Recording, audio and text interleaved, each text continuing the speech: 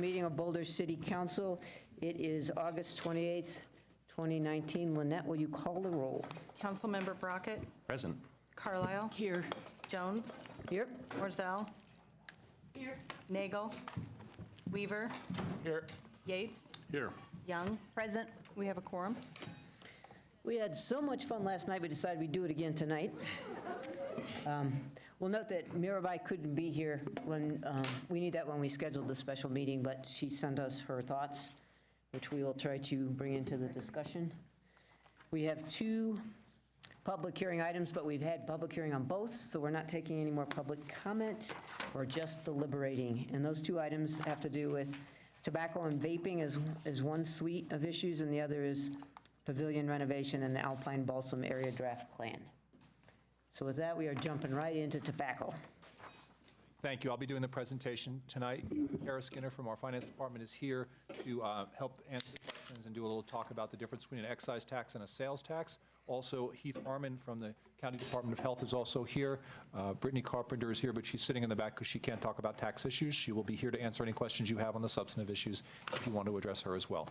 So jumping right into it, these are the topics for council consideration tonight. You have 3 ordinances before you, ordinances 8341 and 8342, which are tax ordinances. We'll place a measure on the ballot. CAC asked me to address those first because you actually have to get through those to get them on the ballot in time for the September 5th deadline.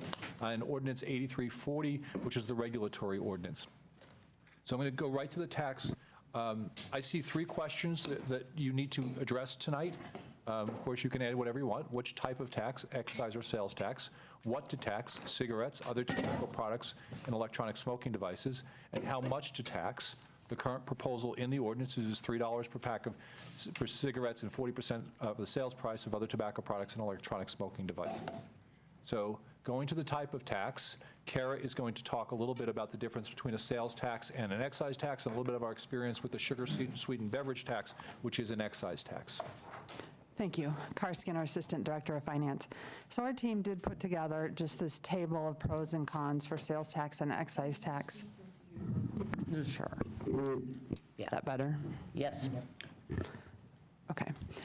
So first, looking at the sales tax, clearly one of the pros is that all consumers would pay the full tax. It would be charged at the point of sale, and every retailer would be responsible for charging that sales tax at the point of sale.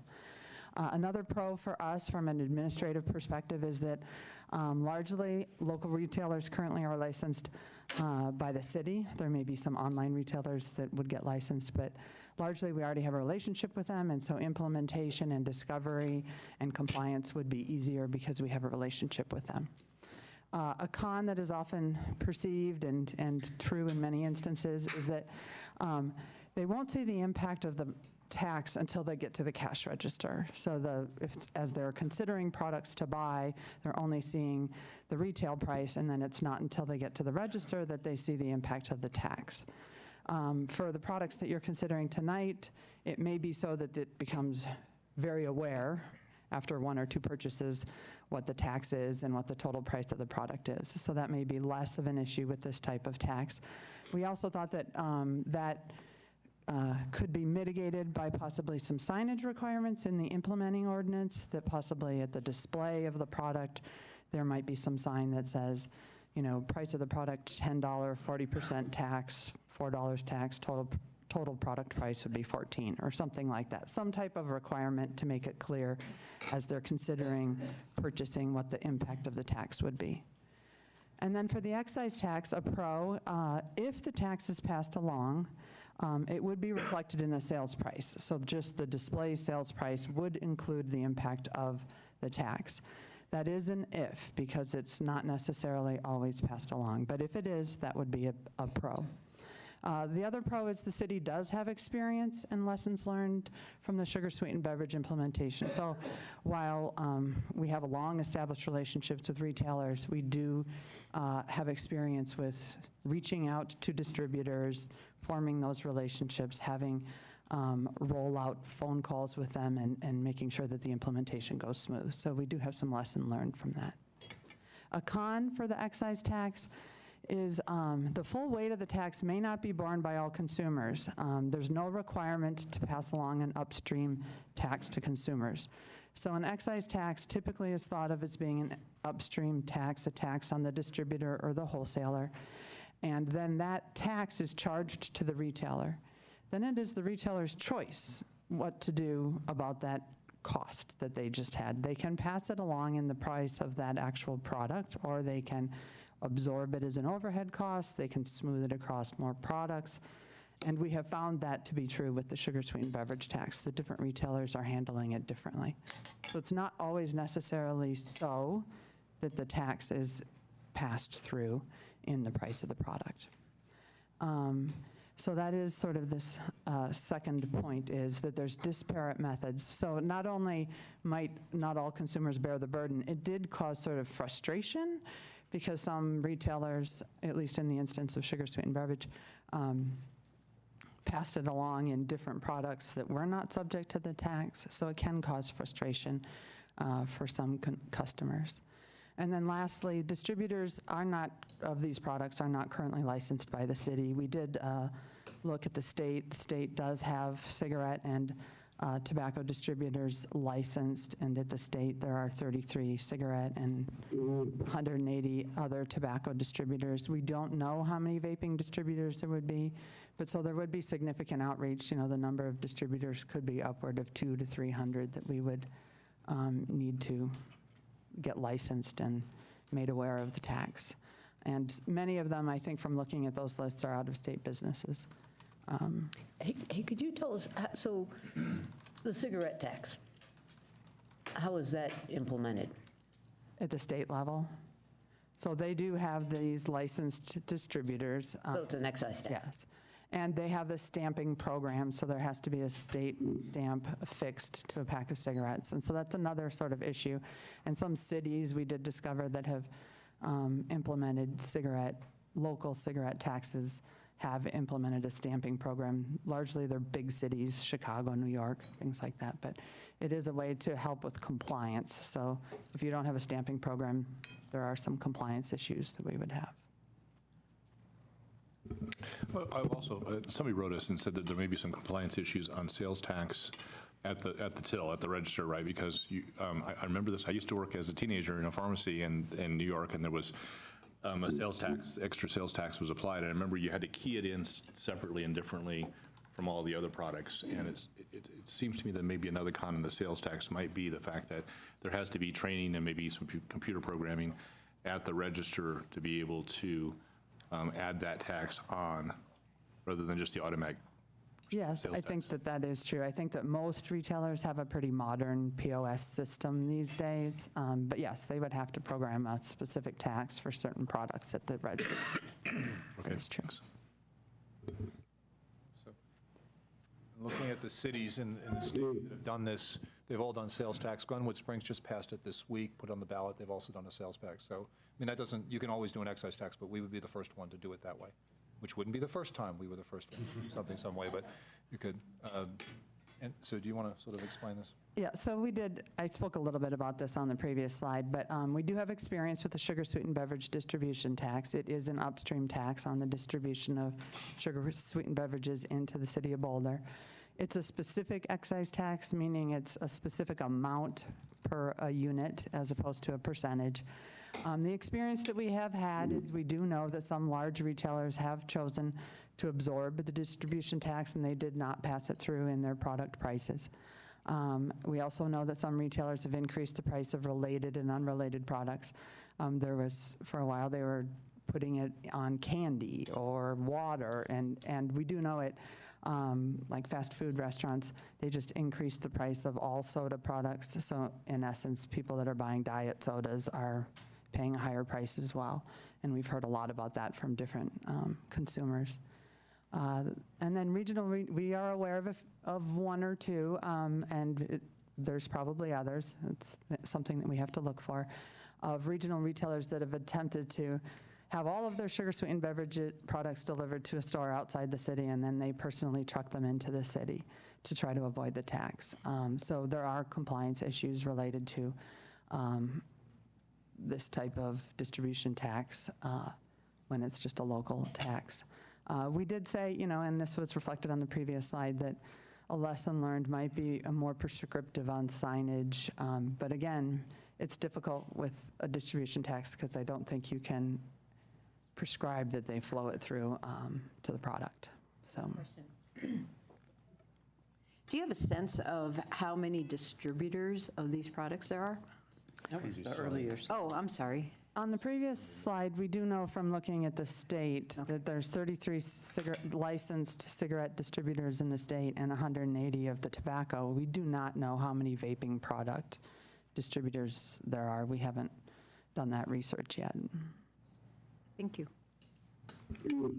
So I'm going to go on to what to tax, unless you wanted to stop here and talk about. Let's stop and talk.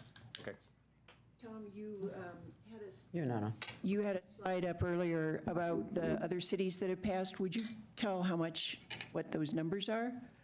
I have, The type of tax and the sales? I mean, there we go. Thank you. oh, no, this is the amounts.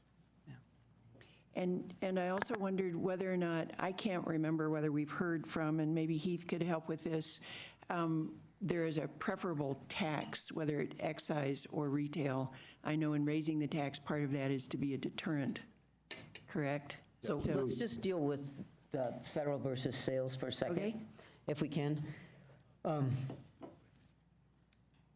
So I guess here's a question.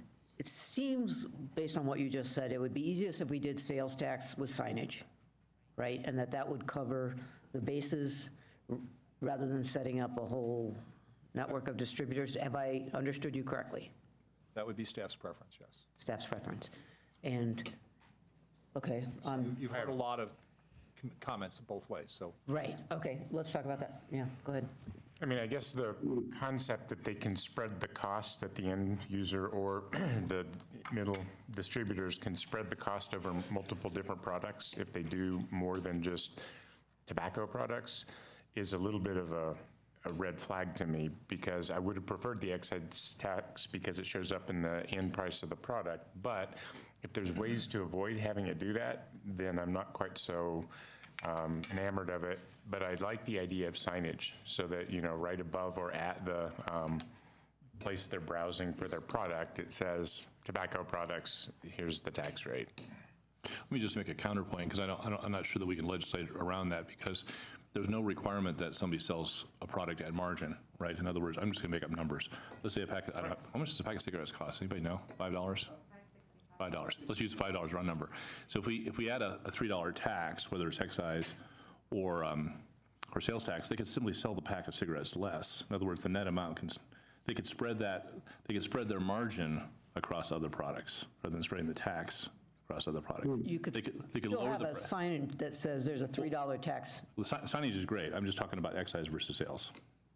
Right, but our point is to, I was just making a counterpoint to Sam's, which is, I'm not sure that you could prevent people from spreading the tax either way, because you could just simply charge less for your Pack of cigarettes cigarettes. or vaping products, right? You could lower your price. You could sell it at below cost, spread it across other products, and then have the tax take it back up to whoever your competitors are.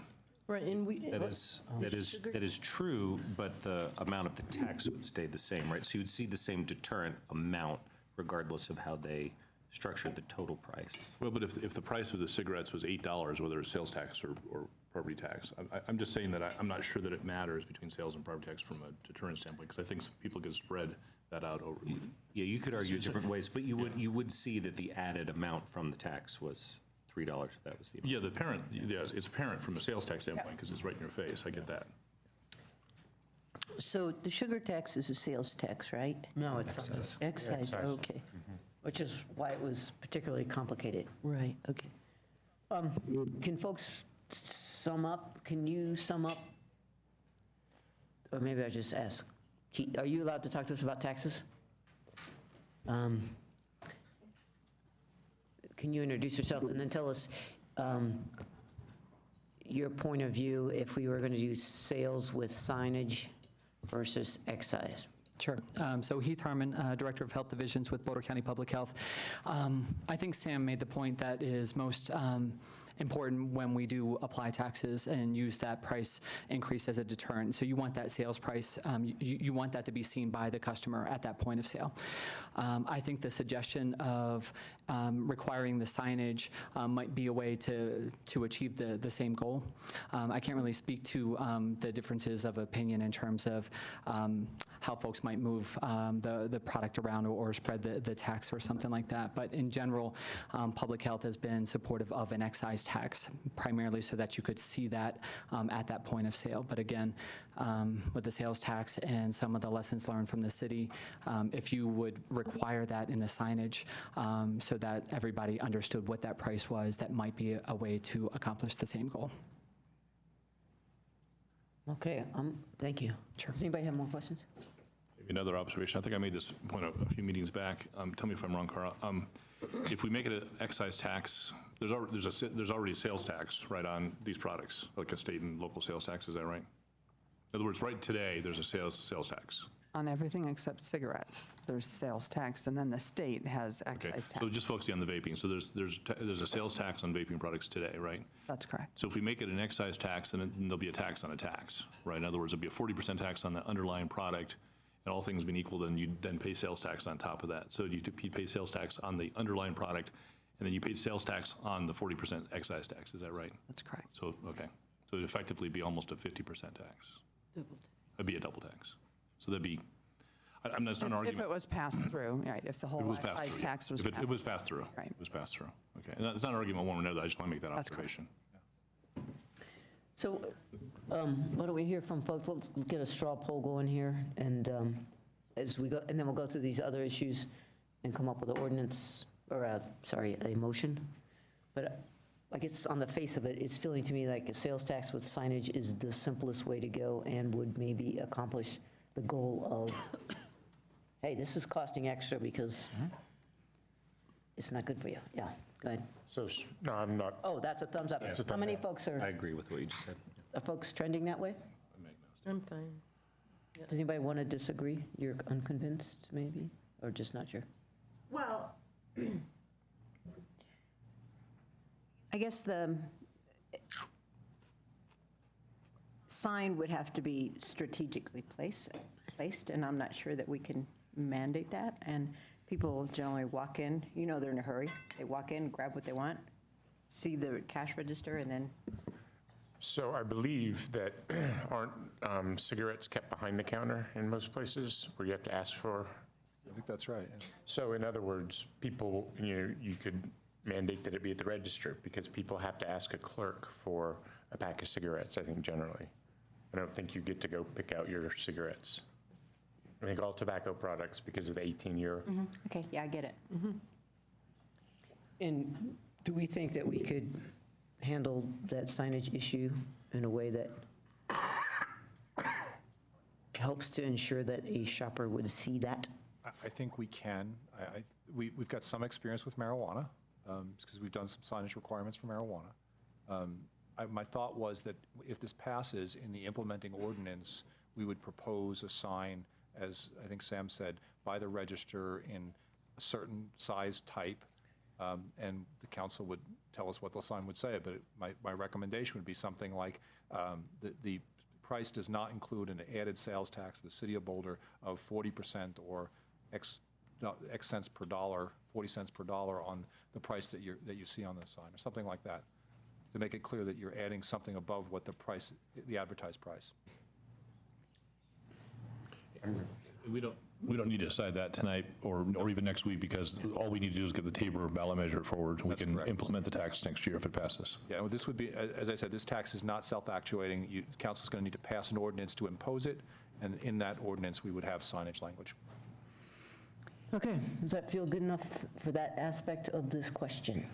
And we go to amount, I think, next. Given that one of the things I was curious about what Bob said about it being taxed twice as well, if there is an excise tax and then it's taxed again at the register, again, that would raise it. But the idea of the distributor then not putting in the actual taxes has been done with the sugary drink taxes troubles me.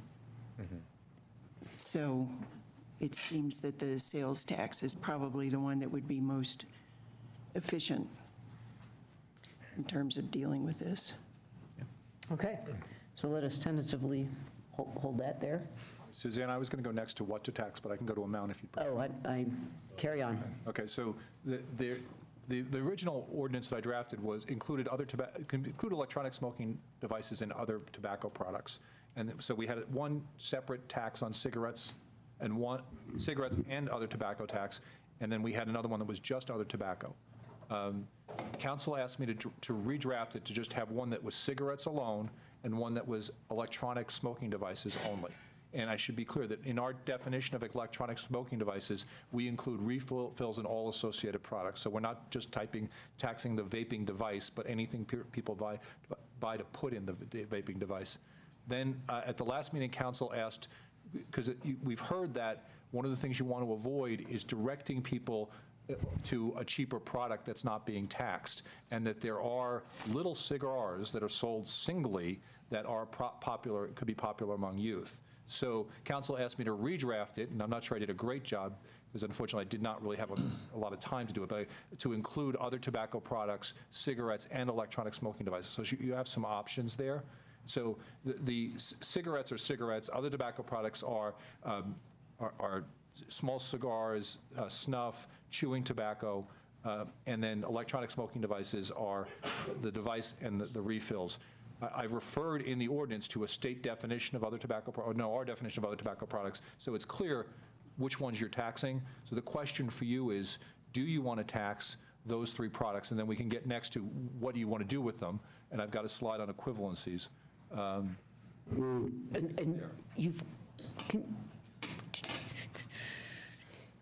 can you remind us, and maybe you just said this, but I need to write it down, how much the other things are already taxed? I don't have that. I believe that the state cigarette tax is about 86 cents. There's no tax on e-cigarettes or vaping, and I'm not sure what the other tobacco products tax is. Isn't it 40%? Yeah. Can we? No, Heath probably knows, or Jody knows. On cigarettes, it's 84 cents. And then for OTPs, the other tobacco products, it's at 40%. So 40% of sale price. Yeah, and then again, 0 on manufactured price, and then 0 on vaping. Can you say the first cigarettes? Sure. 86 cents per 84. pack? 84 cents a pack? Yeah, correct. We're one of the lowest in the state, in the country. Yeah. So, and you can see that these are equivalencies. If you wanted to make the e-cigarettes and vaping products equal to cigarettes, you would, if you want to impose a $2 per pack tax on cigarettes, you'd need to go to 21% on other tobacco products and 61% on e-cigarettes and vaping products. Can you do it the other way? If we wanted to do 40%, go ahead. I was just going to mention what I believe Aspen did. I think Aspen started at $3 a pack, escalating by 10 cents a year to cap out at $4 a pack. And then I think they did 40% additional on other tobacco products and 40% on vaping. Is that right? Yeah, I think they include vaping under other tobacco products. Okay. Well, yeah, but one was already taxed and one wasn't. Yep. And so I thought the reason that the rationale for that was that the thought is the state's going to come in and do something. And so, I mean, I was just proposing that we do what the other communities have done, but. Well, we have to pick which community then. Well, I suggested Aspen, $3 a pack plus 10 cents a year for 10 years, and then 40% for other tobacco products and 40% for vaping.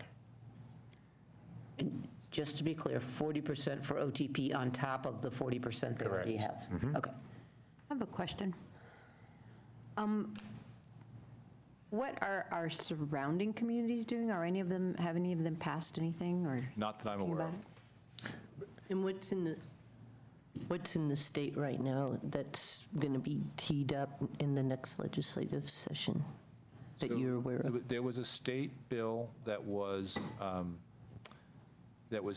40% on, it was an increase, I'm not remembering. There was a state bill that was there, and Heath, you probably know, that failed in the legislature and may come back. Do you know what the numbers are? I'm not remembering off the top of my head. Yeah, so it was, I think, introduced really late in the session. And so it was going to include increases on all tobacco products.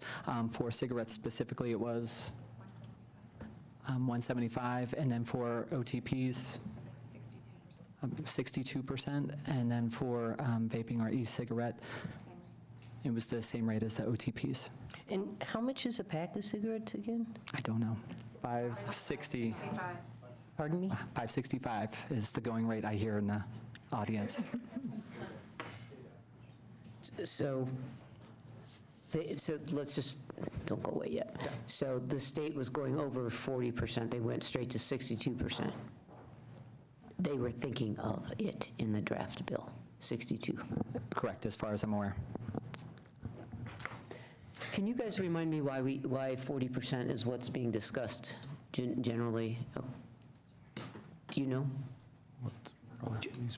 Maybe Jody. I cannot speak on behalf of what some of the other communities have done. What I can offer is that the public health perspective here is what we would want to do is make sure that the products are taxed equally. So if we were looking at $3 a pack in Aspen as an example, then we would want to figure out what that corresponding amount would be for the OTPs, and then again, the corresponding amount for vape. So the vaping or e-cigarette products, to be that equal amount would be about 83 or 84%. And then you would increase the OTPs, and I can't remember, but I can look at my notes and let you know. So again, bringing them all up to an equal price to best demonstrate the fact that actually there's harm in each of the products and not miscommunicating or unintendedly communicating that one is safer than the other. And no community has done that yet. It looks like everybody used different math. Not that I'm aware of. Can I ask, Heath? Can I ask you another question? In terms of labeling, right now we have cigarettes that have that label on them that say cigarettes are hazardous to your health and don't smoke if you're pregnant, blah, blah, blah. They can cause death. What kind of labeling is on vaping products? I do not. I would defer to another expert in the audience if possible. Do you know that whenever something has nicotine in it, is there a required labeling notification?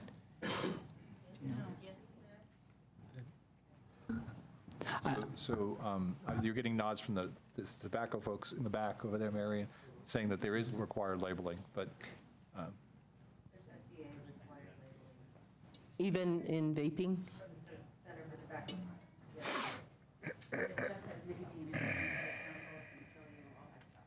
Yeah, It just says the amount of, it just says it has nicotine, doesn't have warnings. Addictive. Oh, which is an addictive, okay. they're saying it has FDA warning. Yeah. Oh, they do, okay. Yeah. I was just repeating what I heard, sorry. And so one of the things to be clear is we can't do anything with labeling. That's preempted at the federal Right. level. We can't do anything with advertising. That's preempted at the level. There's some limit. Okay, all right, I'm sorry. Thank you to the audience, I appreciate, Clearly Go ahead. of a smoke. You're talking. Okay, I'm talking. So right now, we're focused on how much, if we would like to put a tax on how much. One thing was discussed was the idea of parity. We are complicated by the fact nobody seems to have done that quite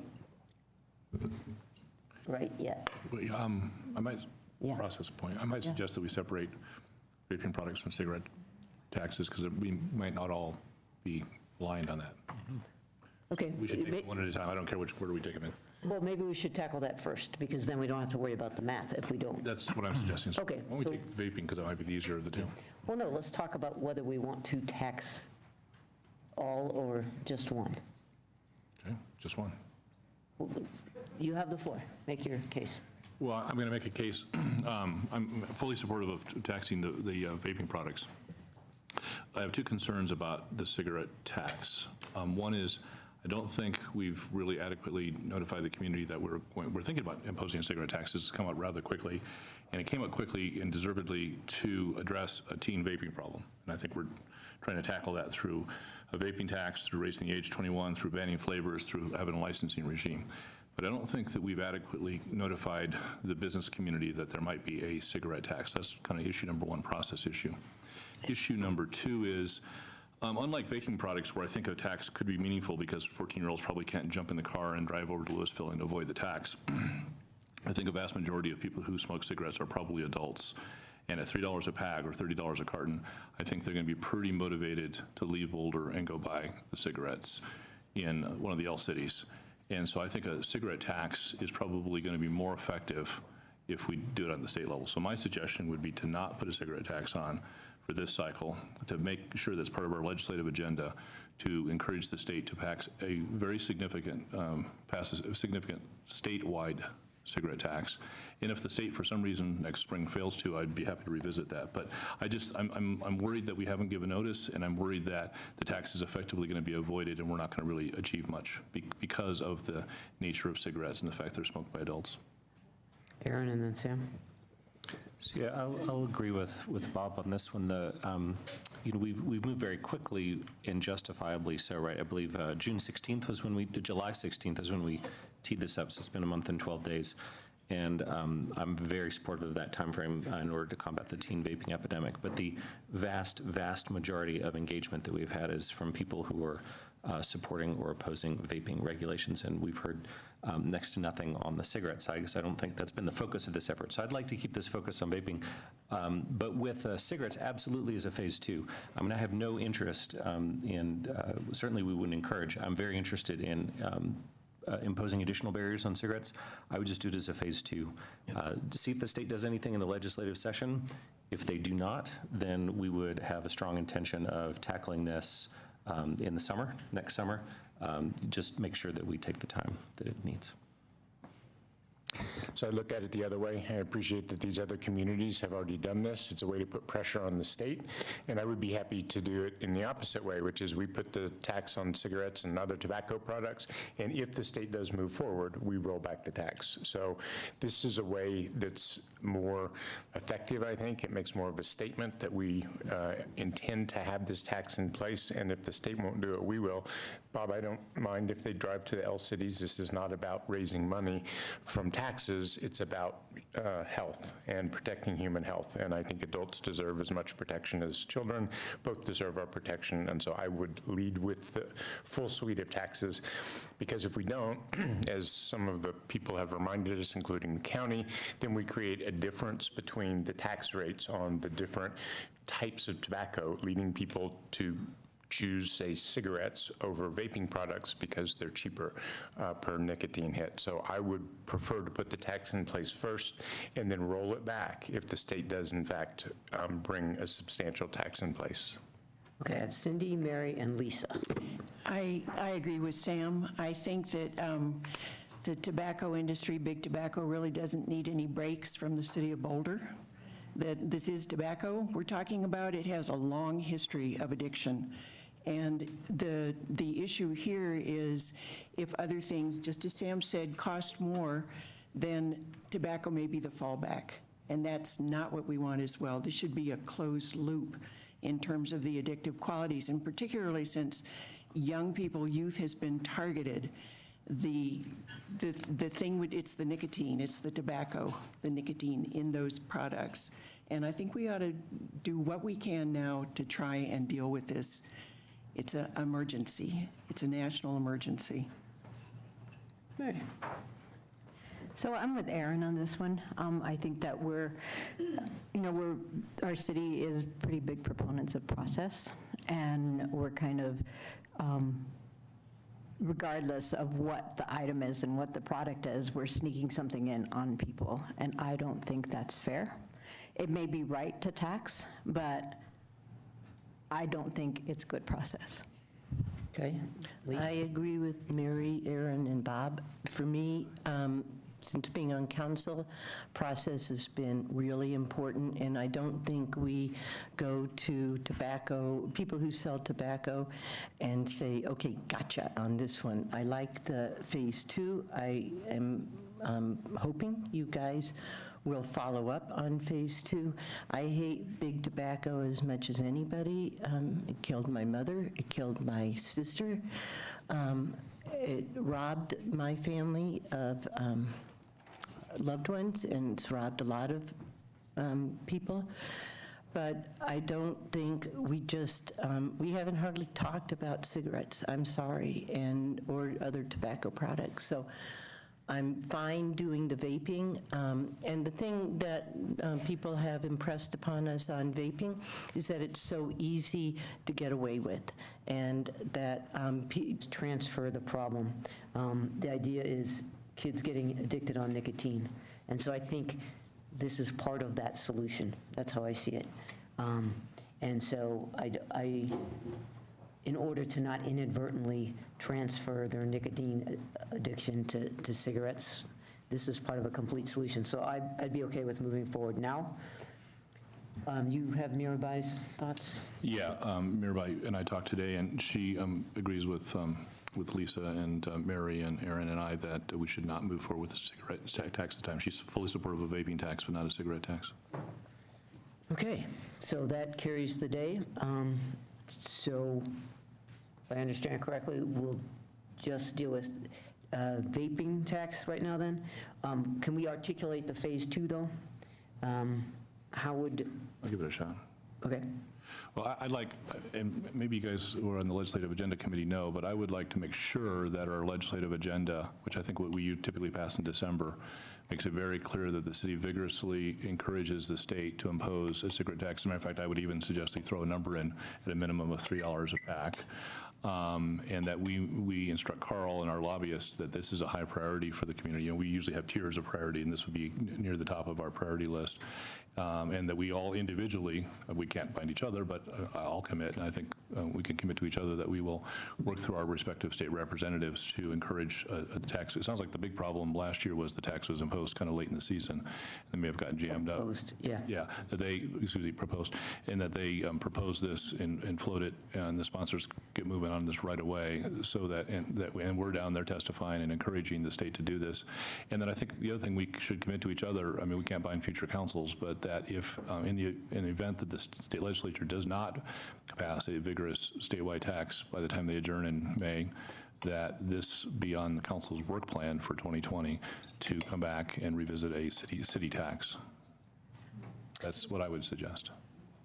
Can I ask a question about just cigarettes? What about other tobacco Sure. products? Yeah, tobacco and other products as well. Go ahead. Well, yeah, I mean, that sounds good to me. If I'm on council again next year, I would commit to those things, absolutely. Sam?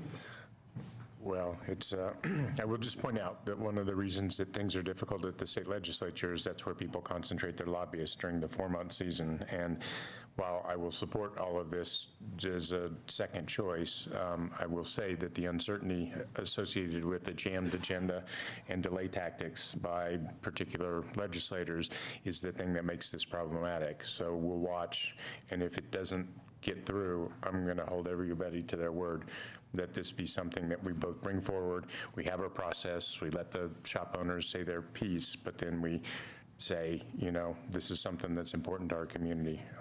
I have personally been addicted to tobacco. I smoked for a year, I chewed tobacco for 10 years, and it is very difficult to get off of. And it takes a serious motivation to do that.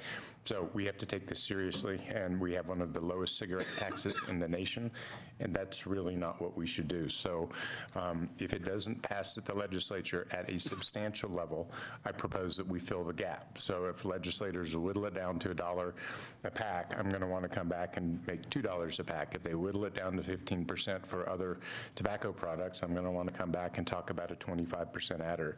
So I think we need to keep our eyes on, in our community, the tobacco products have an equal and high rate of taxation. Yep. So can I add that we can talk about this at our retreat and put it on our work plan so that we reserve the space for it? And we usually get a legislative update, what is it, around March or something? So we'll have a good idea then. And just to add to that, the legislative committee gets more frequent updates as well. So the legislative committee can report back if there's roadblocks at the State House and allow people to weigh in with either our state legislators or others who are being roadblocks. Well, also sorry, Cindy, you were up?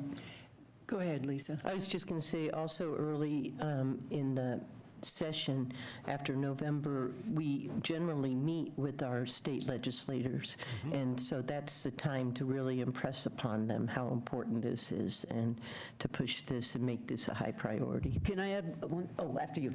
I just wanted to say, if this is such a high priority, you know, the process I understand, but this is nothing, I mean, it's not about, as Sam said, raising money in the community.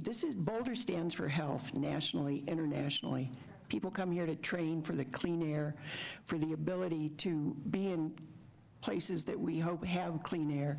And this is part of it. I don't know why we would step back now and not move forward. I mean, it's disappointing. It really is. And I hear what you say about getting into it next year, but I mean, what is the delay going to make? It's just it's passing off the responsibility to the state when we could take it on ourselves and actually act and show who we are. And people are watching us. So I would just urge you all to think more than once, but think twice about this before setting it over into another year. I've been addicted to 20 years, tobacco. I know lots of people, Lisa, in my family and extended, who've died of lung cancer. Some of my best friends. And I take it really seriously. And the fact that our youth are the target here, I take doubly seriously. And that's the way it has always been. They're the lifelong users. So stepping forward now, I think, is the thing to do. I'm sorry, we don't owe big tobacco a break here. Okay, I would like to underscore that. I totally agree with that. And I will just note, and then we can move on after we all say our piece, but unless people want to change their minds, it disturbs me that we have other folks in the Roaring Fork Valley that go, hey, we're the other hot spot in Colorado. We're going to stand up. And we're joining them, sort of. And it seems to me that we are going to set a standard, and I bet you other cities in Boulder County will take a look at that and go, wait a minute, we don't want to become the Amsterdam of Boulder County. And so we're setting a model here. So other people will take a look at what we're doing. So I guess I agree. Of all the entities not to worry about, it's big tobacco. So I'd be ready to act now. Aaron. Well, just we're sharing a little bit of personal stories. I have multiple members of my family addicted to tobacco, smoking 2 packs a day. I mean, to the extent I ever have respiratory problems, it's from all the smoke that was in the room when I was a kid. And my mother was in the process of being killed by tobacco and cigarettes before something else got to her first. We're working on vaping right now. I mean, we're working here quickly to deal with vaping. I'm looking forward to our next steps where we impose strong regulations to prevent teen vaping, which is what we're working on right now. And then it's our initiative. Okay, so it sounds like that's where we're at. I would like to add one more thing to the legislative agenda, which is, I think we also want to encourage the state to pass a vaping tax. So, okay, well, we didn't mention it. Yeah, that goes with the Okay. thing. Yeah. And that maybe we want to make this one of our priorities. Or at least start it there, and we can look at the other things that may be one of our priorities. Yeah, I agree completely. And don't we do our legislative agenda in December? It's coming up pretty soon. It's coming up. Yeah, okay, so let's, So, And Carl is very much aware of this and is prepared great. to add vaping to the, okay. So I think this is where we're at. so the amount. The amount. So 40% has been put out there again. I'm not sure why, but Well, that works. for vaping products, why don't we just try it like 80%? So I will support that. I will also point out that it will drive people to cigarettes because the tax on cigarettes is 84 cents. So one of the problems we have with picking almost any number, 40, 60, 80, is that it's going to potentially, people who are price sensitive might be driven to other tobacco products or cigarettes. So I'll support whatever the number is, but I will point out that we're creating the kind of price disparity that we were specifically warned against doing by people who study this. Yeah, I'm going to raise a process point again. We've been saying since, was it June 16th, 40%, and I feel a little uncomfortable on the eve of putting this on the ballot of changing the number. Now, we can add this to next year's work plan too. If we find that 40% is not doing the trick and people are still buying vaping products like crazy and they don't care about the 40%, if we have to tackle cigarettes, hopefully we don't, we can certainly put that forward as well. But I feel a little uncomfortable changing the number at the last minute. So I just want to point out, Bob, you raise a really, really good point, an extremely important point. We could put 3 different measures on the ballot, one of which was cigarettes at $3, one of which is OTPs at 43%, and one of which is vaping products at 83%. The voters decide. You know, we're not making a decision here. We're allowing the voters, and so the people who want to campaign, speaking of process, those folks can go campaign to the voters. So I would say I'll support 83%, I'll support 43%, around numbers 80 and 40, and $3, I would support 3 different measures. And who is it for us to stand in the way of letting the voters make a decision? This is campaign season, and Big Tobacco can pour money in here, and anybody else who wants to can pour money in here. My understanding is that some of these other communities have passed these taxes like this on consent, right? They haven't even been the subject of public hearings. They just came to consent. So I guess I would propose, I hate setting a vaping tax, which I want to do, but then having it be that some people could get driven to types of tobacco consumption that are even more dangerous potentially than vaping. So I don't know why we wouldn't let the voters make their minds up, because there's plenty of time between here and there for the shops who are concerned to make their points, for Big Tobacco to come in and make their points. So why not let the voters decide this?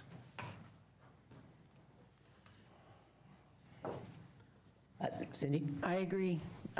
This is, I think that given what we've heard from the community, as well as Tobacco-Free Kids, the American Academy of Pediatrics, the American Heart Association, the American Lung Association, Boulder Medical Center, the Boulder Valley School District, National Jewish Health, North Boulder Dental, Colorado Public Health Association, Colorado Dental Association, GASP, Breath, Children's Hospital, Colorado. Why don't we let these people decide in our community? I think Sam is absolutely right. Put it on the ballot and let them decide, rather than us try to decide what we're going to be doing and have that as a backup.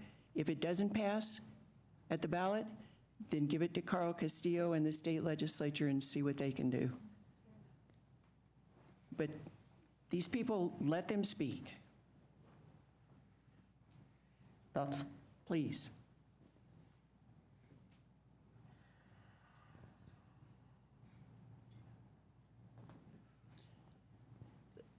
Oh, well, you think? I guess the question is, in other communities, they've put them as one, and we're dividing them up. I just, I want to make sure it passes, especially the vaping one. That's the only thing. And 83 is a big number. So I just want to make sure we think we could prevail on the vaping, since that's the thing. And we're feeling pretty...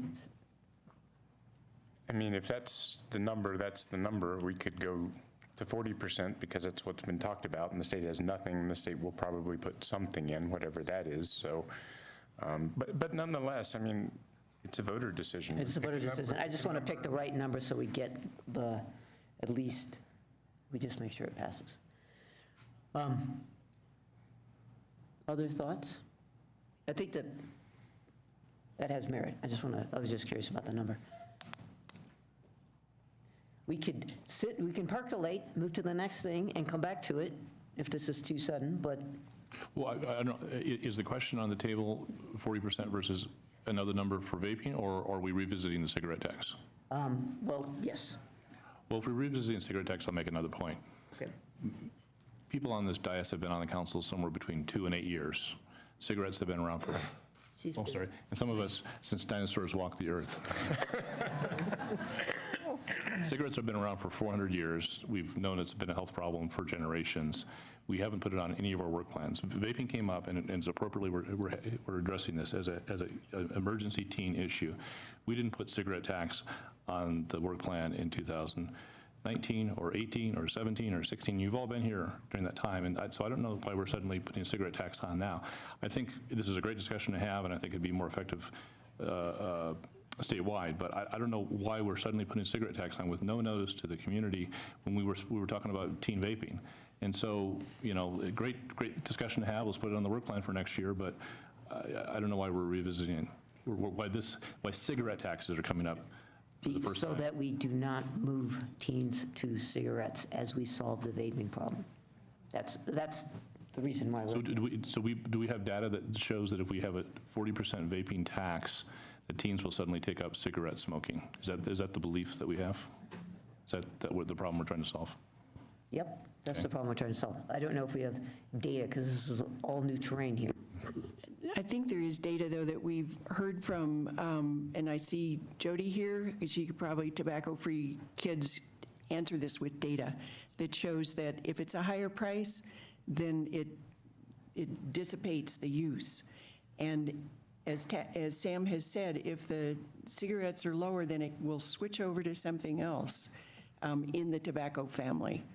So that's the reason to have the parity. But I'm sure the data is out here.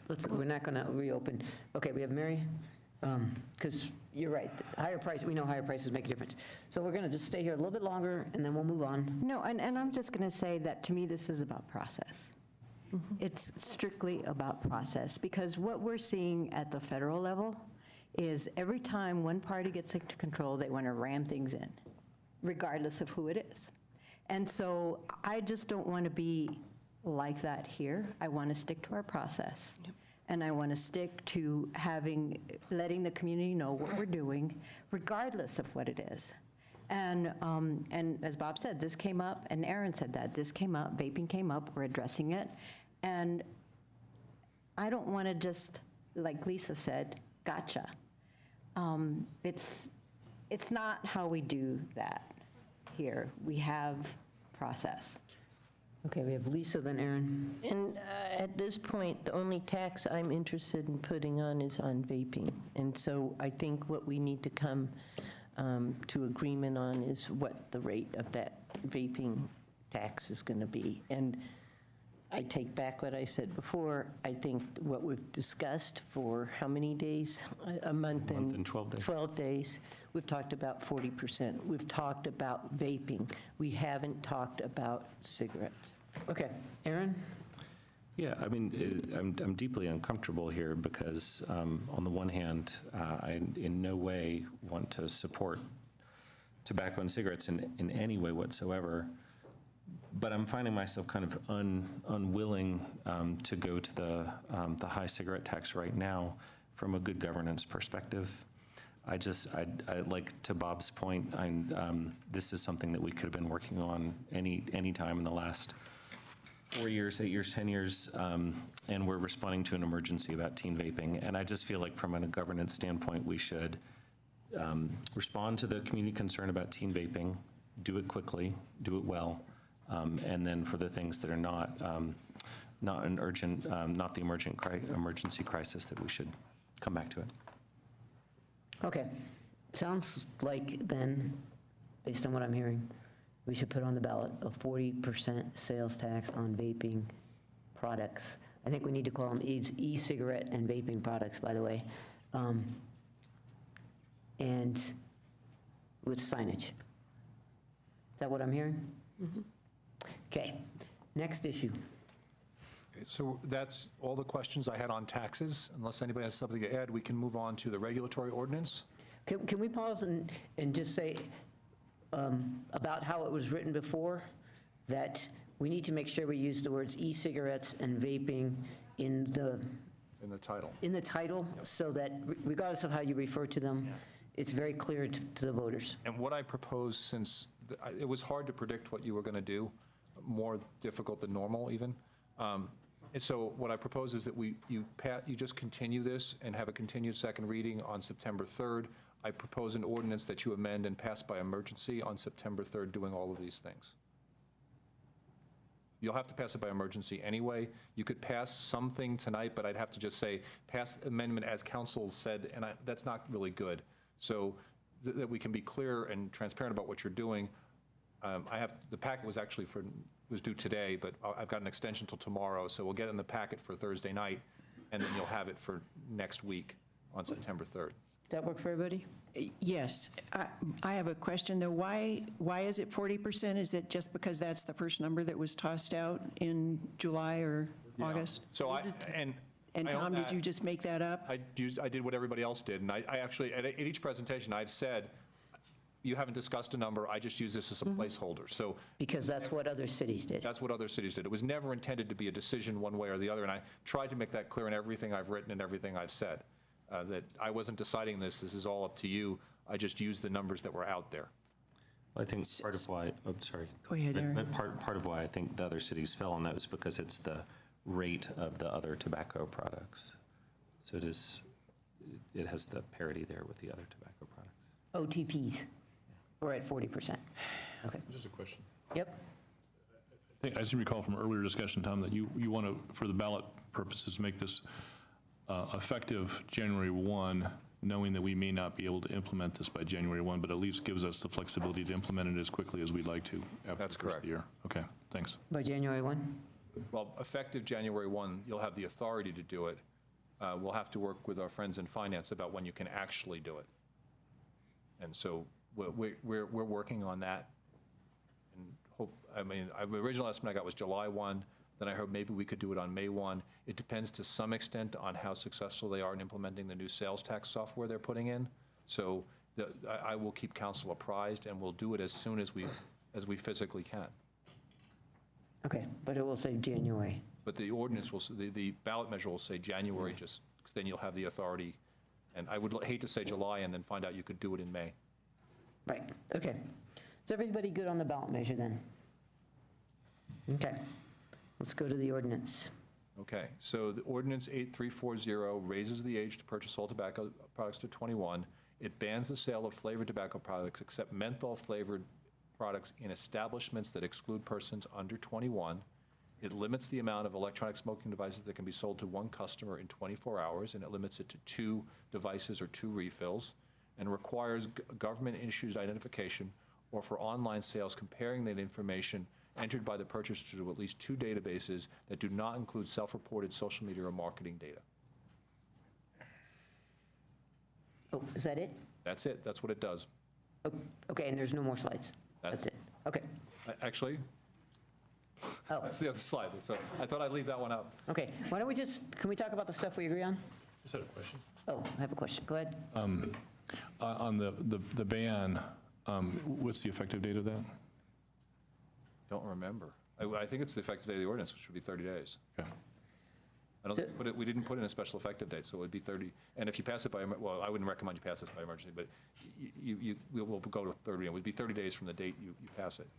Okay, so I'm guessing that issue and the ban are the two things. Let's just clarify. Is everybody on board for raising the age to 21? Yep. Everybody on board? Limiting the number of devices that can be sold to a customer? Yep. In 24 hours? Does that feel like the right amount? And then the on-site, requiring identification and the online sales. So we're good on all that. So I have a question about how the limitation will be enforced, or how it's envisioned that we know that that's true or we enforce it. Will we go into convenience stores and attempt to buy vaping products twice in 24 hours, or what's the thought about how that's going to work? That's, of course, up to the police. We do have experience with doing undercover buys for both marijuana and alcohol. I have spoken with the officer who does marijuana, and she said she would be anxious to do this. If we have funding from the tax, I would recommend that we provide additional resources to the police. Because, as you know, Sam, when we give somebody a job to do something, then it's that they do a really good job at it. I mean, we've seen that with short-term rentals, long-term rentals, marijuana, alcohol. So that would be my recommendation to the next council, that the police be provided resources to do that with clear instructions that we do exactly what you say, both check for age, for identification if you pass that, and for multiple sales within 24 hours. Okay, Lisa? Yeah, I had a question about signage when you go into a store that might say something specific about vaping products or hazardous to your health. Is that possible to do in terms of a store that sells vaping products? I don't know the answer to that, Lisa. I read there's a 2009 federal act that preempts local, and I'm not sure whether it applies to electronic vaping products. I was looking at the cigarette issue. And what we've talked about is that the council will revisit this next year as part of both implementing licensing and the tax. And I would hope that I would have more better answers for you on what you can and can't do with respect to signage. But I thought that was too much to try to cover here, and I don't know the answer to your question. Thank you. Okay, we need to deal with flavors, but go ahead. I was going to go to flavors. You ready? Go to flavors. Okay. So you're all okay with government issued ID? Yep, Okay, so the flavors. just the flavors and maybe the effective date. So I'd like to suggest, if there's a majority that support the exemption on menthol, I'd like to suggest a sunset of that as well, so that our ultimate outcome is that we ban all flavors. And so I'd like to, I'll just throw a date out, and you guys can fiddle with it if you want. I'd like to suggest the ban on flavors be January 1. I'm not married to that, I'm just picking a date out there. I think there should be a little bit of a period of time so people can sell off the inventory and get out of the business, but we can talk about an earlier date. Maybe it's 60 or 90 days. And then on the exemption for menthol, if that's where we go, I'd like to suggest a sunset to that, maybe a year out, so that a year from now we find ourselves with all flavors banned. And why not just treat them all alike and have them all done and not have an exemption? Yeah, the one thing I'm concerned about is we do have a couple of businesses in town that all they sell is vaping products. And if we we do a ban of all vaping products effective close to immediately, then we're really shutting down those two businesses. And at least one of them is locally owned. I understand that the husband and wife have personally guaranteed the lease. They've got employees, and so I think I'd like to have a little bit of a soft landing for those couple of businesses that do sell only vaping products. I'm less concerned about convenience stores and liquor stores where they have other products. So I'd like to suggest that we do as Tom has got up there on the slide, but that we do in fact sunset the menthol exemption as well. We can talk about whether it's 6 months or 12 months. I'm just throwing that out there. Aaron? So I'm open to a discussion about timing, but I do feel like we should ban all flavors. So I wanted to get that out there. I thought about this a great deal, and I think that it's the public health implications of vaping have become too severe for us to leave mint and menthol exempted from these other regulations. I think we've had pretty universal testimony from the public health community, and then these couple of hundred acute cases in recent months or weeks where people have landed in the hospital with things like lung failure. One person died. But I want to mention a couple of other things in particular. So we got an email recently from Marty Moore, the head of Out Boulder, who talked about how the LGBTQ community has been particularly targeted by menthol flavors, and the young people in particular, and strongly urged us to ban the flavored vaping products, including menthol. And I'll also mention, I reached out to the president of the state chapter of the NAACP, Rosemary Lytle, and asked her opinion on the matter. And she also urged us to ban all flavors, including mint and menthol, based on the disproportionate impact of vaping and other tobacco products on the African American community. So between the public health and the marginalized community's impacts, I definitely want to get rid of all flavors. And then I'm open to a conversation on timing. I guess, can we just clarify something? We are talking about all flavored tobacco products, so across the board, not just vaping. That's how it reads. I just want to make sure everybody's tracking that. So I thought that, so let's think about this for a moment. I thought that in cigarettes, all flavored cigarettes are banned federally. That's already done. And so then there's other tobacco products, and I'm pretty sure that those... Well, there's menthol cigarettes.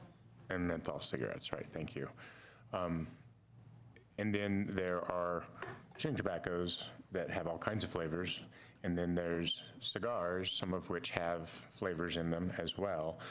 And so if we do this, and it might be okay with me, it's going to mean a lot of different products off of shelves that people are accustomed to being able to get, and I mean, not that I care, but the chewing tobacco one is the one that will be the most impacted, because almost all of those are flavored in some way or another, whether it's sugar or whatever. So, this may be effectively banning most chewing tobaccos of all kinds from Boulder.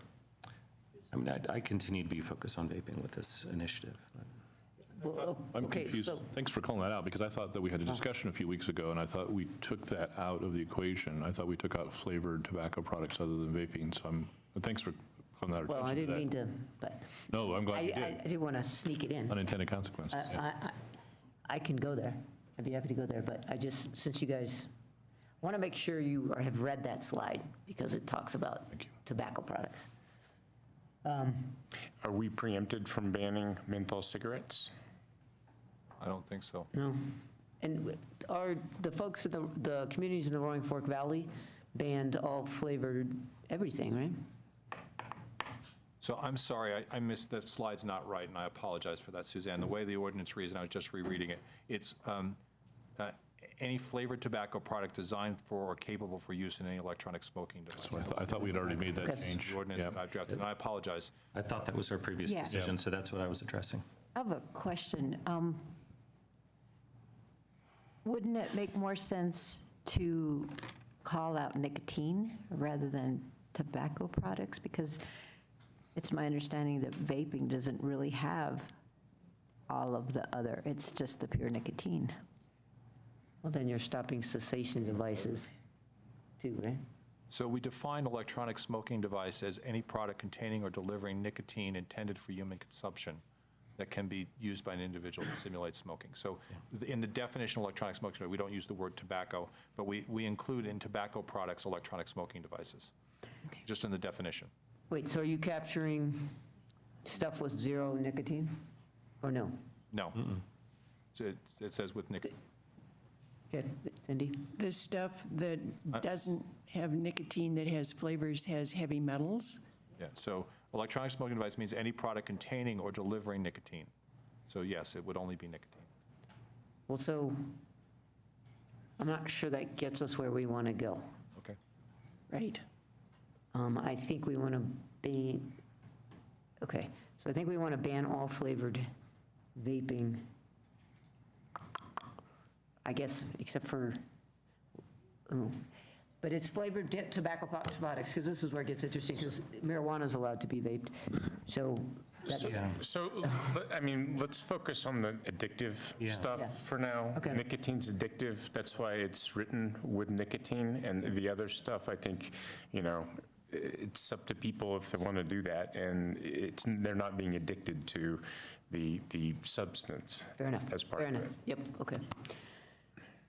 Okay, so you're going to fix this, well, what are you going to do here? Ordinance. Well, It doesn't matter. yeah, it does Okay, so bans the sale of all flavored vaping products. products that deliver nicotine, I guess. Yeah. So open this year's Bob's proposal. Okay. Timing. So, but I just want to make, Check in on the rest of it. is that, I'm still concerned about the others, given the information that we heard about vaping flavors, even if they don't have the nicotine. They've got the air, it's bad, it's carcinogenic. So what, is there a way to include both, Tom, in that? Just, So if we just add any product capable of, well, okay, but then, like I said, you're going into the whole marijuana, Yeah, how do you, which, whatever you think about it, you tell people they can't vape anything, you've made a whole class of people that were just made illegal to vape, and that's probably one of the safer ways maybe, of consuming THC. maybe Tom can figure this out in the intervening time.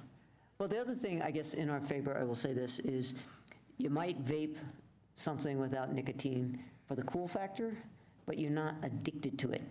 So the thing that's really sinister about nicotine is you get addicted and then you can't get off. So, And also, we're focused on this because of the teen vaping problem, and the reason, the biggest issue with the teen vaping is the effect of nicotine on the developing brain. So I think that's the most harmful thing with youth smoking and vaping is nicotine addiction on young brains. So so the way we've got this structured, and I thought it was just checking, we exclude marijuana. So tobacco product does not include a product that delivers marijuana. Currently, if we Well, leave it. Well, that's our definition. you can't deliver both. Make sure that you write it so that you add marijuana to tobacco and you The way we've can got do this the. structured is we ban the sale of any flavored tobacco product that's used in electronic smoking device. We define tobacco product to say it does not include any product that contains marijuana. Yeah, but I still think nicotine's the kind of active. And so the definition we have of electronic smoking device, and I didn't read it all, means any product containing or delivering nicotine intended for human consumption that can be used by an individual to simulate smoking in the delivery of nicotine or any other substance, even if marketed as nicotine-free through inhalation from the product. So that covers products that have nicotine in them but are marketed maybe a small amount. You know, most non-alcoholic beers actually have alcohol in them. And so this would cover trace amounts of nicotine. And I think that's correct, Tom, that even in those that say no nicotine, there is a trace amount, so that would cover. So we would be that. Yeah. covered there. So we don't have to go. So we think we are covered.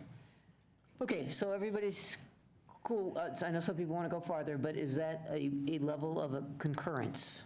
On that one, but we still haven't talked Right, about. I just want to make sure we're good on that one. Okay, so now this time period for menthol. So hang on one second. So except menthol flavored in an establishment, so we've reversed that. Well, no, that's exactly what we're talking about. Oh, we're going to talk about the timeline, right? So, go ahead. Oh, I'm lost. So, Okay, so we're going to ban the sale of all flavored vaping stuff, in, let's say by January 1st, and so that people have time to sell their inventory. Okay. And that's across the board unless we allow this exemption, which Bob has proposed. and Aaron countered it, and I would agree with Aaron. The two people addressed us from the Colorado Black Health Collaborative and mentioned that 80% of Black adult and youth smokers are using menthol, and over 50% of Hispanic middle and high school smokers were using menthol. And new national data shows more than half of high school e-cigarette users are using menthol or mint flavor. So I think that really speaks to not having any exemptions And, well, and for flavors. let's go at this another way, because you were saying phase them out, just give them longer to allow for a nicer landing. Maybe there's another way to allow for a nicer landing.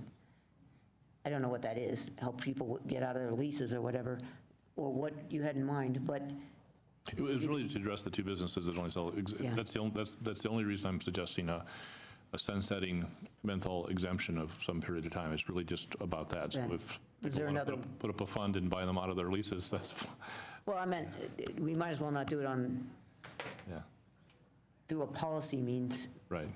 tobacco policy means, if we want to help businesses. And I will say, maybe we should just pause and say, we've been talking to some of the local businesses, and it's been hard. Yeah. It's been hard, trying to figure out how to be fair and also address this, what feels like a crisis for youth.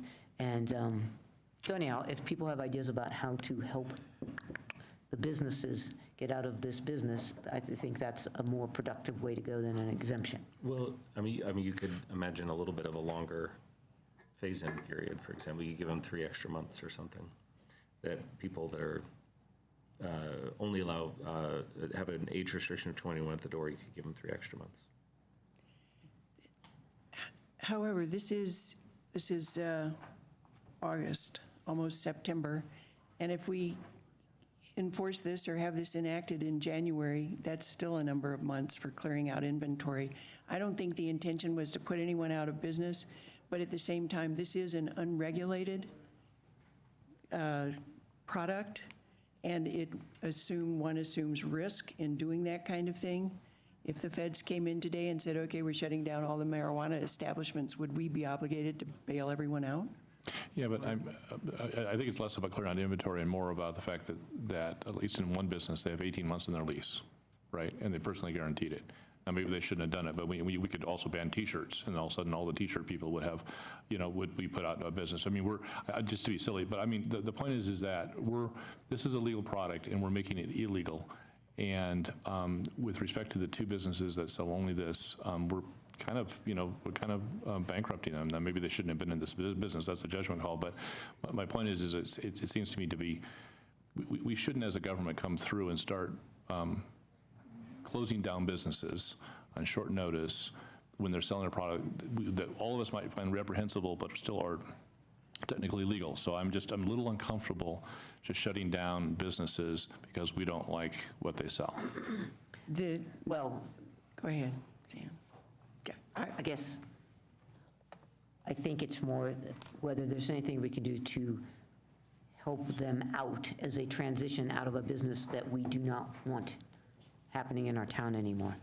I'd be fine with that. Yeah, I'd be fine. I mean, But I don't know anything we're- about that. I don't know if we have a business help fund, yeah, but- we're doing a lot. I mean, we're raising the age to 21. We're saying this at the door, check at Yeah, the door, but- posing a big tax. And we don't know yet, maybe those are all sufficient things, or maybe they're insufficient things. The nice thing about this is an ordinance, so we can always adjust it. So we could put a menthol exemption in with a sunset, and then if we find that there's a bunch of youth walking around smoking vaping products, they somehow snuck in the door and got them, then we can accelerate that exemption. Bob, however, I think you're keeping track of that. I mean, the numbers show that those kids are walking around using these things. The numbers show it. That's the data. So again, I would say that we act now. And I mean, I hear what you're saying. The intent wasn't to put anyone out of business, but this is, again, it's an emergency. And we're talking about young people's lives here. So I just have some difficulty in looking and seeing later what the numbers have already told us. So are people good with a January 1st effective date? Yes, and that gives people time to sell their inventory. That's 4 months. Yeah, Yeah. Okay. so I That think would just be for the flavor ban, or would that be for the whole ordinance? it'd be for the flavor. yeah. For the flavor. Yeah, make 21 immediate. Yeah, can we do all the other stuff immediately? 30 days. 30 days. Well, I meant, 30 Yes. days, yeah. okay, That was my question. all right. Well, how about, that feels good to me.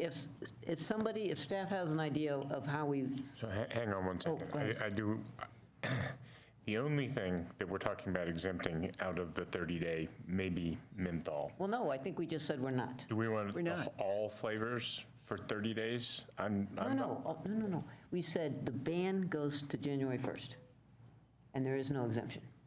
But this Right. ordinance, Flavor ban. this ordinance goes into effect in 30 days, I and that understand. affects all other flavors except, No, that's what they're saying. They're saying the flavor ban wouldn't start till January 1st, and I'm not okay with that. oh, So I'm okay with exempting the menthol Until until January 1st, Yep. right? That's a little transition time. It's 1/4 of transition time or sell or whatever. But all the flavored stuff, the Candy Crush and the, unicorn milk. Daisy popcorn or whatever, I mean, that stuff all needs to stop now. And so I wouldn't push the entire ban out. I would say there's an exemption for menthol that goes until January 1st. And mint, and only in establishments over 21. So we're taking all the Candy Crush now, all that stuff, and then the menthol and mint has a little time to transition January 1st. I'm comfortable with that, but no more.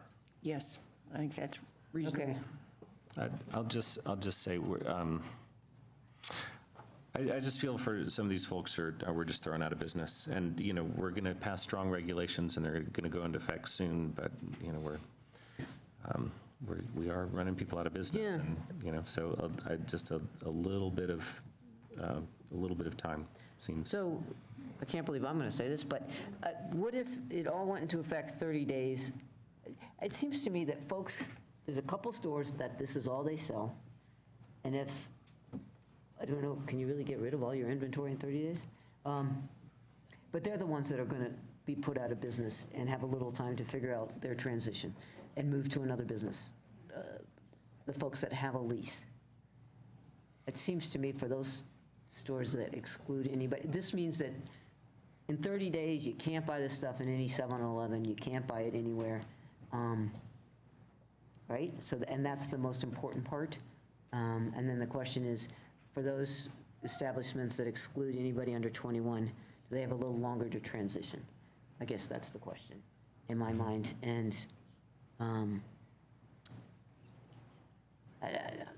rather than having like a 6-month or a 12-month menthol ban, I thought the compromise was January 1st, but. So if, I mean, so when are we going to vote on this, Tom?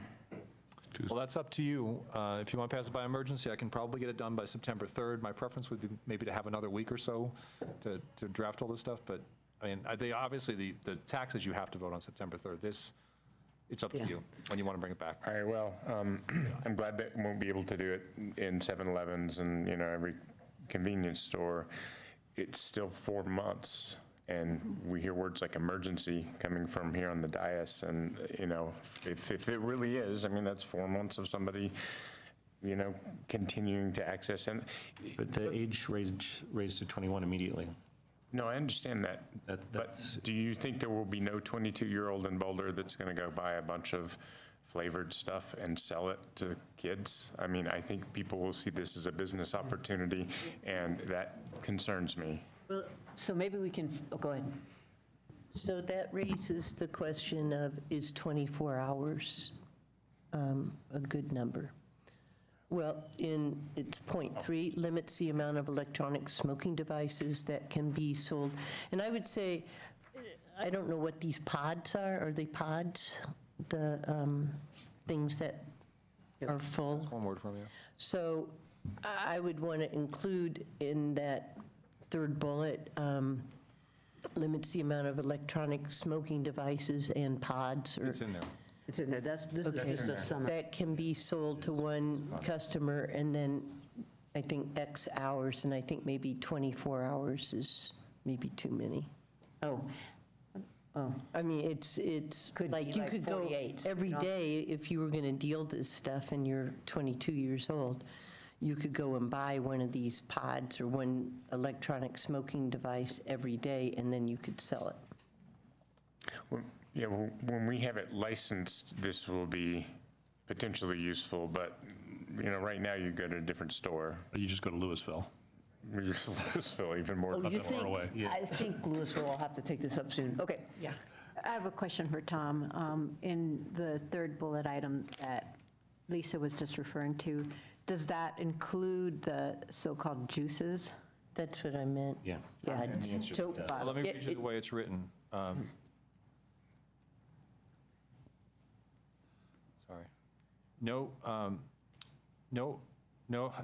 tobacco retailer shall sell more than 2 electronic cigarettes or 4 associated products, including refills, to any person in any 24-hour period. Okay. But 4 associated products, does that mean 4 packets of Juul or 4 cartridges? Say it's the individual pods. Well, it's probably, wouldn't it be like a SKU at a store? Like, so if they package 4 together, it would be the one package? Okay, And We do not have a definition of associated products. I certainly could write one. okay. And- So how about this? Like a week. Or, Right, okay. how about something like a week? You can't buy any more than, like, Because it includes the pods, some people may go through, a pod a day, and so making it a week. well, come up with a number better than Okay, 20. so how about we come up with an informed,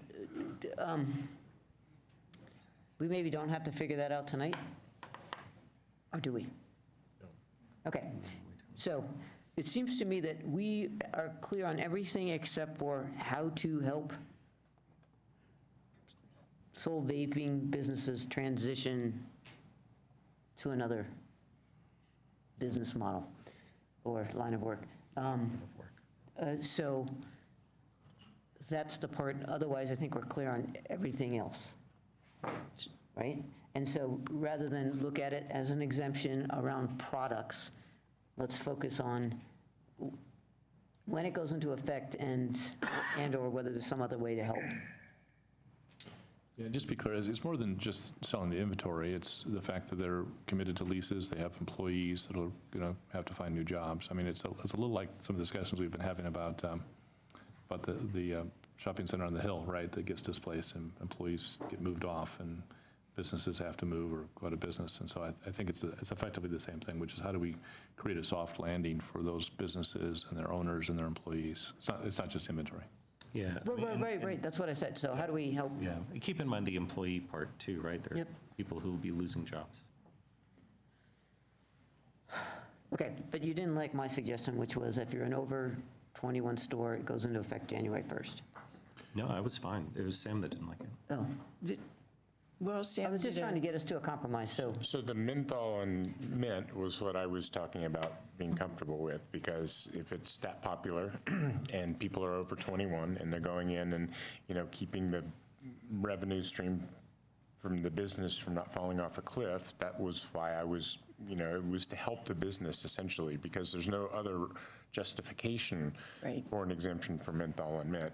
It's just that I find the Candy Crush and the stuff that is intended really mostly for kids, even if it's sold in an over 21 store, I'm concerned that, that's just an inducement. But, I'll go along with wherever we land up, but I'm just expressing my objection to and my distaste for the stuff that's aimed at children.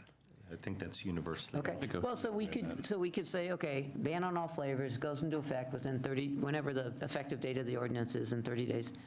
And that goes into effect January January 1st. 1st. the menthol. The menthol. Just for the stores that are over 21. Yes, that's where I Not was all coming. flavors, just the menthol, yeah. Just the menthol. Is it mint and menthol, or is it just menthol? Mint and menthol. Well, so it's written just as menthol, but we can add mint if you want. Mint- We had a long discussion, And you and decided on just menthol. That's fine, too. Well, I mean, for a temporary exemption, I wouldn't, if it were permanent, you might zoom in more, but for a temporary exemption, it seems like mint and menthol. Because mint will go under flavors then. I don't think it matters for 4 months. Mint and menthol. I would do mint and menthol. Okay. They're very close to each other. So it would be useful if you did a summary, just because I think we've probably confused everybody in the public.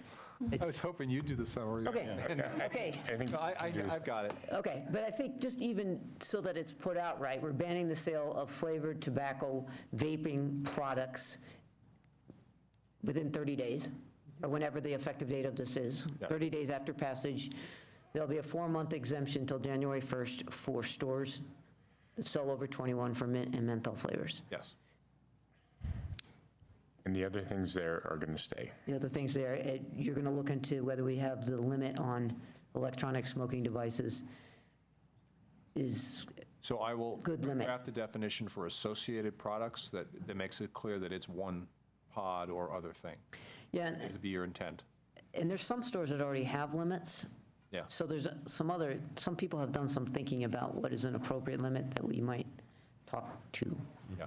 Well, I got that from a tobacco industry Okay. person. Yeah, and I guess maybe Lisa's point was you could imagine 2 limits, a daily limit and a weekly limit, for example. But I don't know if that's doable, but I think that's what you were asking. Yeah, I would like, Worth looking into. yeah. So I will endeavor to get this in the packet tomorrow for your September 3rd, and you can pass it on second reading, and then we could do a third reading on consent 2 weeks later. So you're in a normal process. Okay, let me ask folks, do we need to pass the ordinance on September 3rd?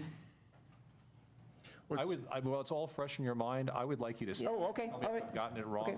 So this is just, I was trying to put be it on- nice to you. I was trying to be I nice. appreciate that, but yeah, it's not that hard to do what you've just suggested, and, because most of it's the same, only made really 2 changes to the regulatory ordinance, and if I've gotten it wrong somehow, you can tell me next week, and I won't be out there. So the only thing I just want to observe is that I think Mirabai is not here on September 3rd, and she does have an opinion about this, which I think was probably more akin to where Aaron and I were as far as granting a period of reprieve on menthol. So I just throwing that out there. So it won't pass finally on September 3rd, it would pass 2 weeks after that. So Right, you'll have a chance to have a say on final reading. No, I get that. She may have a different view. Okay. Whenever we get to it. And I think that timing is good. I just maybe request of us that we, on September 3rd, we just make sure this expressed our intent and not redo the whole discussion. Yes. Fair enough. So, and my intent would be to put it on consent for September 3rd on both things, because you've had a lengthy discussion in a public hearing. And if I've got something wrong, you can always fix it on consent. Okay. All right, last thoughts? Good. Yeah, I just want to thank the community. We've had a lot of advocates on this issue that have been incredibly persuasive and effective, and who come at it from a position of caring about our children. And they brought this to our attention. It was not on our radar. I'm just deeply appreciative of that. So, thank you. Bob? I also want to thank everyone for coming out. There's been a lot of passion and advocacy, and there's a lot of people in the room that are, or not people, a lot of people are not in the room that have a lot of passion and advocacy on other sides. I always joke with my wife that every Tuesday night we have the opportunity to annoy half the people in town. And not everyone got what they wanted tonight, so I think we probably managed to annoy everybody in town. But politics is the art of compromise, and I think we're trying to do the best we can. We're trying to be fair. We're trying to be balanced. We're trying to listen to folks. We do know we have an emergency, and I suspect this is not the last word on this topic. Mary? And I would ditto what Bob just said. And I would want to also, to the extent that we can, keep some metrics on this. And, you know, we talked about tobacco, we talked about nicotine, and then there's opioids. One of the most moving testimonies that we heard was from a doctor who has a daughter who was coming off of the vaping addiction. And she read from the daughter's diary. And one of the things that was in that passage from the diary was that she didn't know what she was going to do with her sad and miserable life, or something to that extent. And so, to me, what that says is that that's the issue. Is there something in kids' lives that makes them sad and miserable, that makes them want to do this? So this is a community issue, and we all have to step up and do what we can. I don't know if this is going to be the answer, and that's why I want to see metrics on these items, to see what the efficacy is of what we've just done. But I do think that that was the heart of the matter, the sadness in kids' lives. So, Sam? So I want to thank everybody for bringing this to our attention. It was much appreciated, and, you know, there was a lot that I didn't understand about how widespread the problem was and how targeted the advertising was, so that was an education, and it was good to learn. I'm a little disappointed about what we've done, and but it's better than nothing. And so there have been big steps in the right direction in this measure. I'll commit, because I will be on the next council, that if we don't get something through the legislature, then I'm going to bring this back, and we can have all the process we want, but it's going to be silly if we have increased the vaping tax, didn't get what we wanted at the legislature, that if we don't bring them back to parity, it just doesn't make any sense what we've done. Yep. So I'm glad we've done what we've done. I'll vote for it, even though I wish we could have done more, but keep on us. And if we, A, be active in the legislative session, okay, because I assure you Big Tobacco will be, and then B, get back to us. If we don't get what we want from the legislature, make sure that we do what we said we were going to do. So, Cindy? So I also want to thank the people who came out. I think this has been a valiant effort, and you have taught us all something. I am also disappointed. I feel like we've done a half measure here. But there is a commitment. I heard it. I'm not going to be on the council next term, but you have our emails. I've got their addresses, right? We're not allowed. And I hope you keep it up. Keep it up. Keep it going, because that's you've got a lot of force behind you, and you've got the data behind you. You're not making this up. So I thank you again. I really do, for helping us all. Help you, help the children in this community, and I hope others, by some example, we may set when we do the full measure. Thanks. Well, and I'll just jump in and thank everybody. It's making policy, especially, I don't want to say from whole cloth, but sort of, it's tough stuff, and it's complicated, and it impacts folks, and it propels change. So I might have done a little differently, but I think it's more than a half measure. This is a big step forward, and we will keep monitoring it. And I do think that, looking at you, Boulder Public Health, that getting our neighboring cities to also step up to the plate will be an important part of success. So, all right, with that, thank you all. We're going to move to our next item. It's back to school night at Boulder High, I hear, so the parents are Yeah, back to school. I am a little bitter at missing back to school night for my high schooler. Aaron. Go Panthers. Yeah. Who's got a card? I really hope they give me another one one of these days.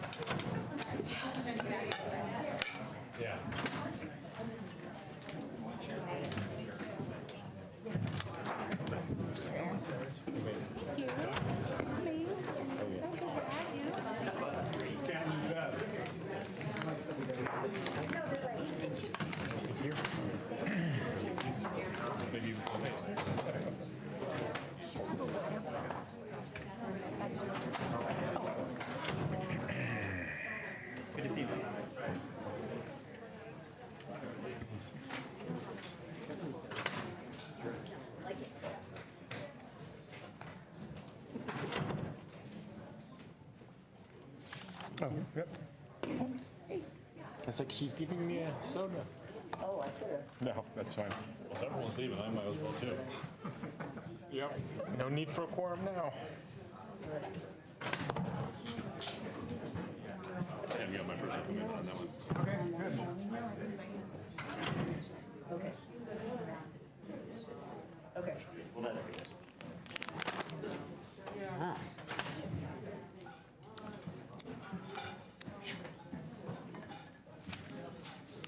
All right, quick, while everybody's gone, let's get this done. Ready, set, Go. thank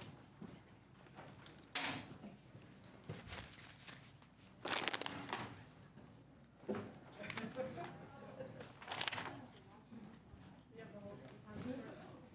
Well, you can move up, I mean, some of us showered.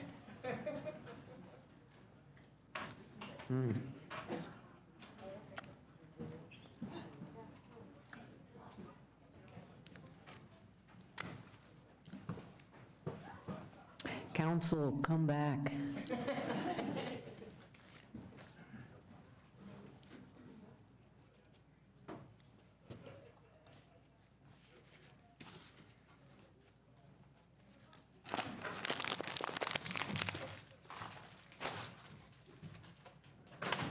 It was just me on Channel 8 by myself.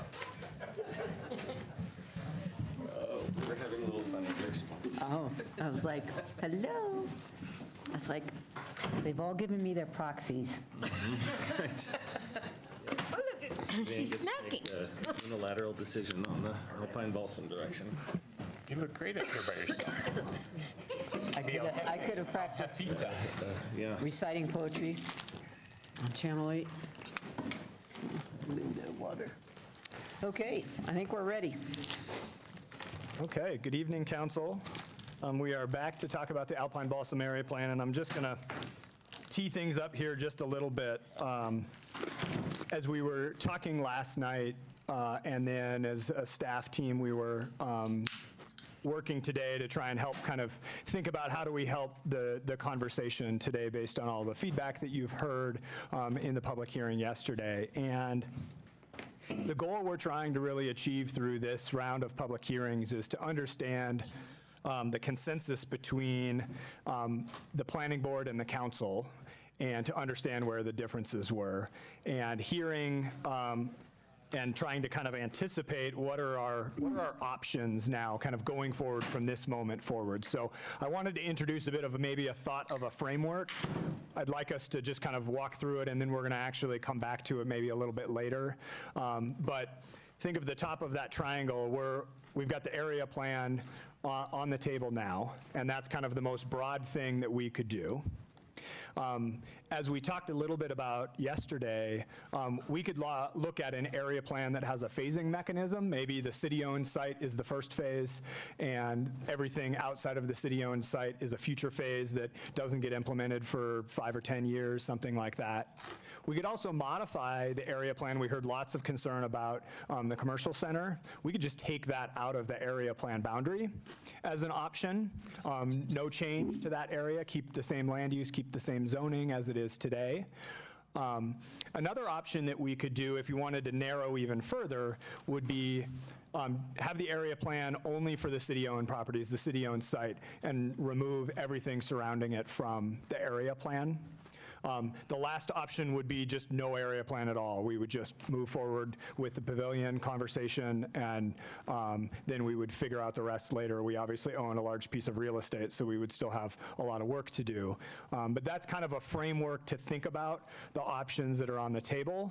Before we dive into that and trying to kind of decide if we want to explore that, what we'd really like to do is now kind of come back to what the agenda was for yesterday, which was first to talk about the pavilion and approach on the pavilion. We still think it would be helpful for council to start there with the pavilion, and then we can move into the area plan conversation, and based on this framework, if we want to talk about it then we can talk about, do we want to talk by component as we had teed up the agenda, or do we want to talk in a slightly different way? So with that, I'm going to hand it over to Jean really quick and swap out the presentation just to say a few kind of words before we hand it back to council. Yep. Good evening, council members. I just wanted to clarify a couple of things that might help with some of the questions that you had last night and some of the comments that we heard from community members. So the first one is on the area plan purpose and the reason why we've suggested land use changes in the wider area. So, as we've talked about, when there's a catalyst for change in the area, when there's going to be a significant redevelopment, sometimes we see a ripple effect in other properties aiming to redevelop. Maybe it's about uses. Maybe it's about medical uses that had some affinity to the hospital that may want to move. It may be about uses. It may be about aging buildings. But the area plan's purpose is to have considered the future for the redevelopment before we see those applications, so that there's a guide to review those individual projects and get what we want. And this is really both for land use and for the connections plan. One of the key purposes of that connections plan is to identify where we want new streets and connections, alley connections or pedestrian and bike connections when properties redevelop. And we've identified a few of those that aren't on the city site, both to the south and in the area. So the proposed land use changes for the area were a key topic of the discussion that we had in the small group workshops earlier this year. And when we talked about changes to the area, we didn't hear a lot from folks that they want to see more 2 to 3 story office buildings in that area, especially in the places that are currently transitional business or even the community business. They'd like to see changes that even if there are non-residential uses, some of those medical uses that are there today, to be on the first floor with housing above. And so that's some of the reason why we're suggesting those mixed use land use changes. It may not result in zoning changes, but it signals an intention about what we want to see in the future should those properties come in for redevelopment. The second thing I wanted to just clarify is around the community feedback and the engagement. We heard a lot last night about the quality of the engagement and the communication about the project. And clearly, many people feel that they were not heard or didn't have an opportunity to weigh in on this planning process, or that the feedback that they provided was not reflected in the plan. And what I wanted to just reiterate is that, as we talked about, the recommendations in the draft plan were really based on the direction from the vision plan, the direction that we've had from council and planning board along the process, from our adopted policy decisions, and from the community feedback that we have heard along the way. the scenarios to the area planning process really evolved. I mean, what you see before you has evolved along this last year. I think that the flood mitigation, the variations in the different types of residential uses, the ground floor uses, key elements of the urban design plan around a significant amount of open space, ground floor activity, building character, roof types, and much of the connections plan were in direct response to community feedback. I think there's been some difficulty in communicating the rationale for the plan and exactly what's in it. And of course, that's something we can do better. But I just, for you and for the community members watching, they were heard. We did listen. We had to balance a lot of different pieces for the draft plan. I want to jump in here. Yeah, you go ahead. I guess I want to thank staff. You have done a very in-depth public process. It has spanned multiple years. And I know we heard from some people that it was rushed. That is not the case. And on the contrary, we have a lot of people saying, why is this taking us so long? And so I just want to call that out. I know that there's always a segment of the population that becomes aware of an issue in the 11th hour, and that always feels shocking and jarring, and hey, wait a minute. But I think there's only so much you can do by putting it in the paper and in the newsletter and on the emails, and there's newsletters to sign up, and there's open houses. So I guess I do want to say to the staff, you did a great job in providing lots of opportunities for folks to come speak, and I just want to say that publicly. There's been a lot of opportunity. Now, that doesn't mean that people like what comes out the other end, and that's fine. But there's been a lot of good process. I wanted to say that. Go ahead. Yeah, and I want to ditto that. And Jean, you've been like instrumental in our public participation working group plan, and I want to recognize you for that. And I recognize that you have put an incredible amount of your heart and brain into doing an effective process. So I do think you've done an outstanding job, and so has the rest of staff. But I want to recognize you because thank you. I just know your heart is in good public participation, and so I just wanted to say that. Thank you. I also, though, I think, and this is just a comment, that people have been really focused on the site plan, and that maybe additional work. And I want to ask you this question. In terms of the area plan, right now we have a proposed area plan in front of us. And I guess my question is, could we improve options on that area plan a little more? I think there has been like this and maybe it's not over, but this huge focus on the site plan, and then not a lot of consideration about the periphery in the area plan. And I think in some ways, because we have talked about number of units and things like that on the site, and then we say, well, if we implemented the area plan, then we would add all of these extra units, and then it's gotten kind of confused, confused, and I've heard people saying, well, there's going to be 600 units on the, or 800, 900 units on the site plan, and that's just not the case, nor has it ever been the case. But there still seems to be some confusion in terms of these number of potential units and what could happen. And I think while in our plan, even with the shopping center, the uses are pretty much the same. The zoning, we talked about that yesterday, and there was maybe some confusion.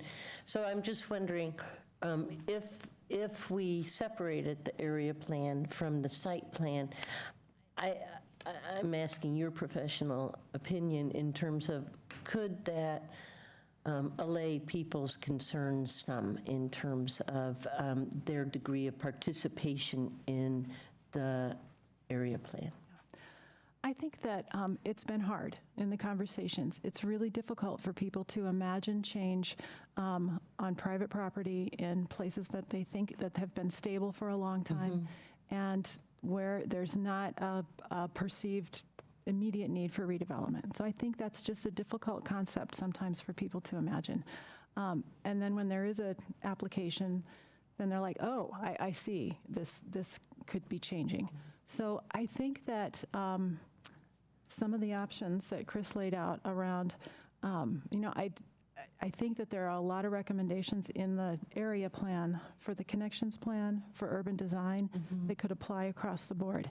If we choose not to make land use changes in some of the areas around the site and think about those at a future date, if that feels more comfortable, that could work. But I wouldn't want to lose the wider connections plan or the urban design elements.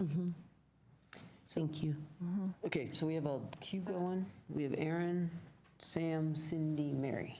And I'm sorry, We're interrupting you. we are interrupting you. Where were you I going? have one last, Yeah. like, two more sentences. Okay, maybe we'll just pause I there. just wanted to acknowledge that we did receive some questions about the traffic impact study from a community member today. Bill Fox couldn't be with us tonight, so we're going to try to work on responses to those and send those out in the next couple of days.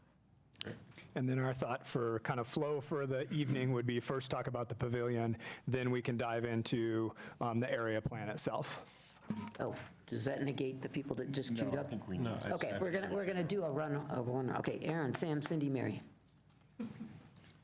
Well, I wanted to echo the appreciation for the work that you all have done. And Jean, you in particular, you've been working on the hospital site since 2015, 2016, somewhere? I was not directly involved with the vision plan process, but started with when we checked in with council last January. So. But weren't you in some of the early meetings right after the property was purchased? I'm making this up? Okay, never mind. Maybe. She probably feels like However long she, you've been involved, you've been doing an amazing job. She was Find doing a my lot of name on comp memos. plan work for a while. Yeah, I guess I saw you all the time on the comprehensive plan. Confusing. Yeah, that was that.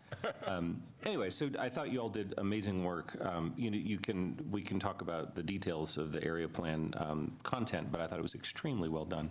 One thing I wanted to ask you about, you're talking about how the part of it's laying out potential future direction right through the land use changes. And one of the ways it's doing that is to emphasize housing more, right? Correct. And I guess one of those slides mentioned like how many potential additional residential units there might be, but the changes that were contemplated in the zoning would also reduce the number of offices that would be permitted or likely as well, wouldn't they? Well, if some of the existing non-residential uses convert to housing, that would be a sort of net reduction in non-residential uses, jobs. If there are some of the current non-residential uses are on pretty underutilized parcels. So especially if it were mixed use, some of those uses or a similar use or a replacement type of non-residential use may stay with the addition of housing. Right, I guess, but the current zoning in a lot of cases, like transitional business, for example, would allow for a fair amount of office use, right? So it just seems like that the contemplated zoning would result probably in a net reduction of the allowed number of jobs if we implemented those things. That was just a thought I had. That we haven't really been part of the conversation when people just been focused, how many new residential units there might be. Well, there also would be fewer allowed office jobs, which I know is one of the things that council is interested in. Right. So, It's in the comp plan. so we hadn't really talked about that. So anyway. Okay, Sam. I wanted to echo thanks to staff. I mean, this area plan's a really well-done document. It's very clear. As Aaron said, we can talk about the details later, but it was a really fine work product. And I think, I was sitting here thinking last night as we saw the march of people, what must it be like to be a city planner? because I know what it's like to be a city council person, but you put your work product out there and then people come take it apart. And they come take it apart a lot of times because of misconceptions, like misconceptions in how land use relates to zoning, misconceptions about what an area plan is and does. So they see pictures in here and they think of everything changing kind of all at once, right? Into being something that's very, nightmarish from their perspective, but the truth is it changes over time, and people tried to highlight that last night. I had a conversation with a business owner and then a resident of a nearby neighborhood today, and the misconceptions are enormous. And I think some of that is just plain old misconception. And I think there are some people that stir the pot a little bit. So it's, I commend you for taking that in stride and for, understanding that the community, it's a process that we have to get through. And, your work product was good. I think in the thing that people really don't understand, and we need to strive to do a better job at this, is that there's a piece of this that we own and we control. And, it's like, and we're going to make decisions about what goes there and what its form's going to be and how many there are and so on and so forth. And then there's this wider stuff that they think, tinkering with, but that's all private property.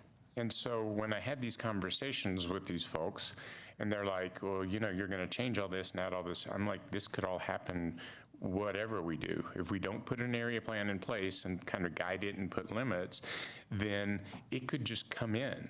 There is a zoning now, and people can make this change now. And, I gave them some illustrative examples of where people could, take out a shopping center and put in housing as things sit right now by right.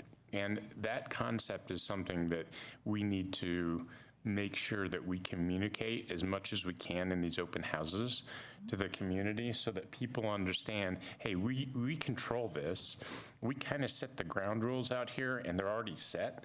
And we have these other projects to try and adjust the ground rules so we get what we want, like the use table review. People's minds just blow up when you say that.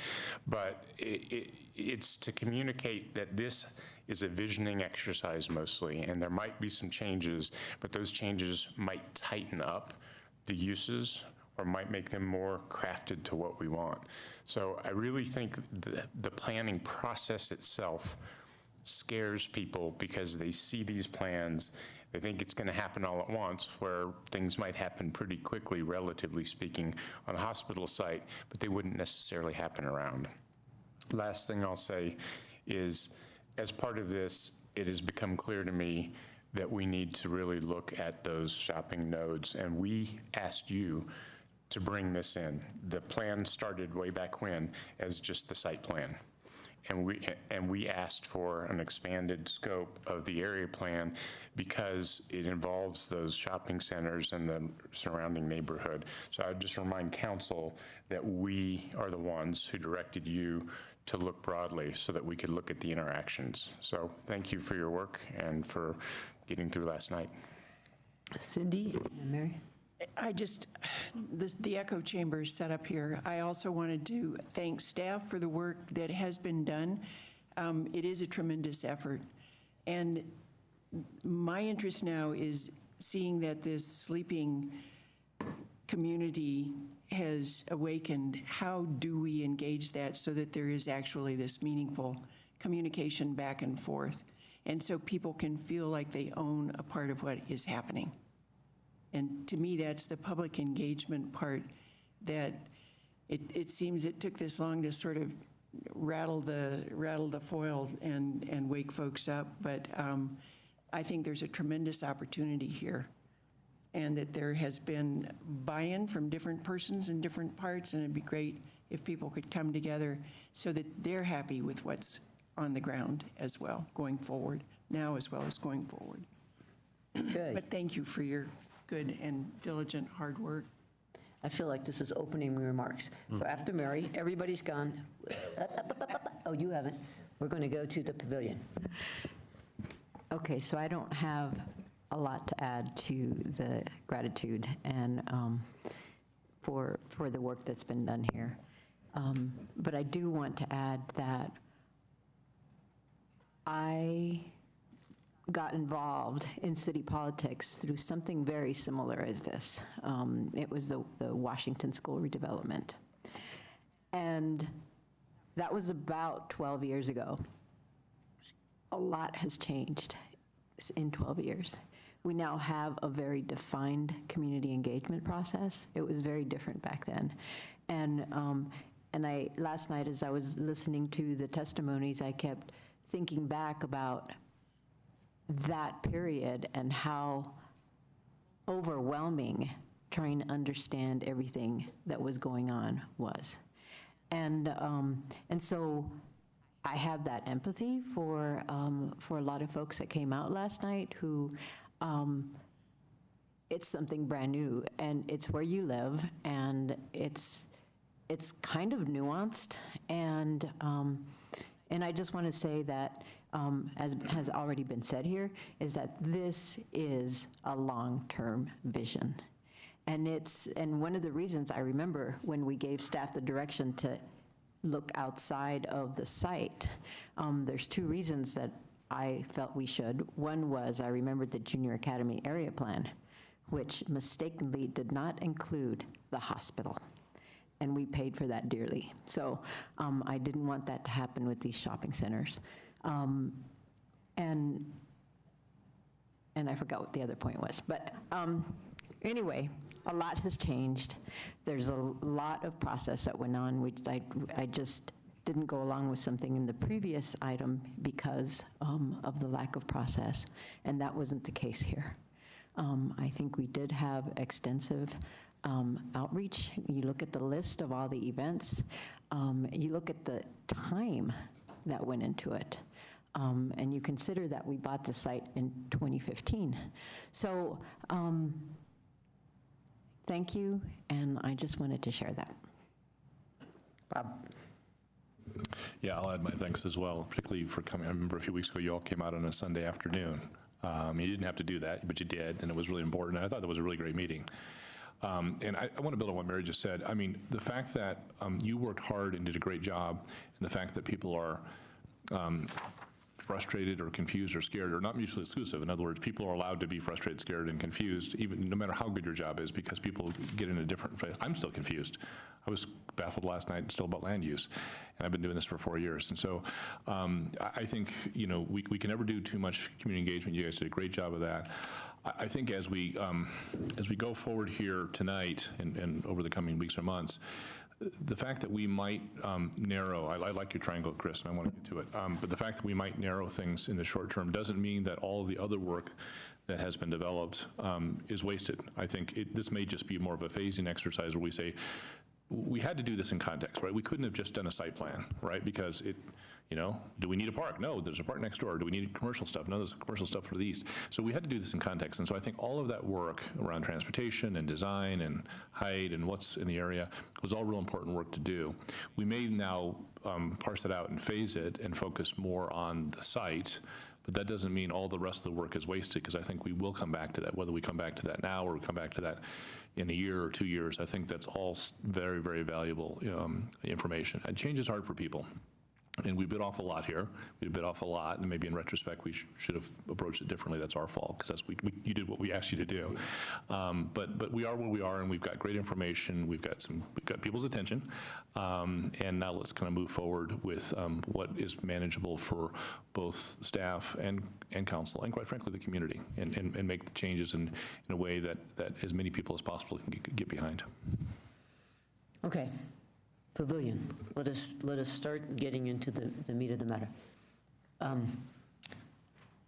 Oh, that's it. So the question that we had put on the agenda was, do you have any feedback about the pavilion? And really, I think what really the key question is about, should city services be located at Alpine Balsam? That's what we really need, I think, to understand what's the pulse of council related to that really key question, because that'll help inform then what we do in the area plan. So there may still be some outstanding questions related to that, but I think if there could be a little bit of dialogue on just the concept, that'll help us inform then any conversations about the area plan. Okay, and I'll just say, we just did a bunch of speeches. Awesome, we can do it at the end of the night, but let's Focus. So maybe, do people want to talk, or can we just say yes or no? We have to go, I mean, you asked a simple question, which is a yes or no. Okay, I know that's too simple. Okay, go ahead. But we could do a straw check and just say, are most people on that, let's do that. Are most people thinking we want city services at the pavilion? Can we ask a different question? Nope, well, start there. I'm curious what the, put your thumbs up if most people are there. 1, There yet. 3. I'm mostly there. Mostly there. But I have With some caveats. Yeah. Okay, and you guys are not there at all, or just with caveats? I think it'd be helpful to have Okay, all right, I think that's it'd be good. helpful to have a discussion about what it will take to get us there. I think that's a more productive discussion. Okay, great, but at least that frames it, so, yes, okay, go ahead. I mean, so I'll start, yes, okay, I'm all the way there. I think the consolidation of city services we saw had lots of advantages, so there we go. And I'm there for a 4th floor. I will want to understand details about how that will be used, and so I think, to Bob's point, there are details to consider, so we can start with yes, but it's going to be yes, but, or yes, and. And so, I think the fundamental question that Bob's about to ask is, do we spend the $2 million to learn, about the next phase of the plan, about what's possible there and about what some layouts are. So I'm good to go to that phase for sure and understand, and I do want to consolidate city services on the site, whether it's 3 or 4 stories. Ask a clarifying question. Yep. Sam just asserted that the $2 million is to determine what we might put there, but there's a little bit more substantive work than that involved in that, spending that $2 million, is there not? Could you itemize what that $2 million would be spent on? Yeah, and let me know if I'm not touching on exactly what you're looking for. Is in the proposed budget that will be coming forward is $2 million towards the design. So what that would be is we would start to commence design of renovating the pavilion building by, one, we've got to reskin the building because it's going to have 2 giant holes in the back of it from when we deconstruct the rest of the hospital and finish that.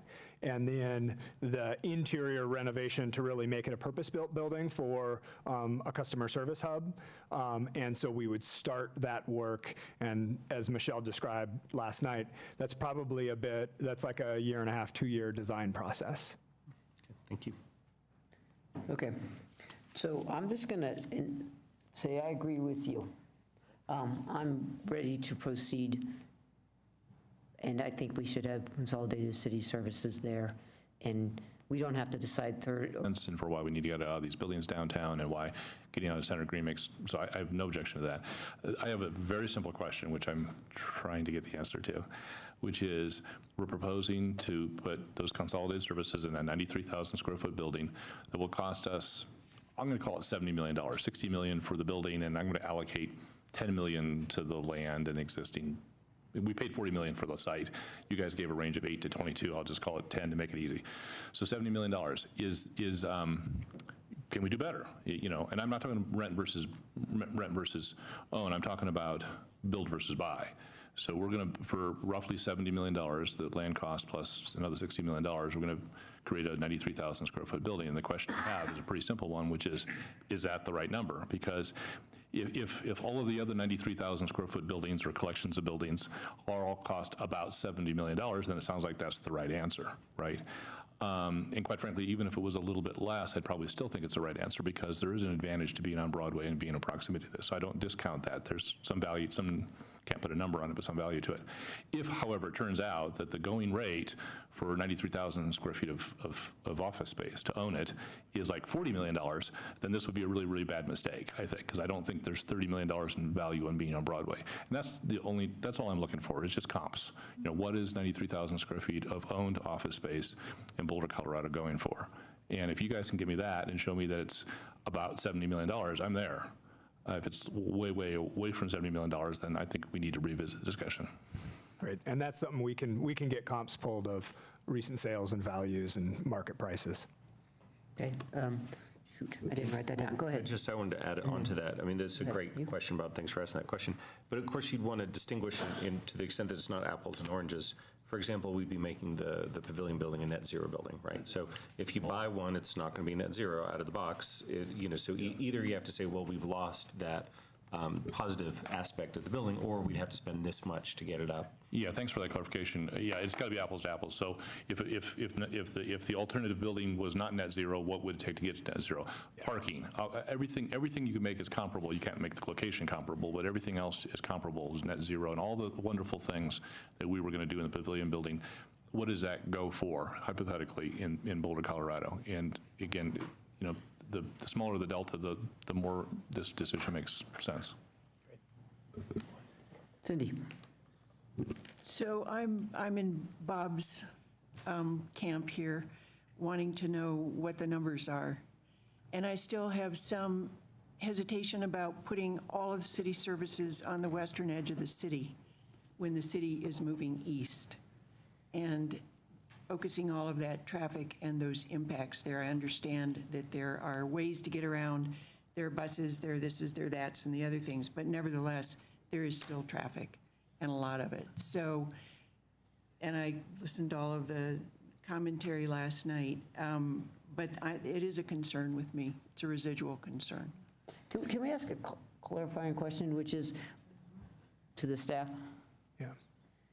It seems to me that implied in that, what was laid out was at some point in the future, we would probably look to put another hub out east for more consolidation. That was kind of what I read into that grand scheme, so that it wouldn't be always everything is consolidated on the west side of town, but right now that's where most people live and where we own this opportunity. But I think that other people recognize what you say, which is the future will eventually be out east. And as you look at the maps, there are also a lot of people who are south of this central area where we're sitting right at this crossroads here. And it takes people in Table Mesa a heck of a long time just to get to where we're sitting right here during different times of traffic. So those things are all part of the consideration in terms of the residential kinds of aspects and how that can be moving. So and building something east, again, that should be part of it, so that we don't, depending on what the costs are here, we don't sink all of these costs here and then find out that maybe, 50 years, 100 years? I didn't know what we're talking in terms of an eastern hub.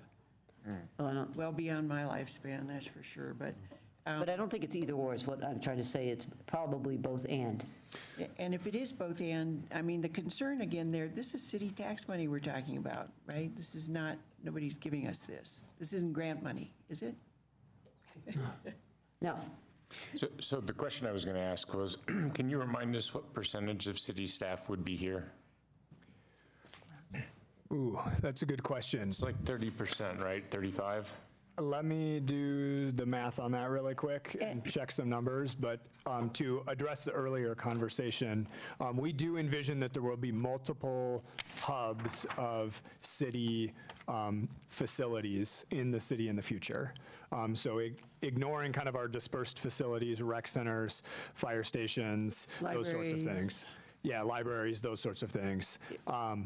There's the customer service functions, so the things that people come to engage in business with the city or services from the city.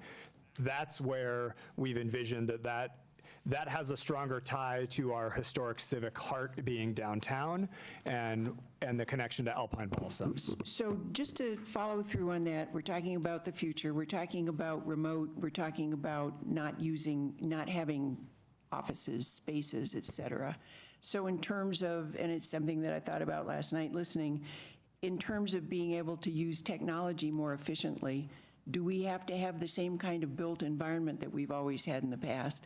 And I also wondered if we don't know how many staff will be housed in this pavilion area, how much foot traffic will be there? I mean, how much foot traffic comes into those two buildings and Centergreen now? And how much will you be expecting there? And how can those things, for example, just utility billing, which people used to trot down and, give their checks here or their envelopes or other places, and now it's all done online. So So there are those kinds of questions as well that go into who it is we're housing and what we're doing as a city. Those are all really great questions and are the exact same things that we're thinking about too. The nature of business evolves over time, and what used to be a very much in-person, face-to-face conversation is becoming more electronic for certain services. Not every service that you will obtain from the city will be virtual in the future. There will always be a face-to-face or a human connection that we want. Think about even just engagement. Part of what's really important is those face-to-face conversations. So there's always going to be a place for physical structures and physical location of the city for our administrative functions. The amount of space, that's what Michelle talked about yesterday, the amount of space we believe can start to shrink as we improve those services. And it's actually something that Michelle and I have spent a lot of time talking about is, with the renovation of the pavilion, how do you design that building to set it up to achieve those exact things so that you're not designing the giant customer service center for the massive traffic that maybe we have today. And there's times where between in-person visits and phone calls, there's over 100 contacts a day in the Park Central building alone. Yes. And so that traffic actually has been staying pretty steady recently, not decreasing, but in the future it will evolve. And so how do we make sure that our buildings are flexible enough to respond to that? Versus right now, they're very much designed for the business transactions of when they were built in the 70s. And so that's part of what we want to do in our future city facilities is design them to be the facilities of the future for that evolution of how we'll deliver government services. Then there's going to be those back office functions of our internal services that maybe don't have a customer face or as strong of a customer face, and maybe those are great places or great services to be located maybe east, where transit options aren't as good for our customers because it's okay because they don't need them. And then there's obviously all of the, as Michelle described it, the land-intensive uses. So things like our equipment storage, our materials storage. Those are places that we have that facility already in the east part of the city, the Municipal Service Center. And I think that's where those services will continue to live into the future. So it's about multiple nodes. Okay.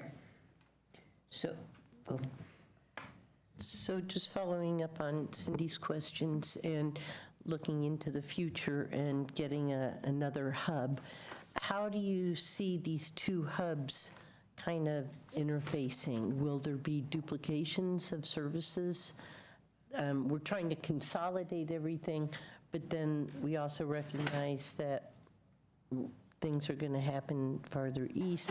So that will need multiple hubs. How do you see that second hub kind of interacting with this hub?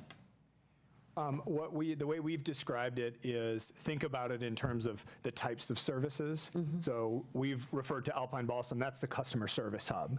So how do we start to think about what are the services, and that's why Michelle provided that handout that had the services. Yep, that right there. How do we think about what are affinity services? What are things that people are coming for maybe the same business trip? Think about if you're coming for a building permit and a sales tax license, how do you, right now you have to come downtown and then up to Brenton, and then, so how do you start to consolidate those? So it's really about being logical in that, and that's one of the first steps of the facilities master plan, is to think about our services as a whole and what makes sense to go where, so that you aren't bouncing all over town. Okay. I'm going to jump in just too, because I completely agree with what Chris said. So this hub on Broadway would be the customer services, customer interface area. Out east is where we are going to have more of the services that we deliver to the community as opposed to them needing to come to us. So streets, utilities, parks maintenance. We already have a lot of those services out there, but that's where those would be.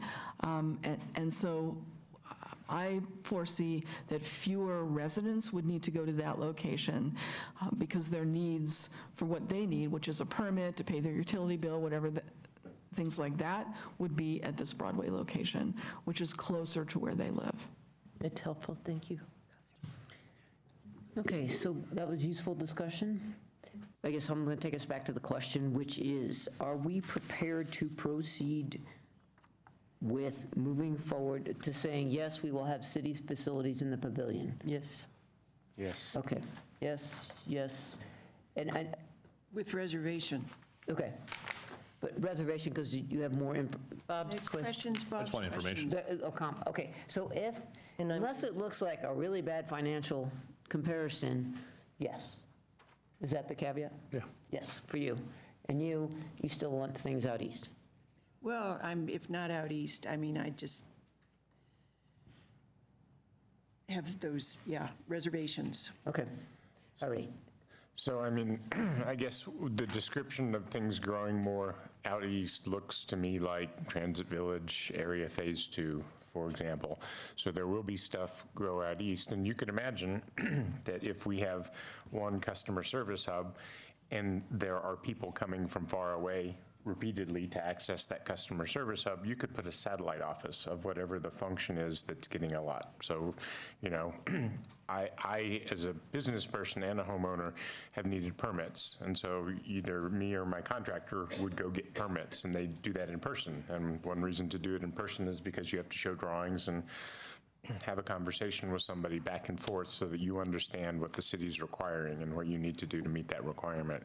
So I guess I can imagine a time in the future when there's a satellite out east for some of the high-use stuff that's downtown. So it isn't exactly duplication of services, it's providing the services closer to where people live. And I hear that. I mean, but again, looking at the map, you can see where the hub is, where many people live, and then look at that southeastern quadrant down there and see what that's closer to the city yards out there, right? So, I mean, again, depending on one's perspective about where people live and the location of this, where the ideal shopping center is, it's just a difference in perspective. Yeah, and if I could just, and I get that totally, and obviously the eastern part would be more convenient to people in the southeast, but the transit is not nearly as good in the city yards area, nowhere remotely as good. So, I mean, that's one of the powerful advantages of the Alpine Balsam site is the transit availability, and I look forward to talking to you. Maybe we could up that as part of the project at some point. Okay, so do you have another question about the pavilion? Nope. Okay, we good enough there? And again, we would decide on the third or fourth. Yeah, Somewhere future. down, okay. So the next question is, ask us a good question. So the next question is now starting to talk about the area plan itself. Originally, Back to that? Yeah, what we were originally thinking we were going to structure this is the same way we did with the planning board, which is you really walk through the plan components. But it feels like maybe there's a fundamental question, which goes back to that triangle kind Can of you funnel. put that up? Maybe not. Okay, And maybe it might be helpful to start here, and then from there, we can figure out where we should go. Can I ask a question? Can you describe, I get the area plan. What are you thinking when you say area plan with phasing? Just that. Area plan with phasing would be similar to what we did with the Transit Village area plan, which is there's a phase 1, which was between 30th and the railroad tracks, and then phase 2, which is the railroad tracks to Foothills.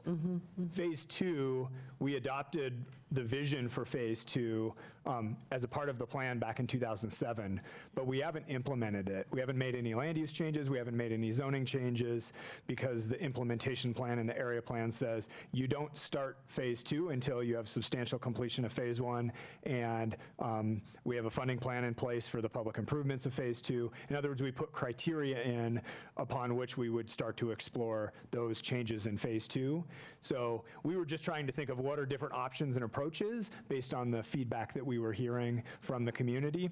So that's what area plan with phasing would be, is maybe the city site phase 1, any of the surrounding area, make it a phase 2, don't make the changes now. Okay, so that's a great explanation. In phase 2 of the Transit Village, has that come forward? Have people within that phase 2 area, has anybody come forward and tried to develop in there? And how has that development kind of conformed with? What has it conformed with? There have been a couple of projects that have come forward. Because we haven't changed the land use or the zoning, they need to conform to the existing zoning. And so there have been some folks that have inquired about, well, can I do what the area plan says? And the answer is no, not right now. You need to wait on that or do something that meets the existing zoning. I think a great example of that is the indoor soccer facility. Oh, okay. That was developed after the area plan, but under existing zoning. And then the second question is that the Transit Village is such a huge area, and this is really a tiny area. So, sometimes I still think, oh, well, maybe we could have done the sub-community plan, but we didn't. We went forward with this area plan. So anyway, that's...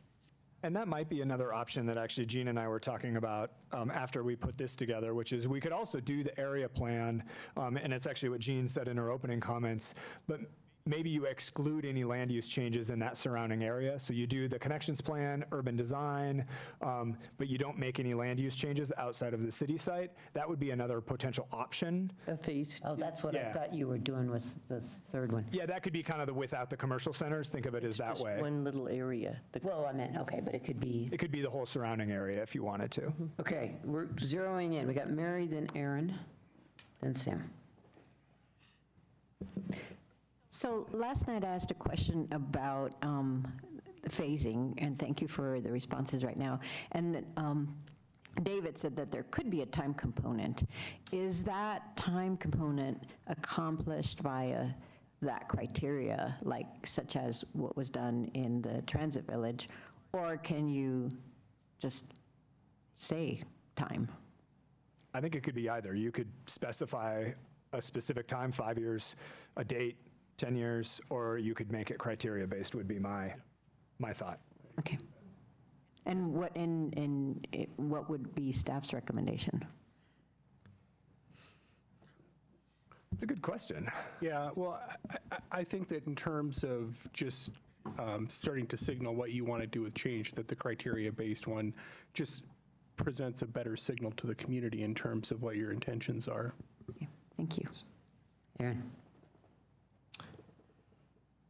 Yeah, so I guess we could go in a lot of different directions here, but in terms of the phasing thing, just when using the Transit Village area plan as an example, for that one, we adopted the area plan for the entire area, right? So we finished the area plan for the whole area, but then only implemented the first half.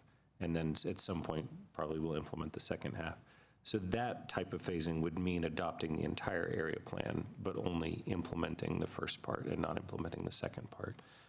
But alternatively, we could move forward with an area plan that's more constrained or more limited, right? That like, for example, there was an interesting idea that you mentioned about an area plan that only did land use changes for the hospital site, but include the connection plan for the entire area. So like that would be one possibility, right?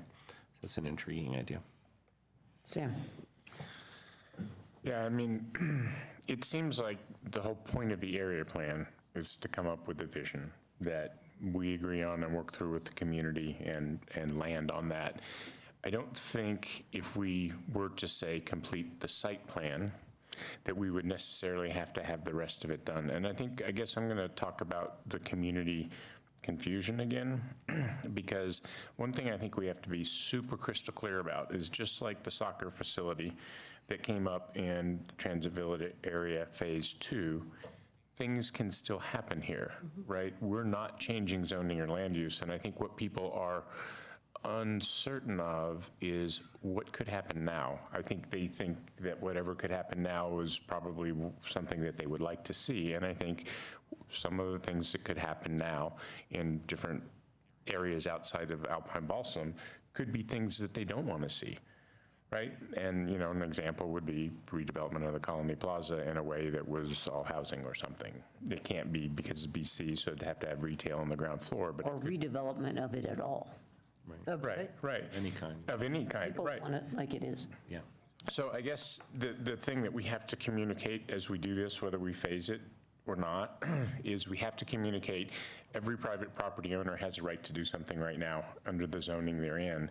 And one of the reasons that we wanted to do the area plan, which might include land use changes, is to make sure that we're really checking in with the community and ourselves that we're going to get what we want out of redevelopment that occurs. And so the reason to motivate this area plan, whether it's phased or not, is in order to let people know, hey, this is your chance to weigh in on the land use and potentially the zoning changes.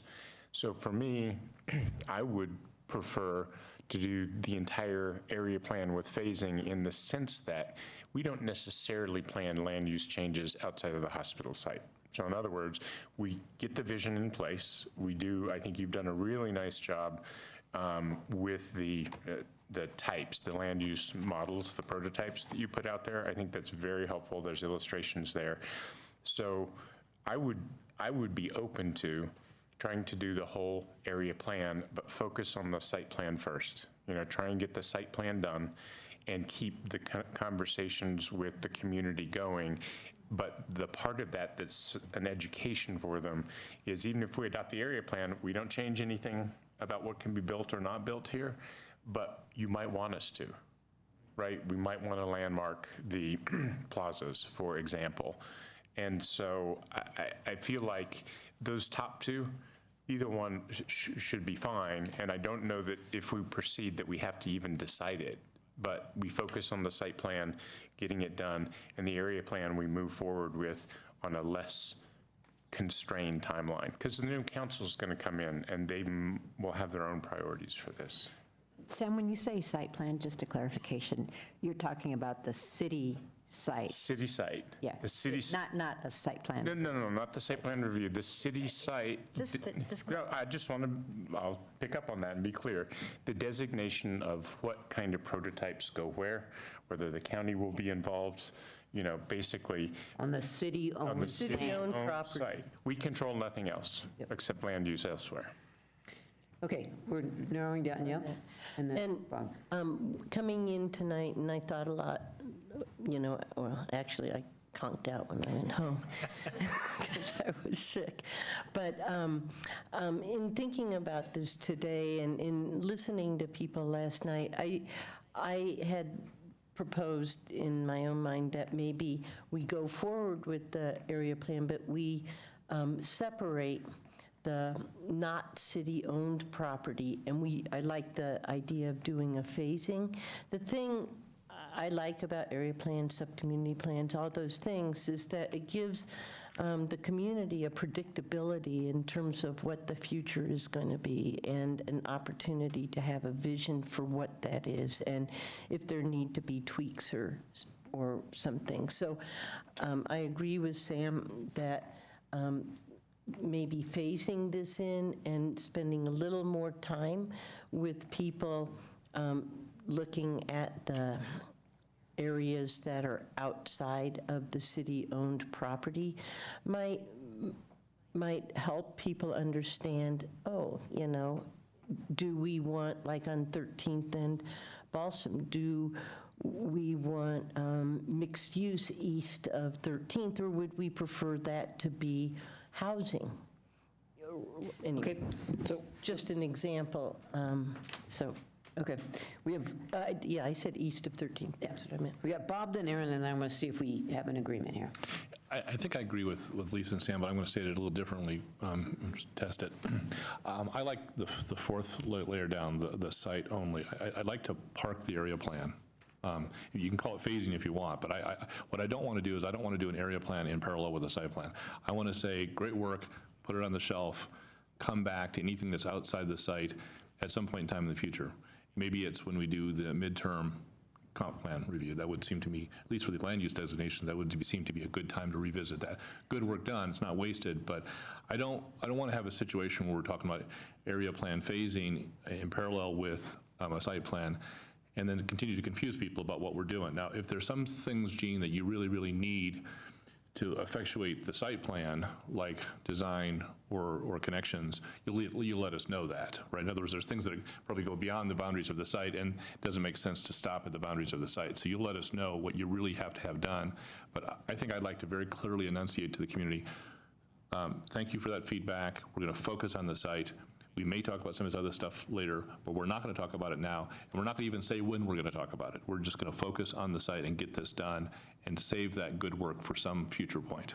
That's, I guess, where I'm at. Maybe that's what you guys are saying, or maybe that's a little different than what you're saying. It's a little different than what I'm thinking, and here's the only reason why, is that we've got all this work done now, and I think really, for the stuff outside, we really need to communicate with the community. I mean, I feel like you're right, the focus needs to be on the site itself. I don't disagree with that at all. That's kind of tier one. But I don't know that I would shelve it indefinitely, because all that other stuff is important, and I don't know that what we have as land use and zoning is what people really want, right? That's my question. There is something there now, right? And I don't know that that integrates with what we've got done. And so I wasn't talking about indefinite. I was talking about literally phasing, where we focus on the site, and then the new council comes in. They can decide. I mean, if the new council says, put it on a shelf for 5 years, that's the will of the new council. If the new council says, we've got this done, we want to continue the dialogue with the community to see if what's there now is what they want. And that's what I think, those two conversations I had today were really illuminating. There was smart, intelligent, involved people, one a business owner in Colony and one a neighbor just down the street on Alpine. And when I was educating them about, oh, you know, this can go in now, this is just kind of a list of what could happen now for development, they were kind of shocked. And when I, was talking with the business owner about, we would potentially like to constrain form of any future redevelopment on this site to not only preserve what's here, but make sure that you don't end up with a underground parked 4-story apartment building. That concept was just kind of mind-blowing to him, that could happen now. And so anyway, I guess I wouldn't want to let this sit, but it's a new council's decision. So why don't we go ahead and say, focus on the site now and continue dialogue until. Can I ask a question on that? No, I just let's ask a question. Okay, but yes. Yeah. Just when is the midterm review scheduled to happen? Sorry. So midterm update of the comp plan would begin in 2020. So right now, we've got Early or late? scoping scheduled for December of this year. Okay. December of 2019? Yeah, so we kick it off and We beginning. just I know, it finished. feels like we just finished. That's what happened to the comp plan stuff. Okay, so we have Bob, we have Aaron, then I'm going to Try speak. to bring it home, and then maybe Okay. I'll offer comment. Well, so let's just see if this is a yes. Let us at least come up with the plan, at the high level, plan for the city-owned land as a part of this effort. Everybody's there? And when you're saying that, you're saying the land use plan, correct? I just want to be clear. Whatever this is, this The area thing. plan includes the land, is only the land use plan. Right, no, I don't want, and I think part of the confusion last night was confusing these changes with site planning. So I don't want to further. Yeah, and I'll just be honest, for people that aren't on planning board, it's just a big jumble. Those words don't mean anything. So can I ask Mary a question about her suggestion? But would you want the rezoning done as part of this? So for the parts that will. the city-owned. The city-owned, yes, I'm talking about the city-owned site.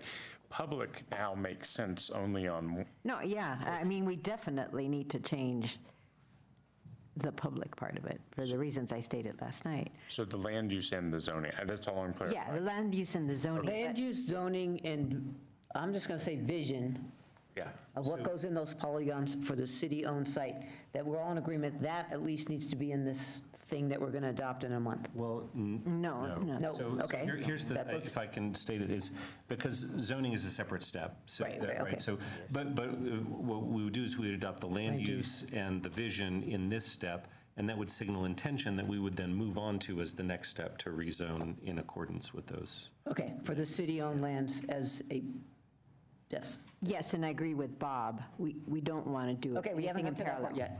yet. Okay. Wait. I just want to make sure, is everybody fine with I doing can't that? have double people talking. City, What did Mary she say? started going to the next level. No, it's just the land use. And then once focus on the land use. I want the whole area plan done. And if we're going to phase, this is my thinking, if we're going to phase, then we phase the city site land use first. And when you say only land use, what are you leaving out of that? We wouldn't do any rezoning? We wouldn't do that, and as Aaron said, that's a separate step. Well, I know, so you're agreeing with him. Yeah. So just Oh, okay. Well, then just say yes. God, we're on a roll tonight. What, okay. Okay, so you're saying yes, okay. Yep. And now Why we're talk- wouldn't we move forward in the city-owned property with the land uses and then with the zoning? Well, that's what we're talking about. I mean, is that it's just two steps. Okay. Step one is you do the area plan for just the site that includes the land uses, and then you approve that, and then you start the rezoning process, which has its own, set of steps to it. So let me ask David one question. I believe I recall having done land use and zoning in one step, right? So you've got the land Yeah, use and the that's what I- zoning. And so I think, Aaron, plan is there a reason? I'm just asking. Well, so there are different approaches to it. We're talking about adopting a plan. You're talking about adopting phase one of the plan, which is just the site. So a plan doesn't include the changing of the land use and the rezoning, right? So that it's saying we should do those things. So if we're going to adopt a plan, it will designate what we plan to do, but then you'd have a separate step to actually. Okay, but are you arguing semantics? We're going to make the decisions about what would happen. Yeah, it's just different from actually. Okay, but, I don't think that's. So can I, now I'm confused, can I ask a question?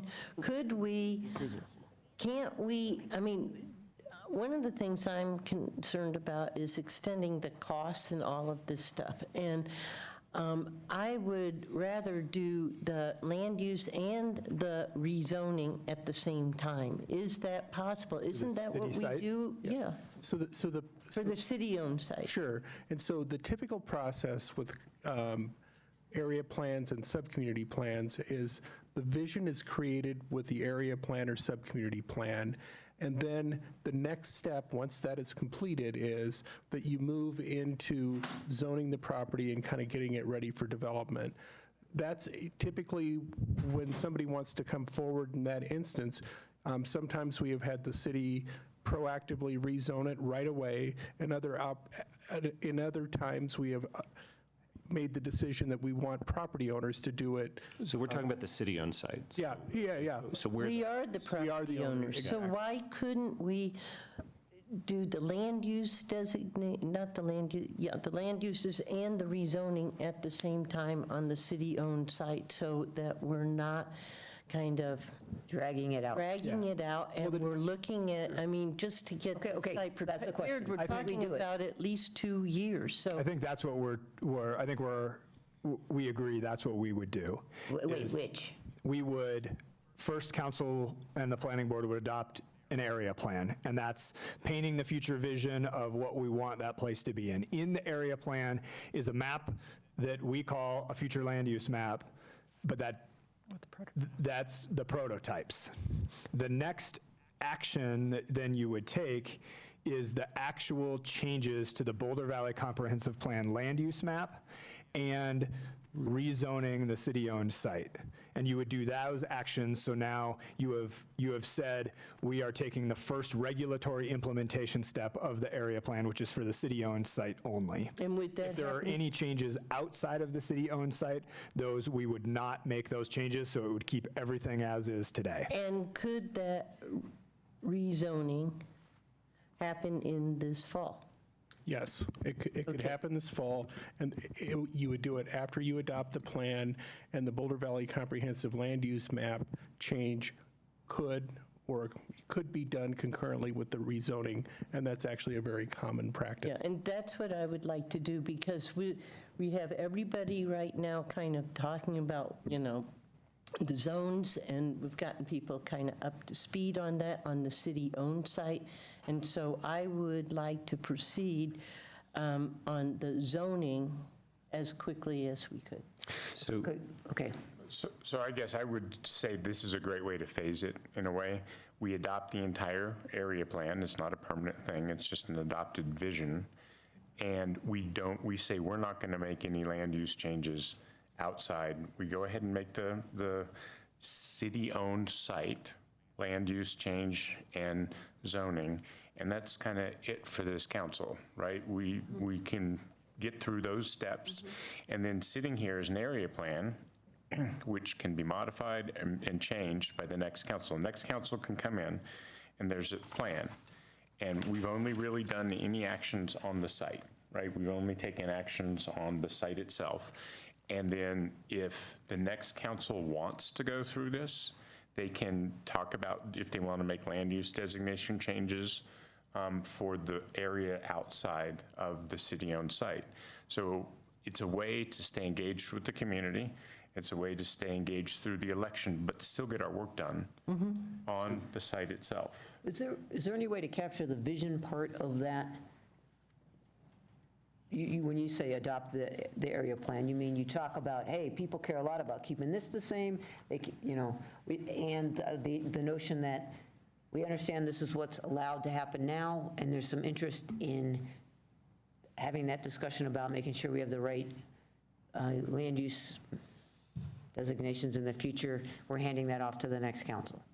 So just to be clear, I mean, Sam, if we do take that approach, that's different phasing than like what Bob was talking about before, and it would, for all the people who came and testified, I mean, we would essentially be just adopting this right now, right? We would not be saying, well, we'll do part of it now and part of it later.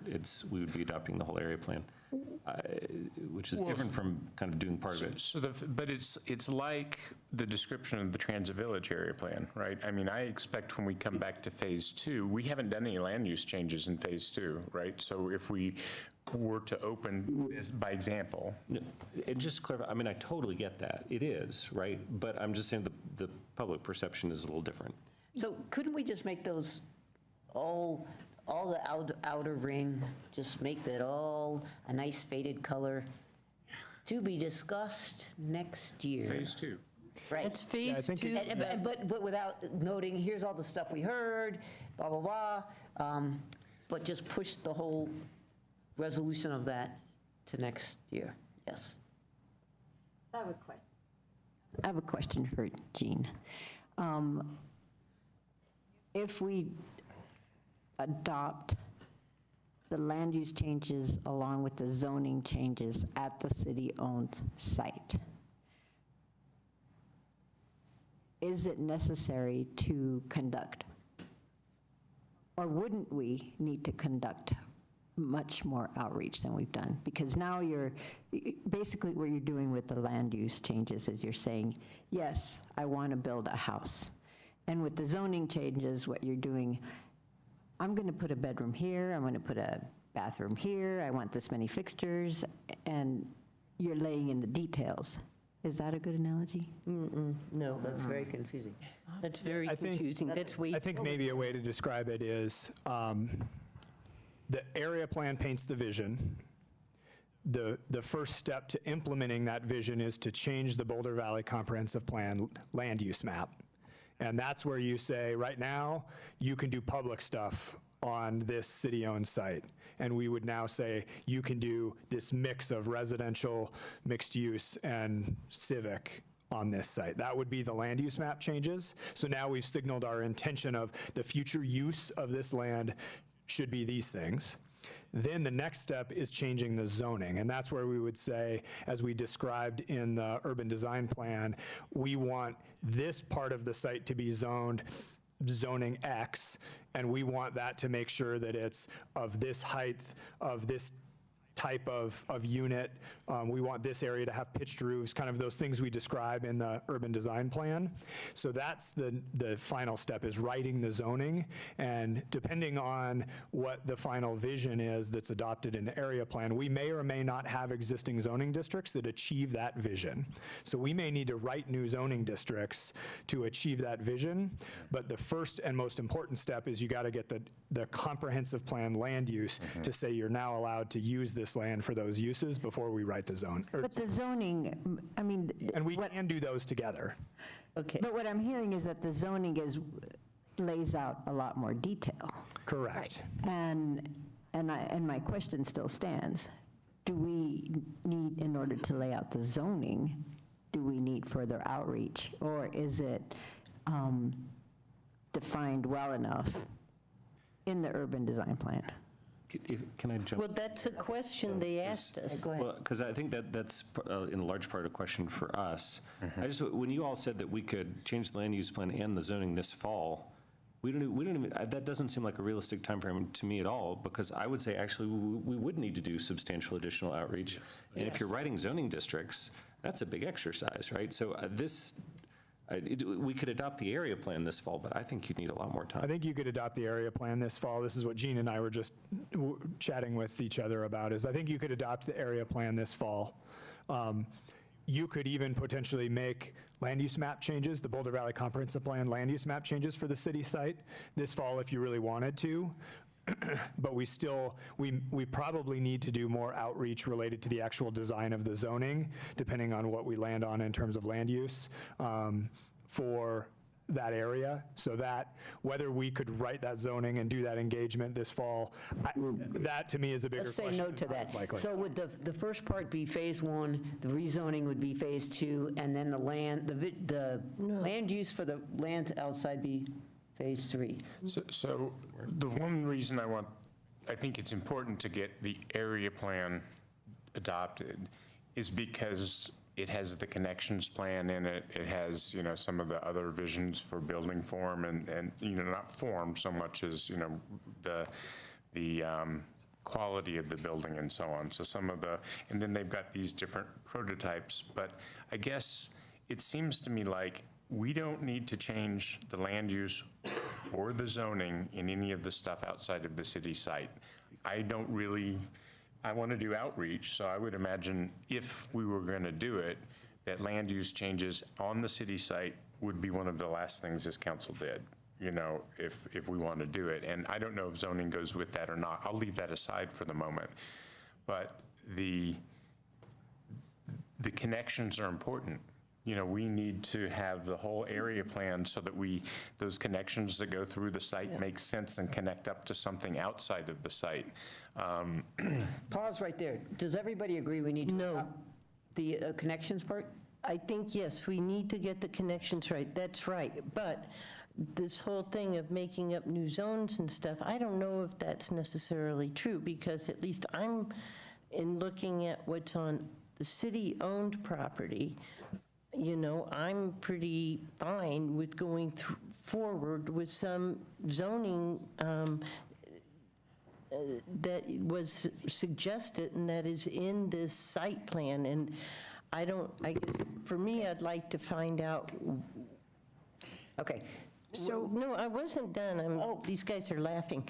Talking about something else. Okay, but I'm trying to figure out how we do this, and so. We all are. I know, and so from my perspective, it's why couldn't we do the land use changes and the zoning for the city-owned site at the same time, and maybe we could talk about the city-owned site, and go through just the city-owned site and the suggested changes that are being recommended or are out there for our consideration. And I think staff has done an incredible job of saying, okay, here's, the east block. Got it. Can we do that? Is the question. So I'm more with Aaron and Bob here, and I think, Mary, I think we need, as I said at the very beginning, now that we've shaken the giant, we need to have more engagement. And I think before I'm for the phased area plan, I'm for looking at the city site, but I want community engagement on that site rather than the council moving ahead with land use and zoning changes. I think it's something to throw out land use changes, possible zoning changes, and see what comes back. That's what we're doing right now. Well, that's great. That's what I'm That's saying. what That's they've what I been doing thought. for But that's what we've been doing. This is, That's the point. That's what we all came out and said, thank you. You've worked on this for 4 or 5 I years. said that, and then I said, I think that we have heard a lot from the community, and how do we engage now in terms of what everyone is thinking and bring them into this process so that it's not more of what hasn't happened. And okay, we have to stop this conversation. I'm going to go Can I crazy. suggest- Yes, Can I suggest something? yeah. So, Zan, where you were going a minute ago, I thought was a pretty good idea, which is about having the stuff outside of the site, the city-owned site, kind of just put in gray, like faded out. TBD, Yeah, and phase 2. fine. Right, so that we could adopt the area plan with the lovely prototypes and the connections plan, right? Because we want to get those set here, but only the actual designations on the city-owned site. And that would give time for additional outreach to the community about the surrounding area, but allow us to continue to move forward with the city-owned site. Could everybody live with that statement that was just made? So to clarify. No. That would mean no land use changes outside the city-owned properties. Let's just mark that. We all agree on that. The graying out part. Right. Not really graying out. Gray on the just not- What does graying out mean? It just means we've talked about it, we've got a lot of information, a lot of input. We're not deciding that here, but we recognize that at some point, that conversation will continue. We're not adopting the recommended land use changes for that area? Is that correct? Correct. So it But we'll- would put them as a TBD for later. For a I continued don't, conversation. that's essentially doing a single parcel area plan. And I swore that I would never, ever, ever go there again. So, and that's essentially what we would be doing. Except I would like to except for the connections, the flood mitigation, it begins to fix the transportation, so we have the contextual piece in there, which is really important. It is. I think we've come a long way on the flood and the transportation. Yes? But if something comes in and it redevelops as a 4-story office building as opposed to housing, Right. I'll be the first one to say I told you so. Yeah, But what are you proposing otherwise? I'm proposing that we go ahead and pass the land uses as they are in the area plan, the proposed area plan. Even the ones for like Ideal that were making people crazy? Yeah, because that could still be phase 2. I'll just say that if we're going to move forward that approach, I would absolutely take the shopping centers, the 2 shopping centers out, and leave them with the same current land use. Yeah, what I would like to do is, I would like, for this discussion, I would like to look at the city-owned site and go through how staff has kind of presented block by block. Where is their agreement? Where is there not? We have questions. Is the county in? Is the county out? You know, do we do 4 stories on the western end with retail on the bottom like the planning board or some of the planning board recommended? Or do we do 2 stories, you know? And I would like to go through those right now before we have this higher level. And then I would like, there's just some parts of the area plan. I agree with Aaron on the shopping centers, you know, that we just keep them pretty much where they are. And then there's just a few parcels on the area plan that I have questions about, and I think the community has a lot of questions about as pause. well. Do people want to go through the site, the city-owned land,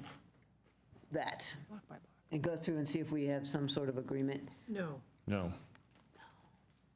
Well, that's what we said we we're going to do. Phase 1 would be doing that. No, not tonight. Well, why not Was tonight? that implied in your question, tonight, or or ever? Well, that's- The answer is ever. They're looking for direction because we're going to vote on this October 1. Yeah. And the planning board is going to get another, you know, hearing or whatever. Yeah, this is what we're And supposed to this is just dragging the feet, and it's making the costs go up. So yes, this was the work, actually, we've been talking way too long at the big picture. This is the work we were here to do, is to go through block by block, at least the city-owned land, I think. I thought there was some talk about actually slowing down the process, folding in more of the community concern, rather than just, did we have one hearing and that was it? Was that it? Oh my God, there's been 4 years of meetings. I know that. And from the community, we have 2 plans that have come out. One is Deborah Yins, and she's completely from the community, and another one is Paul Saparitos, who's completely from the community. And I would like to be able to get to the point to at least discuss those. And that's what I thought we were supposed to do tonight. Okay, So just to be clear with everyone, there will be another hearing. There's a joint planning board and council hearing on the 24th, so public hearing. Public will testify, let us know what they think. So if we were to do something tonight, it's guidance to staff at what to tee up at the next discussion. It is not a decision tonight. It is guidance to staff. Then there's a joint public hearing with the planning board and us. And then they deliberate and they decide and they hear from the community, right? It's not totally random. And then we get to take planning board and the public's recommendation into consideration October 1st. And we could choose to adopt the area plan and propose prototypes for land use changes that would come. I don't think we'd adopt land use changes that night, right? We adopt the area plans. So is planning board supposed to react to the plan that the council plans to do tonight? Yes. Yeah. So we're supposed to. That's why we need to get on with I it. hear 3 of you saying yes, but It's a straw man that we advance to the next hearing. And the next hearing is where discussions and decisions are made, and it's a month for the public to be talking to us about what they want on the city-owned site. Really, that's all that we're focused on. So So without further ado, can we do that? Can we just have that discussion? Oh, okay, do we have, all right, so let's do that. Can you help ask more pointed questions of us, please? Okay.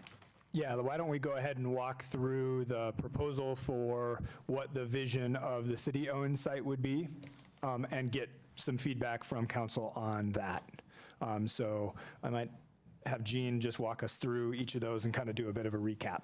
Yep, so we've got the civic uses in the east block where the pavilion is, as well as the Brenton building, and then the mixed use 2 on the northern part of the east block. So Let's just stop right there on the north, okay? Let's talk about that one. Okay. Well, it seems to me, I think the flood mitigation that you put into place makes sense to me along the northern side. But you guys aren't listening, so. Sorry, we're trying to make sure we give you the right map to help it make sure it's really clear for you. Thank you, because I'm confused. Yeah, let's just leave that one up. Okay, great. Okay. Ignore everything outside of the city Okay. site. All right, so we're just looking at the, But your point's still well taken. okay. Because if we can get agreement on the flood going to the north of the site, then we've got something done. Right? Yes. One thing. One thing, let's start. Does anybody disagree with having the flood mitigation on the north strip of the site? No. No, and can I just make the point that that means that the buildings on the north side are set 100 feet back from the street, which minimizes your perceived bulk enormously. In other words, it preserves a lot of views from that side. Preserves a lot of views. Okay. All right, on the place where the pavilion is, that corner, having it public, we just said that we are in agreement with consolidating 30 services there. Yes. Yes? Yes. Yes. And then the Breton building, which we just renovated, so I hope we say yes. Yes, yes. Okay. The flex space, let's talk about that northeast corner. the mixed use 2. That's this purple one, right? Okay, so just give us, there's 2 options for what, or a couple options for what that might end up as. So again, there'll be a significant setback from Balsam.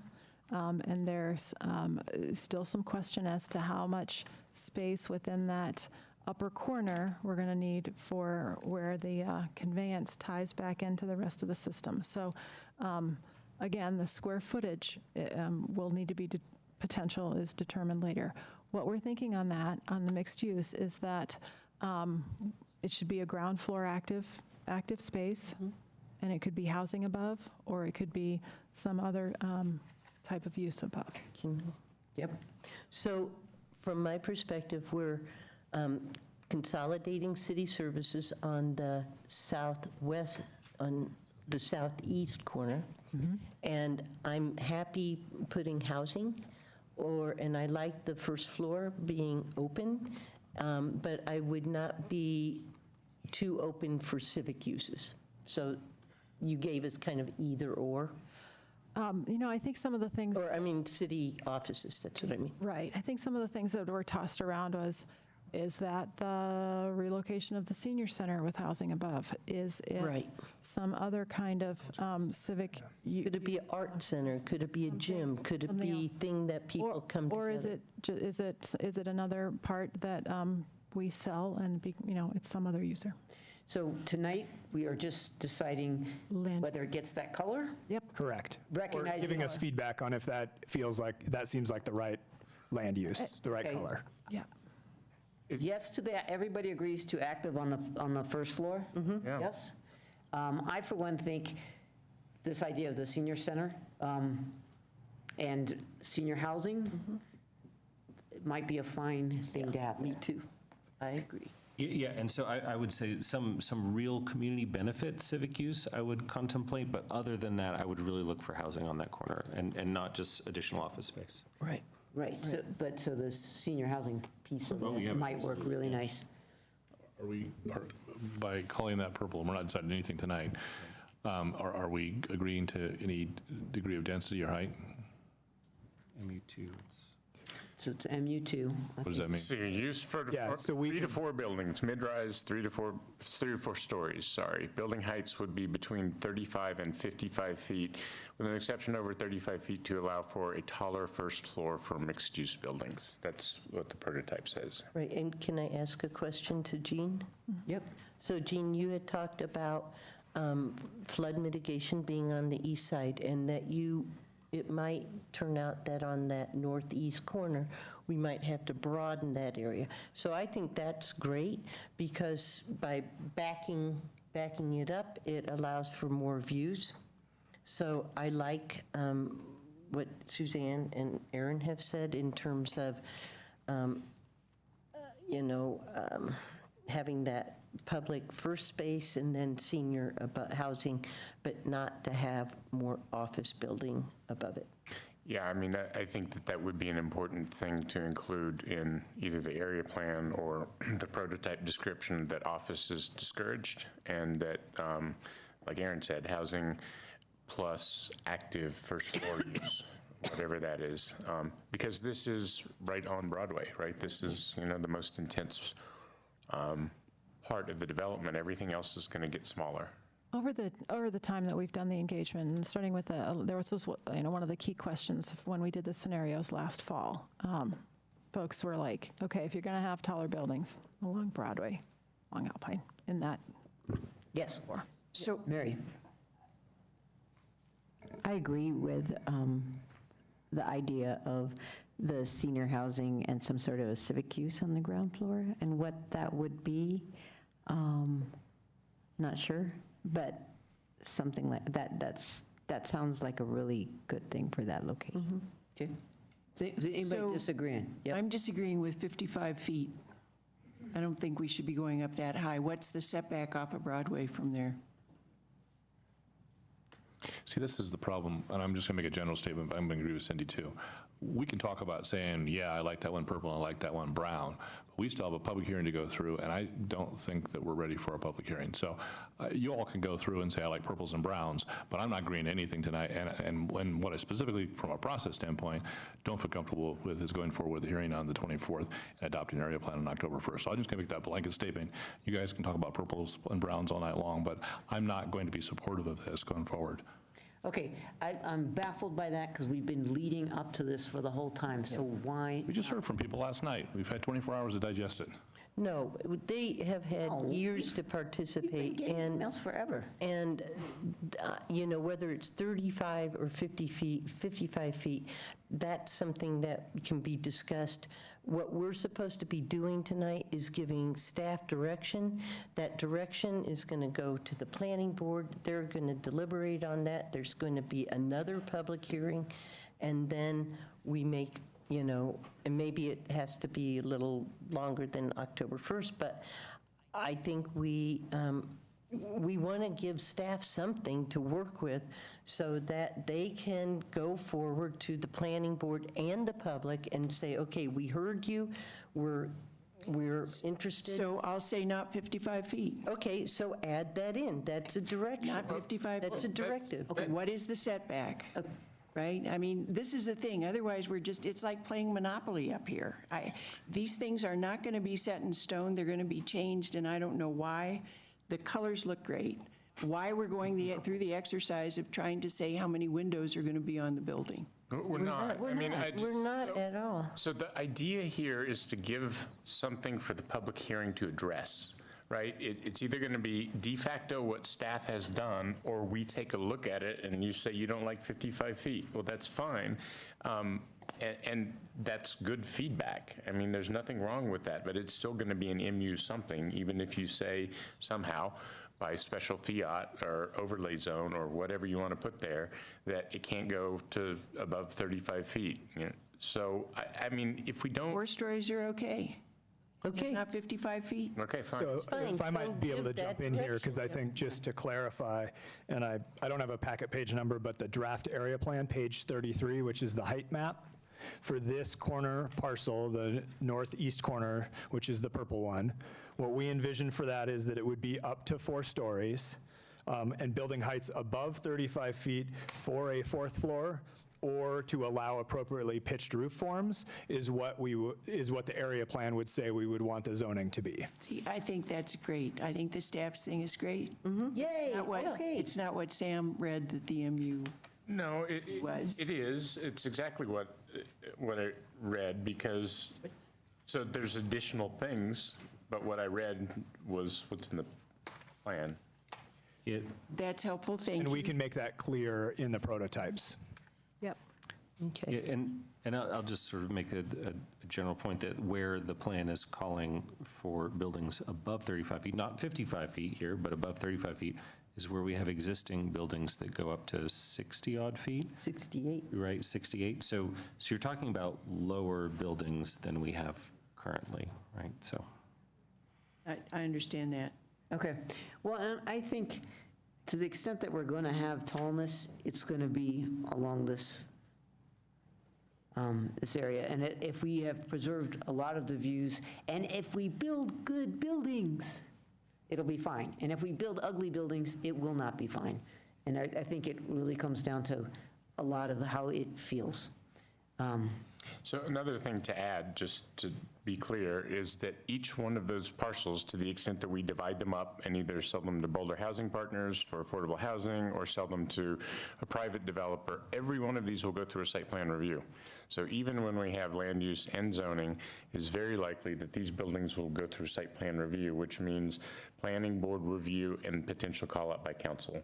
So there's a whole other layer and process to try and ensure that we get good buildings, and that any restrictions we put on now is what they follow. Right. Okay. Shall we move to another block? Okay. So yeah, we're thinking the north center block next. Okay, so why don't you start out the discussion and tell us what is the brown mean and the heights? The and brown views? is the high-density residential 2, so it's a stacked flat kind of form that would, and this does include the green on the height map that would specify that it's 3 floors, but with potential extra floor or extra height above 35 to allow for roof forms. Okay. Pitched roof. Pitched roof. Not just flat roof. 3-story. 3-story. 3-story. 100-foot setback. 100-foot setback. So, and I did not hear a lot of opposition to that last. No. And if you look at Deborah Yin's plan, and if you look at Paul Saporito's plan, both of those have that, and there's, I think, support for those. Other thoughts? And so with that, Oh, wait, hang on. Did you have another thought? No, I was just going to make a comment about those two site plans that the community provided, which I see as bookends of what could happen. So just a comment. And while we're at it, I'll just put on record, I don't like taking down, deconstructing the hospital, but I also recognize I am in the minority. You're not in the minority about not liking it. Right. It doesn't seem too sustainable to me, and I haven't been convinced that it's necessary, but. There you go. Okay, what's next? okay.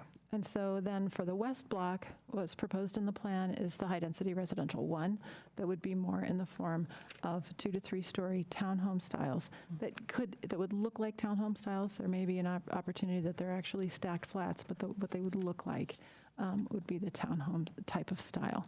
And that is at the 35. What's that, I'm sorry, what's the prototype? HDR1. And so could I ask a question? So could you have ADUs in the back, so you have like carriage houses behind these townhouses, so that for for every 2 townhouses, you could have 1 2-car garage with a granny flat on top of that? Good evening, Kalani Pahoa with the Planning Department. You could. It depends on what goes in. If it's townhomes and there's a detached garage in the back, you could do an ADU in the back. Okay. We need to write it into the zoning and look at that later. Okay, thank you. And I'll just say, I'm done. Thank you, Kalani.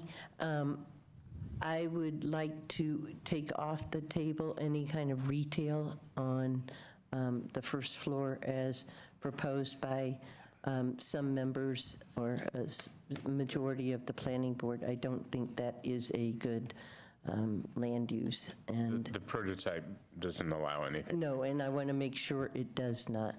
Does anybody want to speak for it, or does everybody agree with Lisa? I agree with Lisa. Okay. Yeah, I just have to put in a word. If it were right at the park, I think it's a cool idea, given that it's across 9th Street from the park. I mean, the idea of being able to have like an ice cream shop or a coffee shop right on the park where your kids could play, I love that idea. But given that it's across 9th Street, I don't think it could serve that function, so I don't support that. How about if instead we allow push carts in the park? Yeah. There you go, ding, ding, ding. Okay, so that off the table. Give me some Can I ballet just go dust. ahead and say, I think, with all due respect to the planning board, that having the 4 stories along the park, and that we need to stick with our original idea of things cascading downward as you get to the park. That seemed to be a concept. My understanding is the public, that spoke to the public, is to have heights cascading down. Right. I agree. And that planning board proposal only threw some fuel on the fire. And if I can just assume, if it's correct, the planning board also talked about maybe this parcel that's on the south end, as Aaron mentioned, of it touching the park, maybe it would make sense, but what I'm hearing is probably not that either. No push carts. It would just be, I mean, you're talking 2 blocks to go to Ideal Market and get an ice cream, and then there's 2 coffee shops over there? No. So just to be clear, the city does not own the southwest corner, correct? Yeah, that's what we wanted to check in on next. So right there, we don't own that. Correct. Okay. No. That's where you went today for your skin? Yeah, exactly. So does that mean we are specifically not weighing in on it, given what we were talking about earlier? Or well, I just think- the ideal side that we're nervous about? The colors designate the same thing, and so it would be if that site redeveloped, it would. No, I know, similar- I know, but we had talked about, let's just stick within the boundaries Right. of the city-owned site. And the reason to have this discussion now is just to remind ourselves that if we phase this in 2 phases, we will actually be implementing the land use changes on the 5 blocks, but not that 6th block, right? So if we're going to stick with what we said before about phasing, we could consider the land use changes on the city-owned site city-owned property currently, even though it might be nice to have gone ahead and designated the rest of this so that people have certainty about what might come in. Right. But if we want to do 2 phases, just to be very abundance of caution, we would just be doing the 5 blocks. And I would have an exception for, I would include that 6th block, but I don't want to confuse things too much. Yeah, it's even got 2 different land uses on it currently. Yeah, and I'll Yeah, just, right I'll now. just note the western half of that block is mixed-density residential, which is very close to the new designation anyway, so. So don't bother? So I would just say, I'd probably stay consistent. Yeah. In the first phase, I'm there. just do the city-owned site. Yep. Okay, yep. Are people agreeing? Yep. Well, I just wanted to add one thing. One of the cool things about Holiday is that it does have, in some of those mixed-use zones, you get these mixed heights. And it would be great, well, I guess I'll put it out there. What do you all think about something like that, where you can get that kind of variation within that western? I would love that. So it could go 2 to 3. So it could go 2 or 3 and have a little bit of variation. But we won't do that in phase 1, right?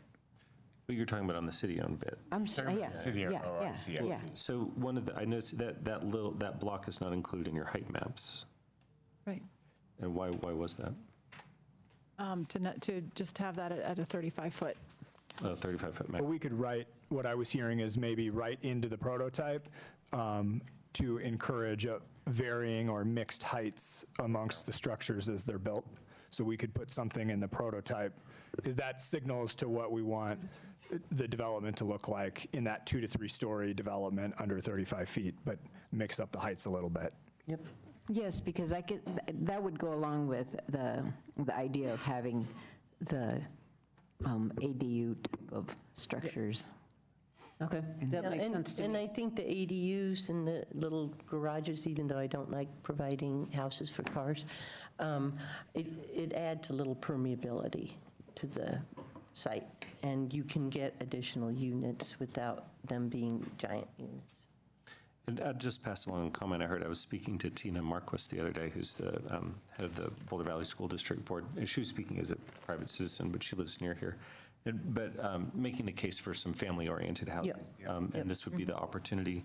I mean, families can live in apartments too, but this was one more traditionally family-friendly. And the idea of some of this being affordable too. I mean, I know some versions of this is, well, the western site could all be market rate, but I'd like to preserve the idea of some of that being affordable, so we get some affordable housing, family-oriented housing on the site as well.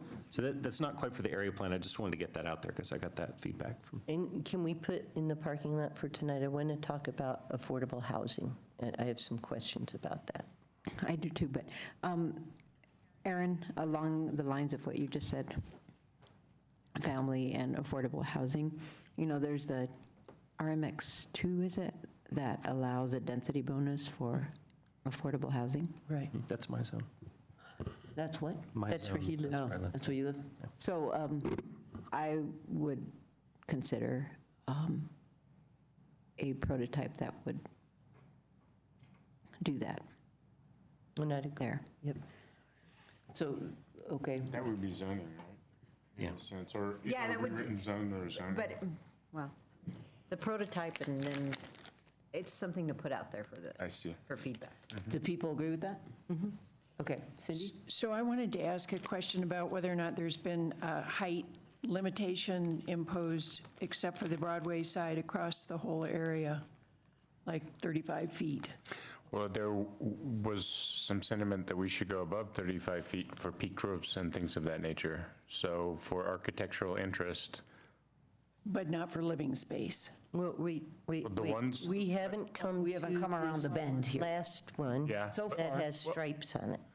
Yeah, maybe a way to try and describe it a little further is hearing the feedback that we heard, which was concerns about height, but also wanting to see varied roof forms like pitched roofs. So what we included in the draft area plan is that height map. And what the idea is that helps articulate right now, our zoning just says, either you can go up to this height, 35 feet, or you can go up to X height, but it doesn't necessarily, the zoning districts don't describe how you should use that space above 35 feet. So hearing the feedback that we heard from the community, that was where the concept of this height map came, which was, let's be really clear about our intention. If we're gonna allow buildings to go above 35 feet, here's why. Either it's for pitched roof forms, or it's for additional story, depending on which of the land use prototypes that we're in. So that was the intention behind the height map, was to get more nuance than our current regulatory structure currently describes. So Zan talked about a cascading height coming from Broadway over to 9th Street. Is there a portion in there where it then pitches up to higher than 35? Other than Broadway? Yes, so the west, just west of the pavilion. It has the 4 stories, but then it has that setback. Yeah, so and Jean, correct me if I'm wrong, it's the pink areas of the map are the ones that could be 4 stories. The green areas can go above 35 feet, but for pitched roof forms. Only 3 stories. Yep. And then it's just the pavilion building would be the one that would be able to go up to 55 feet. And then you have the white area. And the parking garage, correct. And then you have the white area to the west of the green block, right? That would be, at 35 feet or under. You know, it might actually be helpful to add a color for that, because when I looked at it, I'm like, so what happens there? Did you leave it out? So adding another color to say fixed maximum of 35 feet. With the picture. Okay. Well, no, not for that one. That one you'd be just 35 feet. Okay. So. Now the fun one. Okay. Now. Are we ready to move on to the center block lower portion? That's the either or of the high-density residential 3 or potentially civic. Okay, you want to start? So can I start on this? I am not in favor of having the county offices here. I would say that when we bought this house, that's a really expensive house. When we bought this property, we bought it for 2 reasons. We bought it to consolidate our offices and to also have housing, and a lot of affordable housing and middle-income housing. And I think to take that, if you just come up with the numbers, we would be losing at least 90 housing units, and that is just not acceptable to me.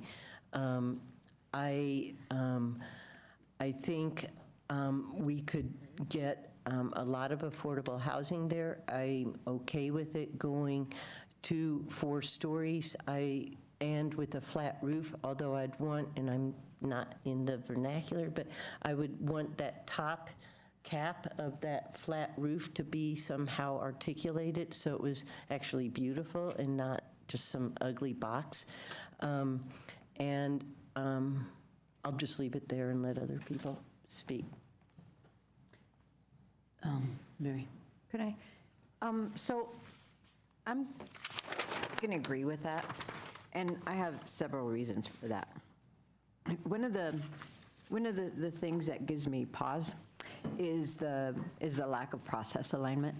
We've been talking about the potential of partnering on this since we bought the site. In fact, the county was consulted on going in on paying for it together, and so we've been talking about it since 2015. 4 years. So, and there hasn't really been any material movement on exactly what could happen. So that gives me pause. I think to Lisa's comment about the 90 units, that area is public land use and public zoning right now. So it would have to go through some sort of land use redesignation and rezoning process, which is what we're going through right now. And so it would take a long time and a lot of discussion. And I'm afraid of 2 things. One is that well, one thing for 2 reasons. That we would not get the 90 units because so much time would elapse that the escalation cost would give us fewer units. And the other being that we may not be able to get that to begin with because that's not where the redevelopment potential ends up at the site. So those are the 2 reasons on that one.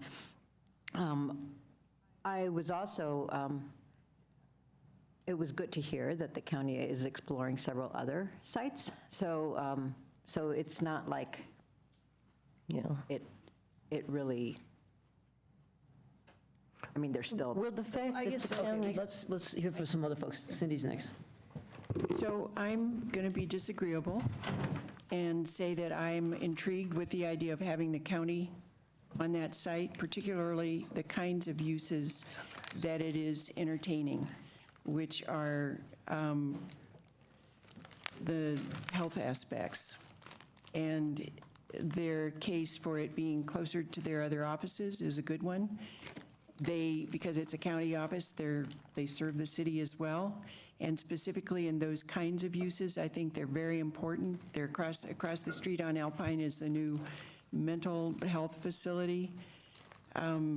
So I would think it would work synergistically with that. And again, it's, as has been pointed out about this area for offices, there's all that transit. It's Broadway. It's an easy way for people to reach it who may not have the means otherwise to get there. And so I'd like to see us proceed with looking at that. And if there are 90 more houses that could go on that, what is the overall density projected for this area? I had thought that density was one of the hot topic issues, and that if it's 90 on that, what would it be for the rest of it? So is there an answer to that? I'm making this up. Well, there's a range. it's a range. So Cindy, just to make sure I understand, are you asking what's the, what are the densities of these various land uses? No, if that particular parcel weren't used for offices. Oh, if it became housing? And it became housing, how would that then, how much would it be for the total area in terms of housing projected? So it's about 90 units. Yeah, so it's a difference of about 90 units, and I can jump to the slide. I don't remember the exact numbers. It's the difference between the with county or without county projections. Oh, So, and while you're looking for that, I would just add that I realize I listened to the county speak to us a few times, and I realize they're fairly imprecise in some of their answers. But I think if we were more amenable, perhaps they would start locking some things in so we could actually start dealing with them more than neutrally. Just my thoughts. Okay, well, I've expressed interest in partnering with the county since the first time it came up, and I continue to be interested. Cindy, I thought you expressed the reasons well. I won't go through all of those again, but I will say it would be contingent on a bigger affordable housing package than we would get if we did this site for housing only. So if the county thinks this is a great idea, they locate here, we have a synergistic human services, social services hub for our community members, great, as long as the Ireson Broadway site in one form or another gets us more housing and more affordable housing than we would have if we did not partner with the county. Bob. Yeah, I'm going to agree with Cindy and Aaron. While I do agree this has been a frustrating process, that maybe it's taken too long, maybe that's our fault.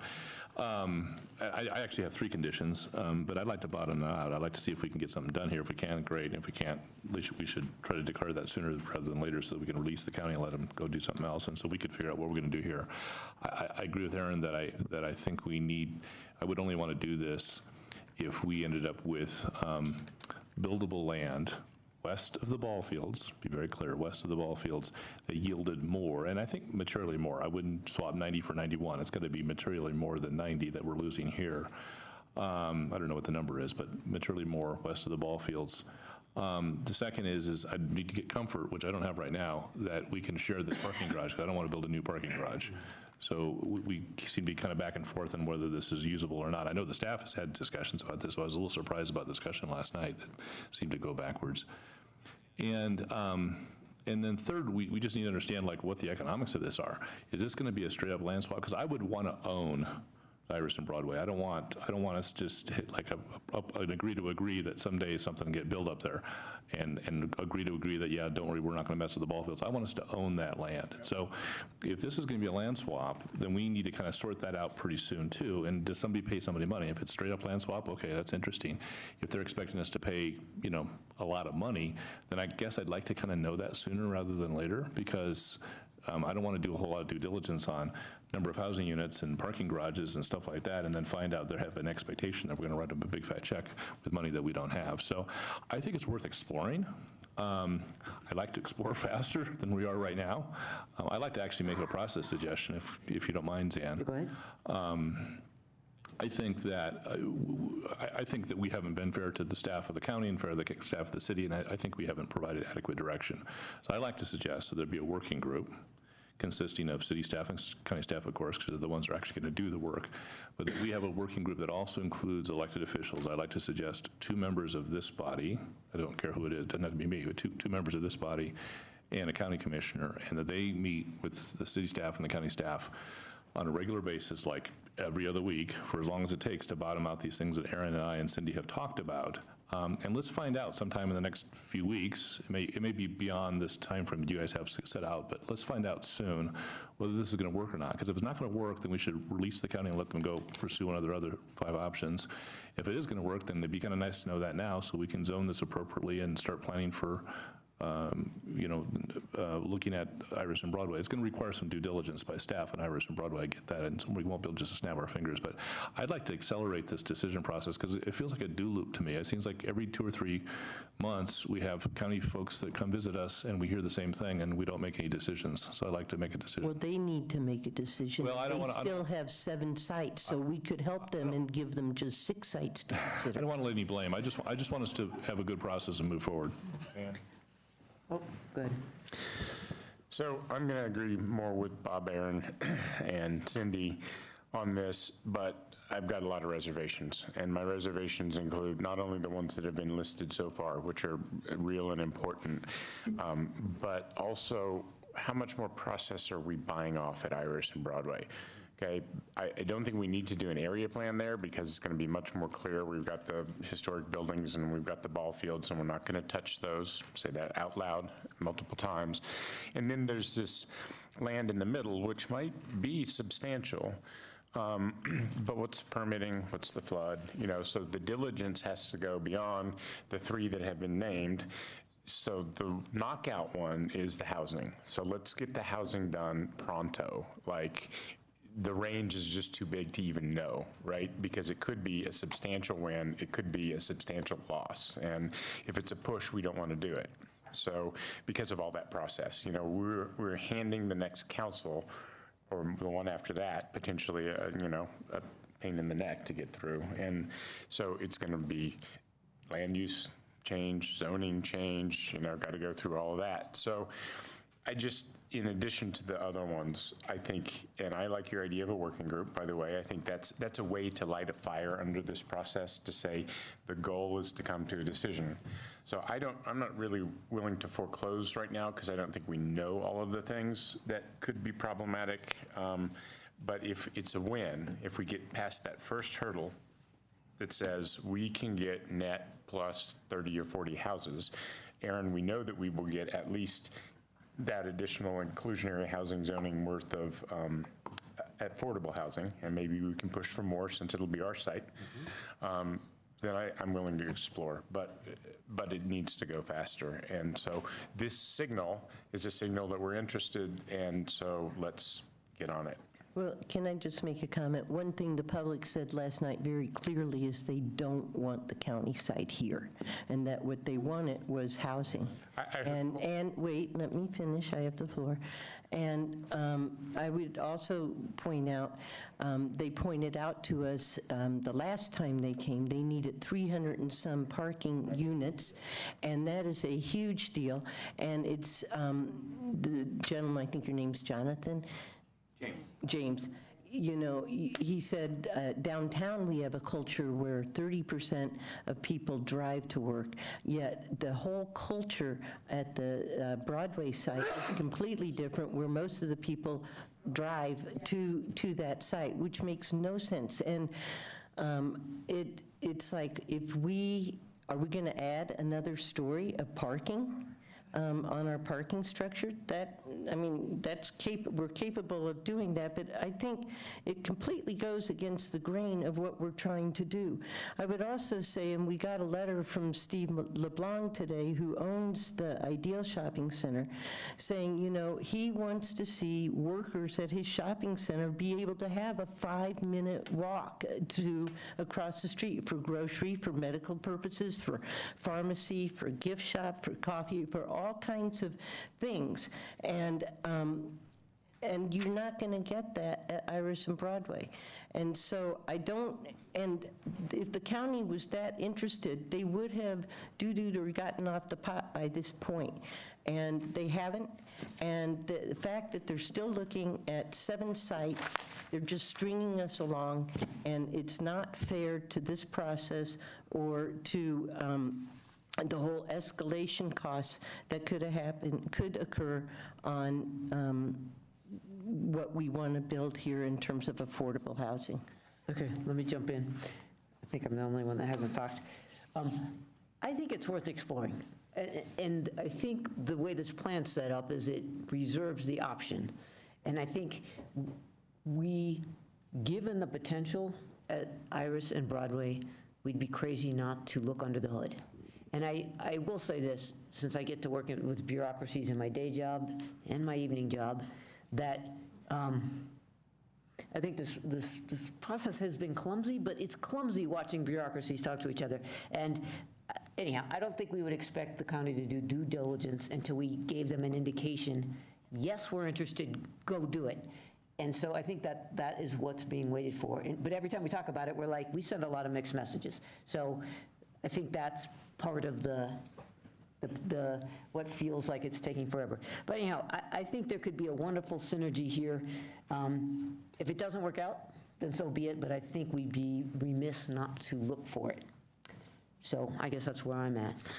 And I like the idea of the working group. And I think Michelle said last night that they could fast-track this as well if they got a signal that it would be worth their time. Yeah, just a data point. I talked to both Michelle and to Elise today, and they've committed to me, at least, that if we set up a working group and push this through, that they would work at our speed, our agenda, our schedule. So I know, Mary Ann, Lisa, you're skeptical, and I guess we all have some degree of skepticism, but I'd like to at least bottom this out and try to find out if there's a deal to be done here. And you told me this afternoon you were against this, so. Well, I'm not optimistic, I'll say that. No, I'm not optimistic at all, but we do have another public hearing and the public will weigh in. Well, I just wanted to make one more comment, and one of the things that really concerns me is that we're saying we're trading out 90 units, potentially all affordable housing, and for what we're saying would need to be more than that at Iris and Broadway. So we're going to be starting right out of the chute saying we want 150 units or whatever, you know, and that never flies real well with the public. Just starting out right out of the gate saying this is what's going to happen. And so that gives me concern. And that's just from watching how the community works. It's never good to right out of the chute say, this is what we're going to do. But I also think we heard a lot of disagreement about that 4-story building last night. So just keep in mind, on this site, it's also controversial, right? That we heard a lot of people not happy about the 4-story building. It's 4-story, whether it's county or... No, I'm just saying, you said the public may not like it. Well, if you think that Alpine Balsam has been a hurricane, I can assure you, when we go, or anybody goes to Iris Balsam, it'll be another 5 years of planning. Okay, bomb cyclone. So, All right. yes. So it would take a long time. You have to be deliberate. And yeah, so Mary, I mean, you raise an excellent point. I mean, we couldn't go in saying, oh, it has to be 180 units, and then boom, it goes very badly. So I think to Bob's point is like you take the ball fields out, right? Don't mess with the ball fields. And you look at what's left. And if you saw that diagram the county threw up last night, it had ranges of units, and they did a good job of starting low density up to the north next to the adjacent residence, and then getting more intense as they got down to Broadway. And so if you do that in more careful detail, where you say, here's some potential using those principles, but with a range, and both the bottom and upper end of the range are acceptable, although you might prefer the upper end or maybe the middle, then I think that's the approach you would take, rather than being like, it has to be 180. Well, just saying that trick never works, so. Sam? So one thing that I would say is we heard much of the first early feedback that we heard from the public was that they preferred office here to residential. They were really concerned with the high number of residential units, and that they expected this to be more office because that's what we had expressed when we bought it. And I guess another thing that I would say is, if we're looking for a lot of affordable housing here, we can do what we did at Pollard, right? And so we're going to use some market rate, and we'll consider the county to be a market rate partner, even though it's going to involve land as well. And then we've got this unit on Broadway that whatever we decide we'd like it to be, we might have a market rate partner develop that, and then use that to fund affordable housing on the other residential slots. So I feel like this can be like Pollard if we arrange it and we do our job. That's why the blocks are really nice. That's the thing we did at Pollard, was make 4 blocks. Should we ask Kurt about that? Sure, he's here. He looks bored. I think everybody kind of looks bored. Yeah. So we'll take a Kurt vote. Fernhauer, Director of Housing and Human Services. I agree with Sam. I think, and with the different blocks of housing, you create enough housing to get enough resources to get some affordable housing components on there. And that's exactly what we did at 30th and Pearl as well. So figuring out what market you need to support that.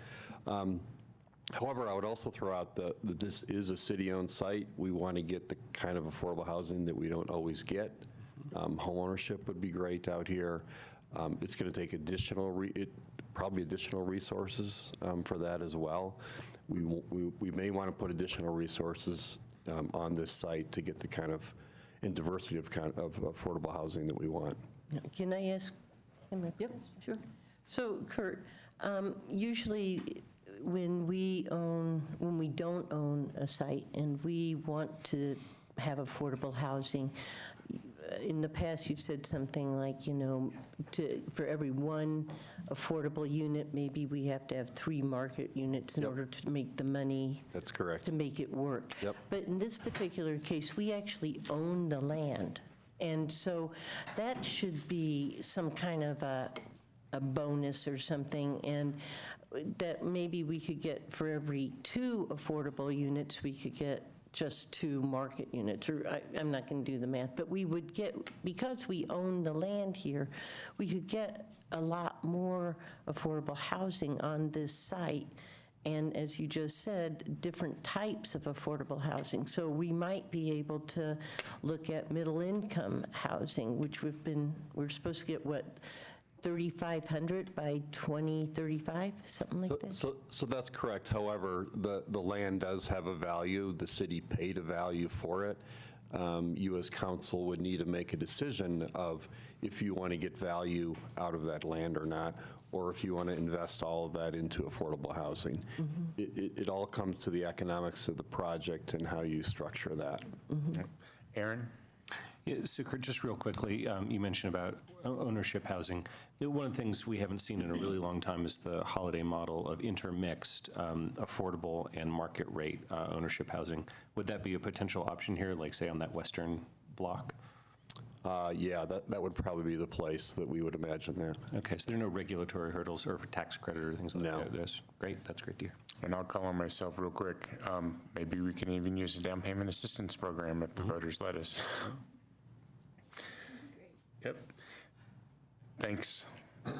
Okay, well, I guess we have completed our tour of the 5 blocks. And if we can just jump in really quick, related to the county criteria, what we were hearing is a majority of council members are interested in continuing to explore that first bullet where it says a net gain of affordable housing. That would be somewhere closer to the materially more housing at Iris and Broadway on the portion of the property excluding the ball fields. Yes. So get specific about that. And the historic. Yeah, and factoring in historic structures. Because you might put housing in it. And then, We need to confirm HDR3. say that again. We just want to make sure that the either or of the county, of the civic, the HDR3, that's the 4-story allowed is what you want to see on that on the south part of the center block. Why don't we let the working group decide about the 4-story, but keep it the same height on the height map? The 4-story, you're talking about the county building? No, whether it's. So I think Jean's the asking, yeah, height- if we HDR. decide it won't be a county service there, Right. and it becomes residential, is that HDR? We talked about the county use, but if it's not the county use, what's your feedback on that residential prototype that we've outlined for that site? And does that have 4 stories? It's 4 stories. So if I could just say, I would go for 4 stories. If you look across the street to the south on North, you have 4 stories. And actually, we asked some of the neighbors last night, and I think the neighbors are most concerned about what happens on Balsam. And so I think they're probably okay going to 4 stories. Well, can I jump in? I agree with you, especially if there's a high degree of affordability. Well, for me, I'd want it like a huge majority of affordability. And also, could somebody tell me what is the square footage of that individual block? About an acre? About an acre? 2 acres? It's 2 acres, so it's about 90,000 square feet, would you say? And that's for the entire center block? Is that correct, Kalani? Center setting.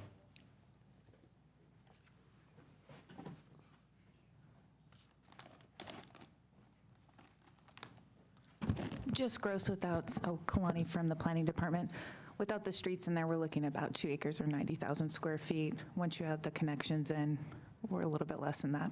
So, I mean, the county, when they came, they said they have to have 120,000 square feet. It sounds like another group we're dealing with to the south. But so are you maybe I misunderstood. No, I'm talking. The pink box right there only? So that's about an acre. Okay, so if that's 45,000 square feet, and then you have to have setbacks for streets and for connections and things like that, it would be pretty difficult to get 120,000 square feet in there, right? It's a tight fit, but it would be a 4-story building with their floor-to-ceiling heights that typically need on a commercial building. But there is the space in there to get the sidewalks. We think the setback behind the sidewalk, landscaping, that type of thing, we would work that out, during their site review and make sure. That's some of the reason when we outline the urban design plan, what we want for the public realm through there, make sure that we get that. Yeah. So. Okay. So Kalani, just a quick question. Is that the parcel that the mobility hub was shown on? It's it's just west of that, so see where the little red dot is in that? Yeah. It's not accounted in that square footage, so that Okay. was a set aside. It's about the perfect amount of leftover space to get thing like great. that in there. Thank you. Okay, Bob, then Aaron. So I thought the county parcel was larger than that, so it's only an acre. Are we going to get 90 units in an acre? From our residential test fits, we looked at we could get a roughly 90 units. Can you give me an example of like something else in town that has 90 units per acre, just so I can compare? Yeah, that's difficult. I'd have to look it up and see if anybody else knows offhand from staff, but Okay. I can dig it out and get back to you. I think 23rd and Spruce is about 45 or 50 units per acre, and that's only, I think, only 3 stories. So in the land use prototypes, Bob, this high-density residential 3, the orange star, and the graphic below it, that's an example of maybe what that would look like. And that's 90 units per acre, huh? Yeah, it's, I think like Paul Saporito's diagram that he showed, within that same building form, you can get a variety of densities in that same mass and scale. So when we were estimating DUs per acre, we picked an average of 1,000 because that could cover family-size units to efficiencies, and it was just a good average across the board if we wanted a good mix like that. So if I'm just doing the math here, so 43,000 feet per acre, but you can lose some stuff, and then you've got stairwells and that kind of stuff. So I mean, that's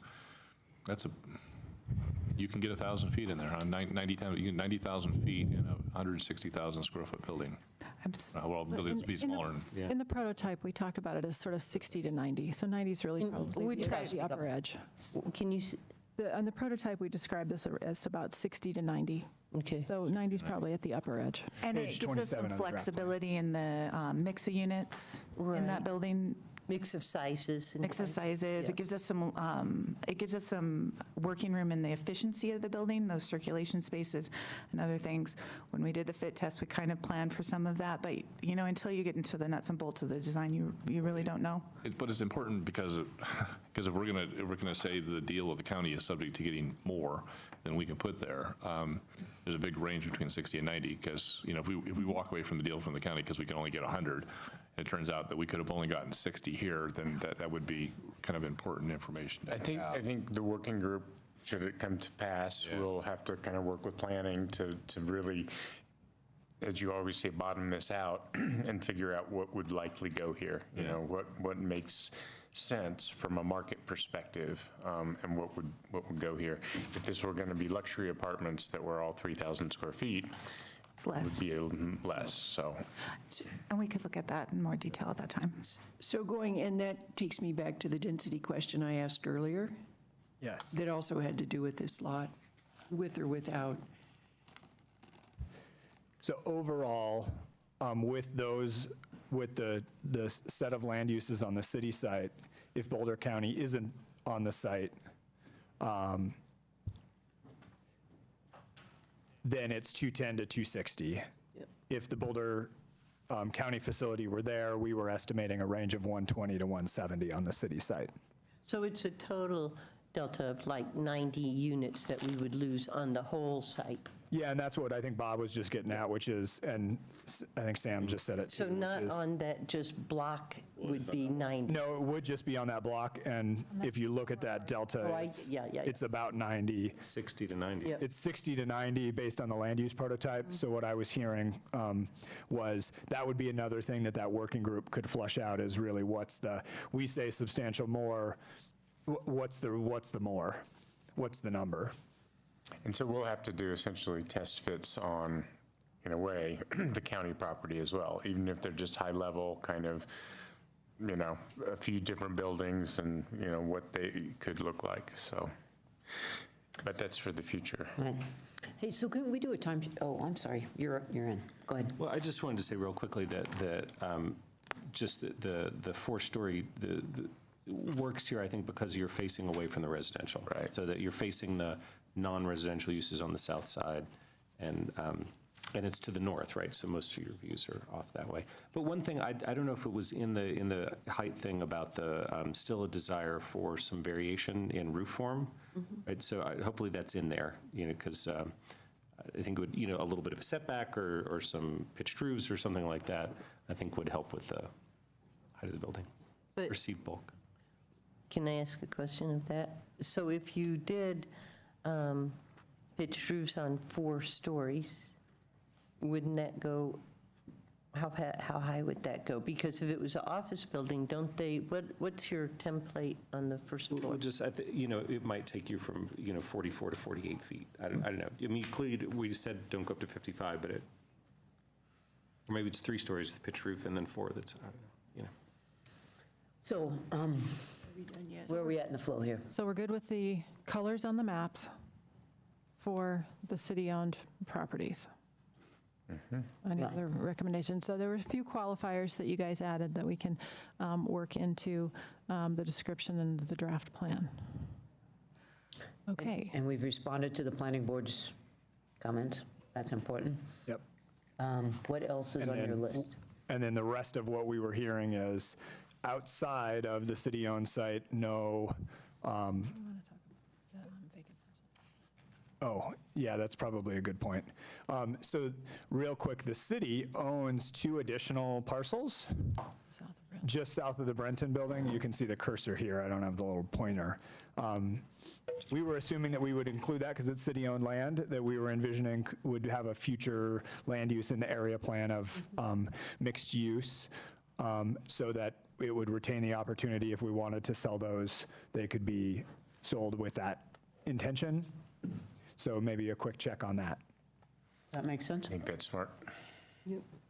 Yep, okay. Okay. I think we're good at that. Urban design. Can I ask a question about circulation or connections? That's where she's. So I think next we were thinking we'd go to urban design, then connections. Okay. Does that work? Yep. We've been working together. But we'll move it faster. Okay? Any recommended changes? Nope, Aaron and then Lisa. I thought it was a great connections plan. I liked the planning board suggestion to extend the multi-use path along Balsam That East. was actually connection. Oh, we're not at connections. We're This is not at- urban design. Sorry, I was seeing all this. So this is urban design and kind of connections? And so if you think about the What page of narrative- the area plan is this? It is page 32. Thank you. Actually starts on page 31, and there's the narrative, there's the maps, and then there's a bunch more narrative about this design strategies. So can I just ask a question? And it's a good urban design, I think, and a connection. So I would like to see where, like, 10th Street is, to be like a Vornef. So it's a pedestrian street that's really mellow, and it would add more permeability into the site. And I think Paul Saporito actually included that, and it's right there. Yeah, right here. And I love Vornefs. We don't have them too much in the United States, but they add a really nice pedestrian and bicycle and even car, should I say it? But, you have to go really slow, and they have them all over the Netherlands. They have them in Germany. They're a really nice feature, urban feature, and I wouldn't want to go, we have this incredible potential for a site, and I'd like to see a Vornef. I'm not saying it right, I don't speak Dutch, but I would like to see something like that considered. And I think one of the comments we did get from the public is that right now it feels kind of like everything west of 11th Street is kind of an isolated village, and I'd like to see that open up a little more with this permeability. And I think the Vornef, you know what I'm saying, WOONERF,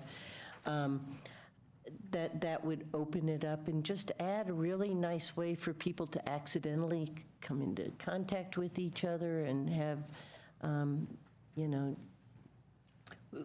connections. Other thoughts? Okay. Is that a consent, a majority, or? I think, the people, are people pro Wooner? Well, I think we can, what I would like to do with that is to take it back to our staff and kind of give that a little bit. Yeah, I would just like it to be considered. Page 32? 32. Of the pack? Slide 32, I was looking for. No. No, it's page 32 of the draft. of the packet.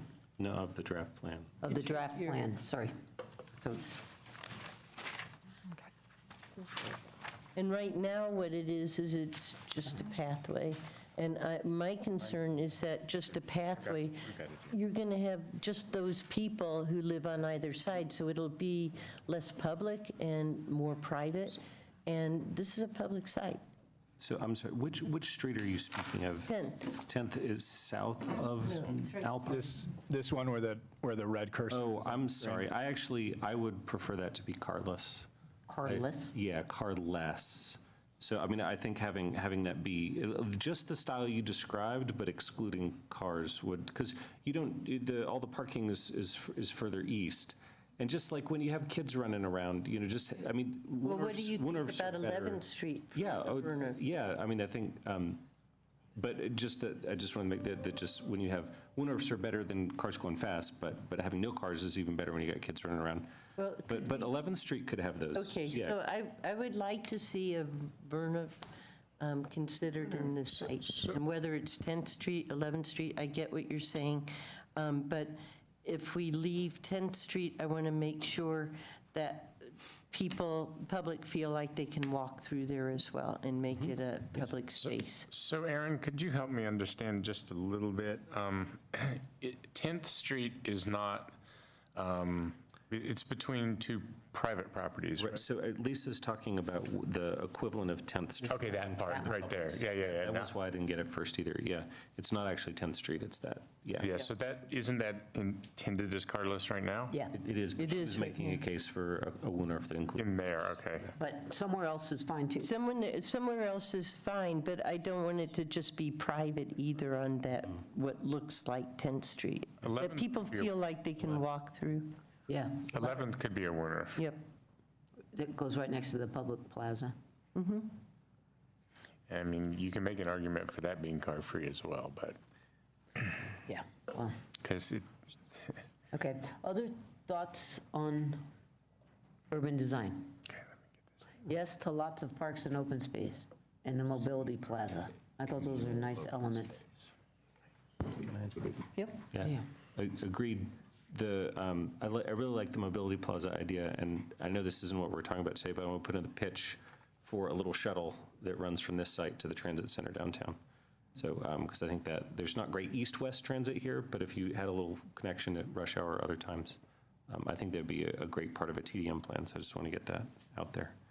To like, Just have a bus that To goes the up and down downtown- to the Broadway. downtown oh, transit center. downtown, Yeah. okay. Yeah, they just want the half mile to the downtown bus station.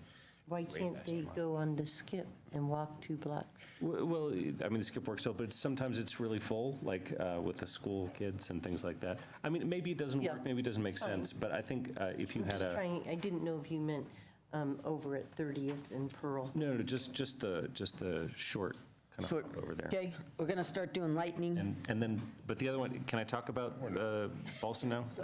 Yeah, connections are up. Yeah, okay, great. Thank you. So just, so we're going to have this big wide setback on Balsam, and it's going to be beautiful, and we'll have a multi-use path through there, right, in that area. And then 13th Street is our Green Street and our north-south bike connection. So if and when Boulder Medical Center ever redeveloped, long may it last, I think having a multi-use path in the connections plan. So Aaron, you're saying this stretch from Broadway Correct. to 13th Street along Balsam? Yeah. Yeah, and I think that was, Gene just said planning board would acknowledge that as well. They did, and I wanted to agree with their So- Great. recommendation. We would like to explore that with our staff. It does, it's a nice connection with the Green Street at 13th. We do not have quite as much right-of-way further east once you get past 13th. But you could probably impose some requirements on a redevelopment, right? You might not be able to build it from scratch, but we often do that with redevelopments. And again, it's, this type of plan is about looking to the long-term future. Exactly. It does have an on-street bike path. It does. Multi-use path would be even better. Yeah. And that little stretch kind of ends in that circle, so that kind of is a killjoy, but yeah. Okay, how about connections? This Isn't this connection? Oh, I was already. I'm sorry, we already did connections. We're on the connections. Thank you for moving this along. If we're good with the connections plan, we can talk about the access and mobility strategy. Ooh, that was, I had this idea for a shuttle. Yeah. It's faster to walk. Yeah. Well, I guess I'll just say the obvious is there seems to be a lot of unease with transportation as it is now, let alone when things redevelop. And so I'll just state the obvious, which is we need to pay a lot of attention to this. At some of our more dangerous intersections are right next to this site. And so that's problematic. So I guess the nice thing is that this plan has the potential to improve the connections and safety, but maybe also increase the volume. So that is my observation, but they're not listening, so anyhow. Carrie. So with respect to connections and intersections and things, people have complained or are concerned about 9th and Balsam, and there seems to be, I guess, a lot of collisions in there. I haven't seen the data to support that. And one thing that could add a nice urban element in that is to have a small traffic circle, so that instead of, and that would actually reduce emissions instead of, 3 cars all stopping and waiting to go. If you could have a small traffic circle in there. I don't know if you have the room in there, but we do own these sites. And so at least we own, the park. Lisa, you're talking about 9th and Alpine. 9th and Balsam, there's kind of an island there. It's a park. Yeah, and then there's the park. Maybe it's Alpine and Balsam that I'm talking about. I mean, Alpine and 9th. Alpine. But I was going to suggest traffic circles on both, but if I had to have one, I'd do it on 9th and Alpine. It has a circle on the map right there. Yeah, but that's not a circle, that's an intersection. So actually, the circle is an indication, so Edward Stafford, Public Works Development Services. The circle is an indication of potential intersection improvements, which that would fall within. So you can see that we've identified in this connections plan multiple intersections for potential future improvements. Okay, and a traffic circle like we have downtown could be considered. Could certainly be considered as part of those improvements. We'd have to look and ensure we didn't do something that would cause other problems with that particular solution, but that's one that could be evaluated. Right, thank you. Other thoughts? Aaron? I'll be quick. No. Just to clarify, the sump principles would mean that there would be fully shared parking between the office and residential uses, correct? That probably depends on how much office uses.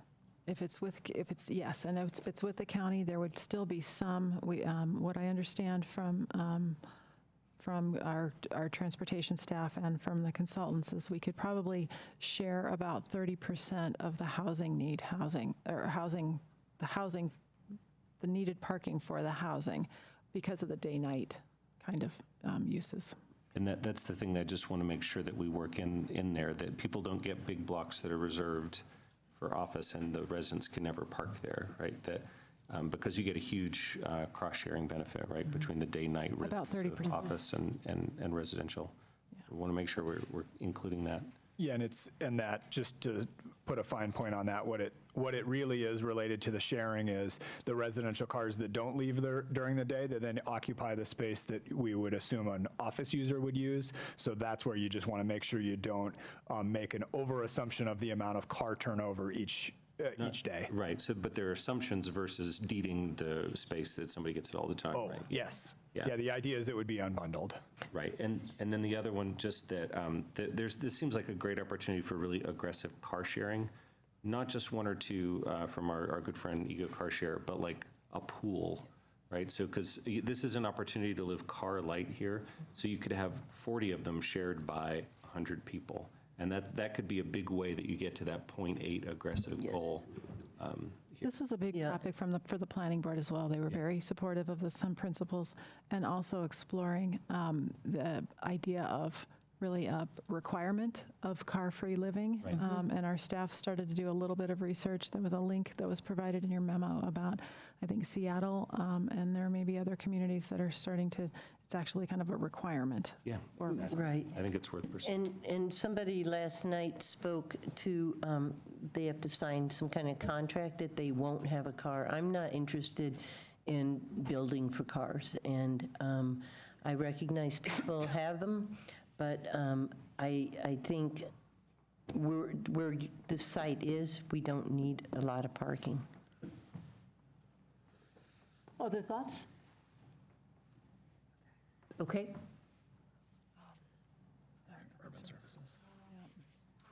Yep, and so urban services was again, in the plan, we outlined, took a look at all the different. But what's the question? Is there any feedback on this section? And it does include the flood mitigation. Yeah, which was. Yay, art. Arts and culture, that should go on the northeast corner of the site, that northeast block. I'd love to see a place where children, old people, all kinds of people can come and create art. Really get together, and maybe they can work out while they're doing their art. I mean, I don't think there's any, I guess we have the rec center up the street, but. Yeah. So then I think the last section was just any questions about the implementation plan, which I think we've talked a lot about already today. Yes, we have.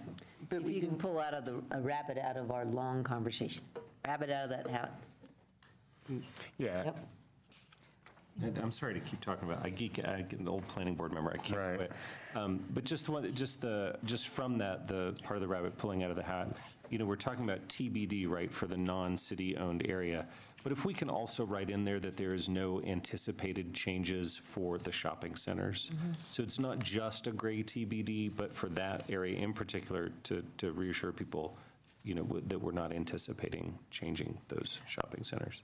Well, and can we just spell out what I think all you people that are on planning board assume is that people go, hey, you guys are building too much, as though we. So I would appreciate if staff can come forward with a proposed plan, a proposed timeline, and we can work it over, and so can planning board, which is something like a phasing where we're going on with the land use designations for our property, and then in the future, the next council will decide what the priority is for land use changes for the rest, but we're going to adopt the site plan for the connections, for the flood, for the urban services, for everything like that. And we will talk about in that site plan process. So I think we should adopt the area plan, excuse me. So adopt the area plan, and then a second phase of the conversation might be, do you agree with what we have on the city-owned site? Like, for the planning board, for the joint meeting, right, here's the area plan as modified by planning board and council. And then do you agree or disagree? Go through it at that level. And then can you then come to the site plan during that meeting, the city-owned site plan?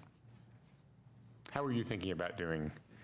Are you asking the question is how would September 24th flow? Yeah, I was making Let's start there. I was making a suggestion, and yeah, about September 24th, but what do you think? What I'm thinking is on September 24th, what we would bring is a revised area plan that is going to have a land use map in it for the city site only, and it won't have land use for anything outside of the city site. It will have connections and urban design that extends outside the city-owned site.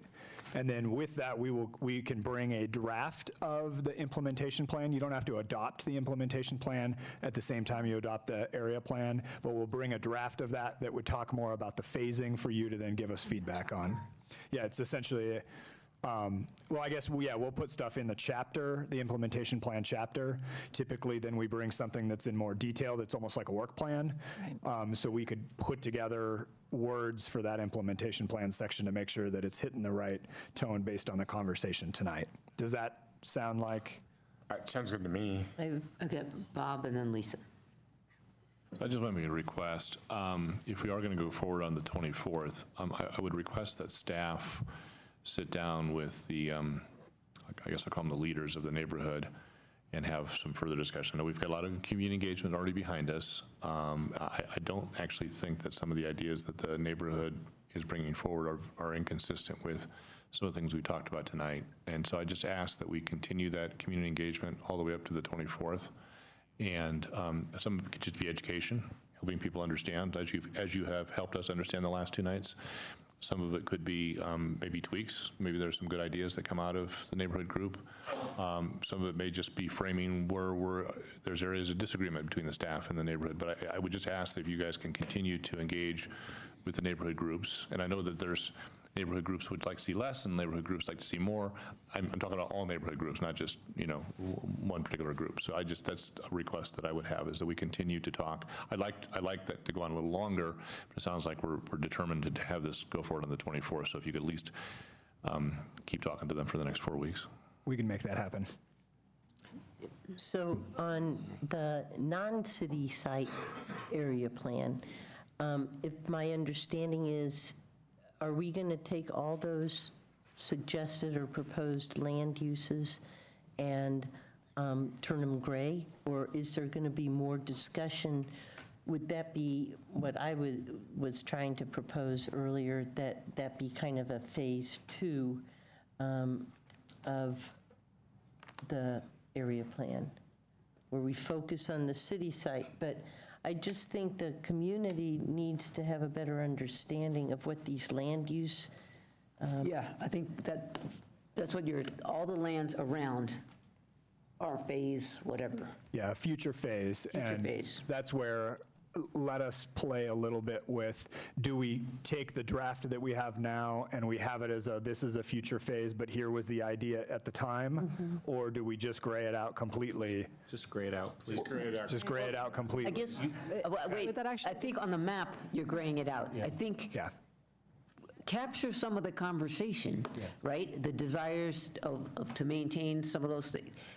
I mean, you did a lot of work. It's not like it has to disappear. Right. Let us work on a way to reflect that in the materials, and we'll bring it back. Yeah, I think there could be some education or more explanation to the community of, these other zones that are off of the city-owned site, because I don't think people fully understand the implications of them. Yeah, and so when you meet with the leaders, as Bob suggested, of the different groups, I think it is important to continue to try and move the education process. I think some have that knowledge and some don't, which is something could happen now on these private lands, whether we adopt this area plan or not.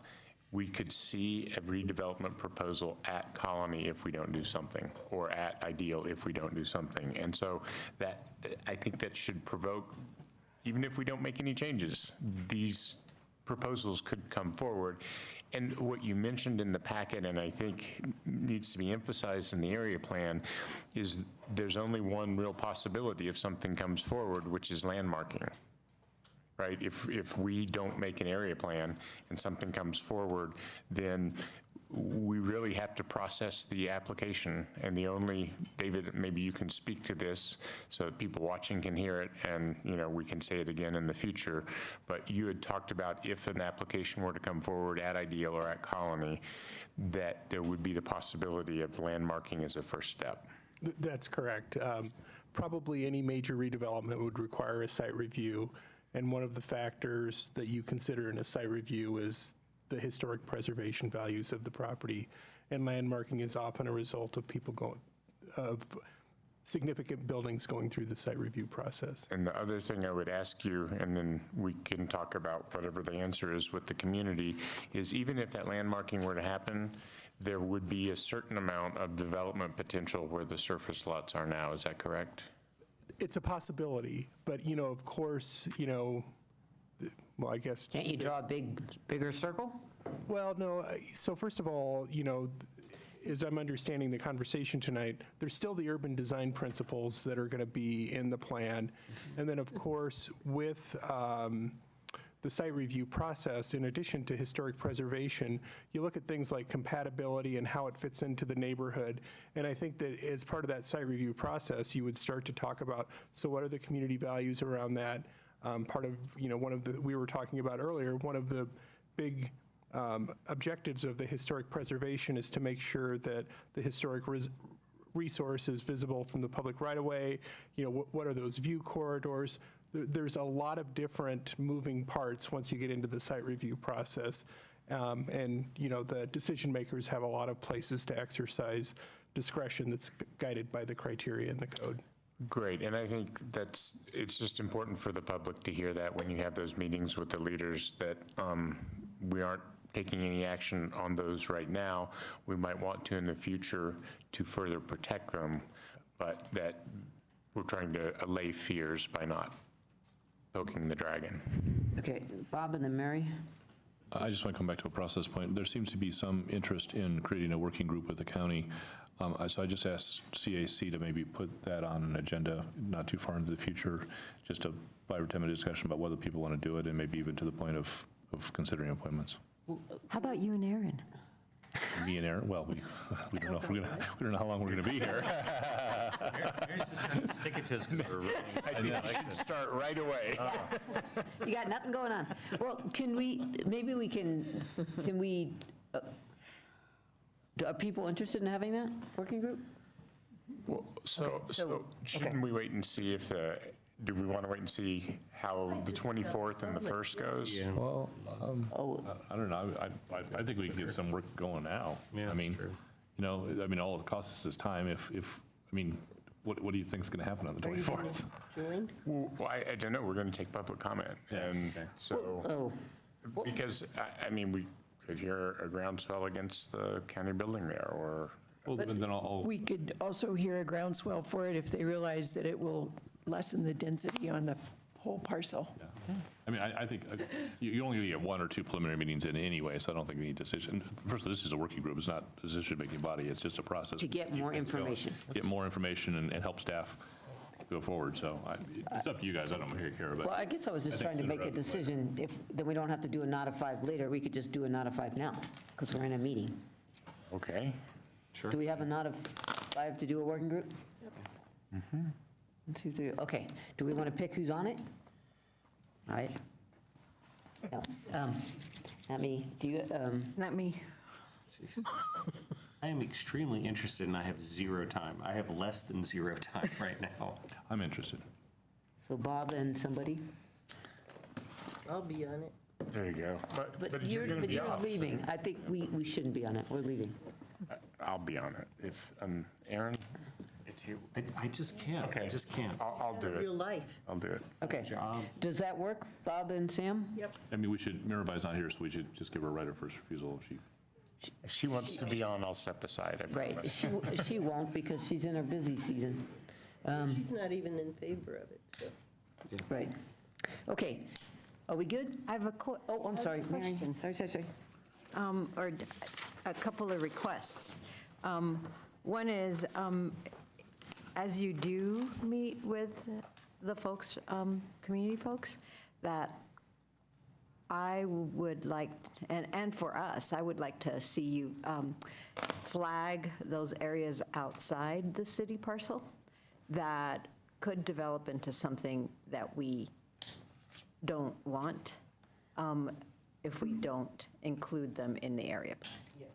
I would like that flagged, and then the other thing. Mary, can I just say, it's subjective about what we don't want, but just flag what could happen there. Could you put it that way? Flag what, well, no, Significant it is changes what we don't want. We don't want a commercial, 100% commercial building. Yeah, I don't, but where areas of significant change are allowed, just. Or where things could develop into something that does not meet our comp plan goals. Well, okay, comp plan goals, that's good. And then the other thing, this is a question, I guess, is can an area plan establish a potential landmarking boundary or does that have to be determined through the landmarking process? Well, you can signal it. What the plan does right now is it starts to recognize the historic significance of certain parts of the area plan. So, it's certainly have done an identification process, and I would assume that subsequently it could either result in a landmarking process or something that would subsequently get started with the site review application. So where I'm going with that question is to use the landmarking boundary as something that protects the view of the landmark, and also the view corridor. Sure, that's possible. And I think that, one of the things that as you go through the historic preservation process is that, you start to identify in that process the things that are significant and important, and those are the things that you integrate into the landmarking ordinance itself. So you wanted that to happen? Well, and perhaps that could be part of the conversation with community members.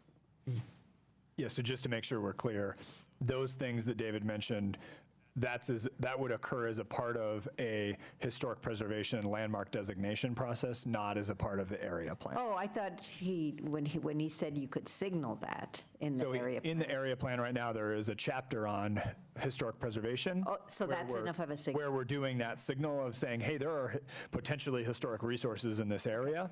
Okay.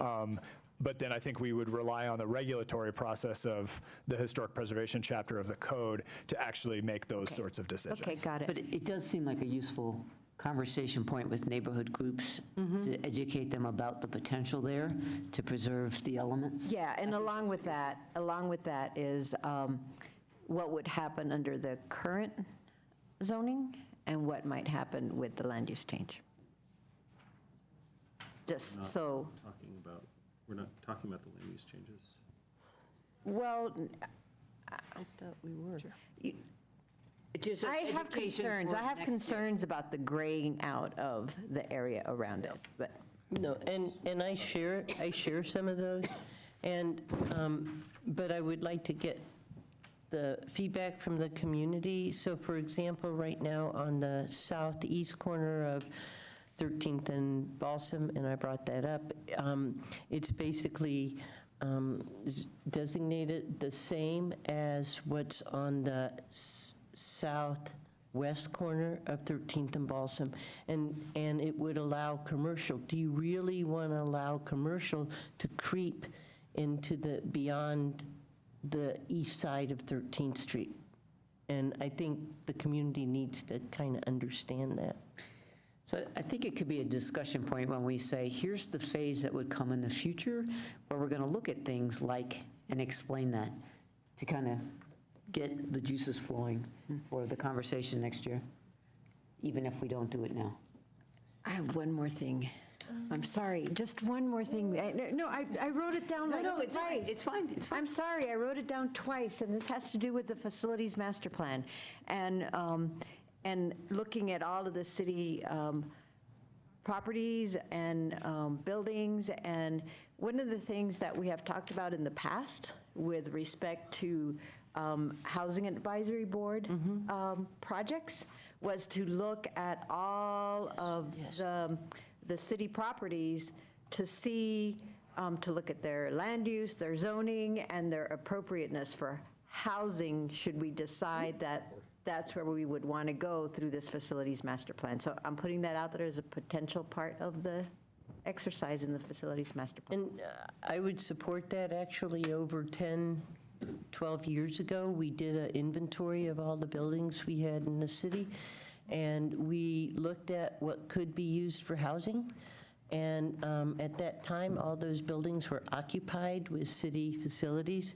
And so I would like to have that information, not to add extra stuff, but that's an important component, especially if we're going to lose on housing at the site.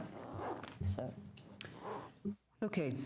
Does that get you where you need to go? It does. I very much thank all of you, each of the members of the council, for the very thoughtful comments tonight and the review of each of these pieces. And I just want to thank you for your earlier comments, and I will share those with our wider staff team. We've had there's quite a few people who have had a hand in this work, in this plan, and especially in the community engagement and the events and others. So I will share your comments with them, and thank you. Thank you. Yep. All right, it's been great. You can wake up now. No, just kidding. I know it's been riveting. We're adjourned. No DB brief? I just feel like we haven't.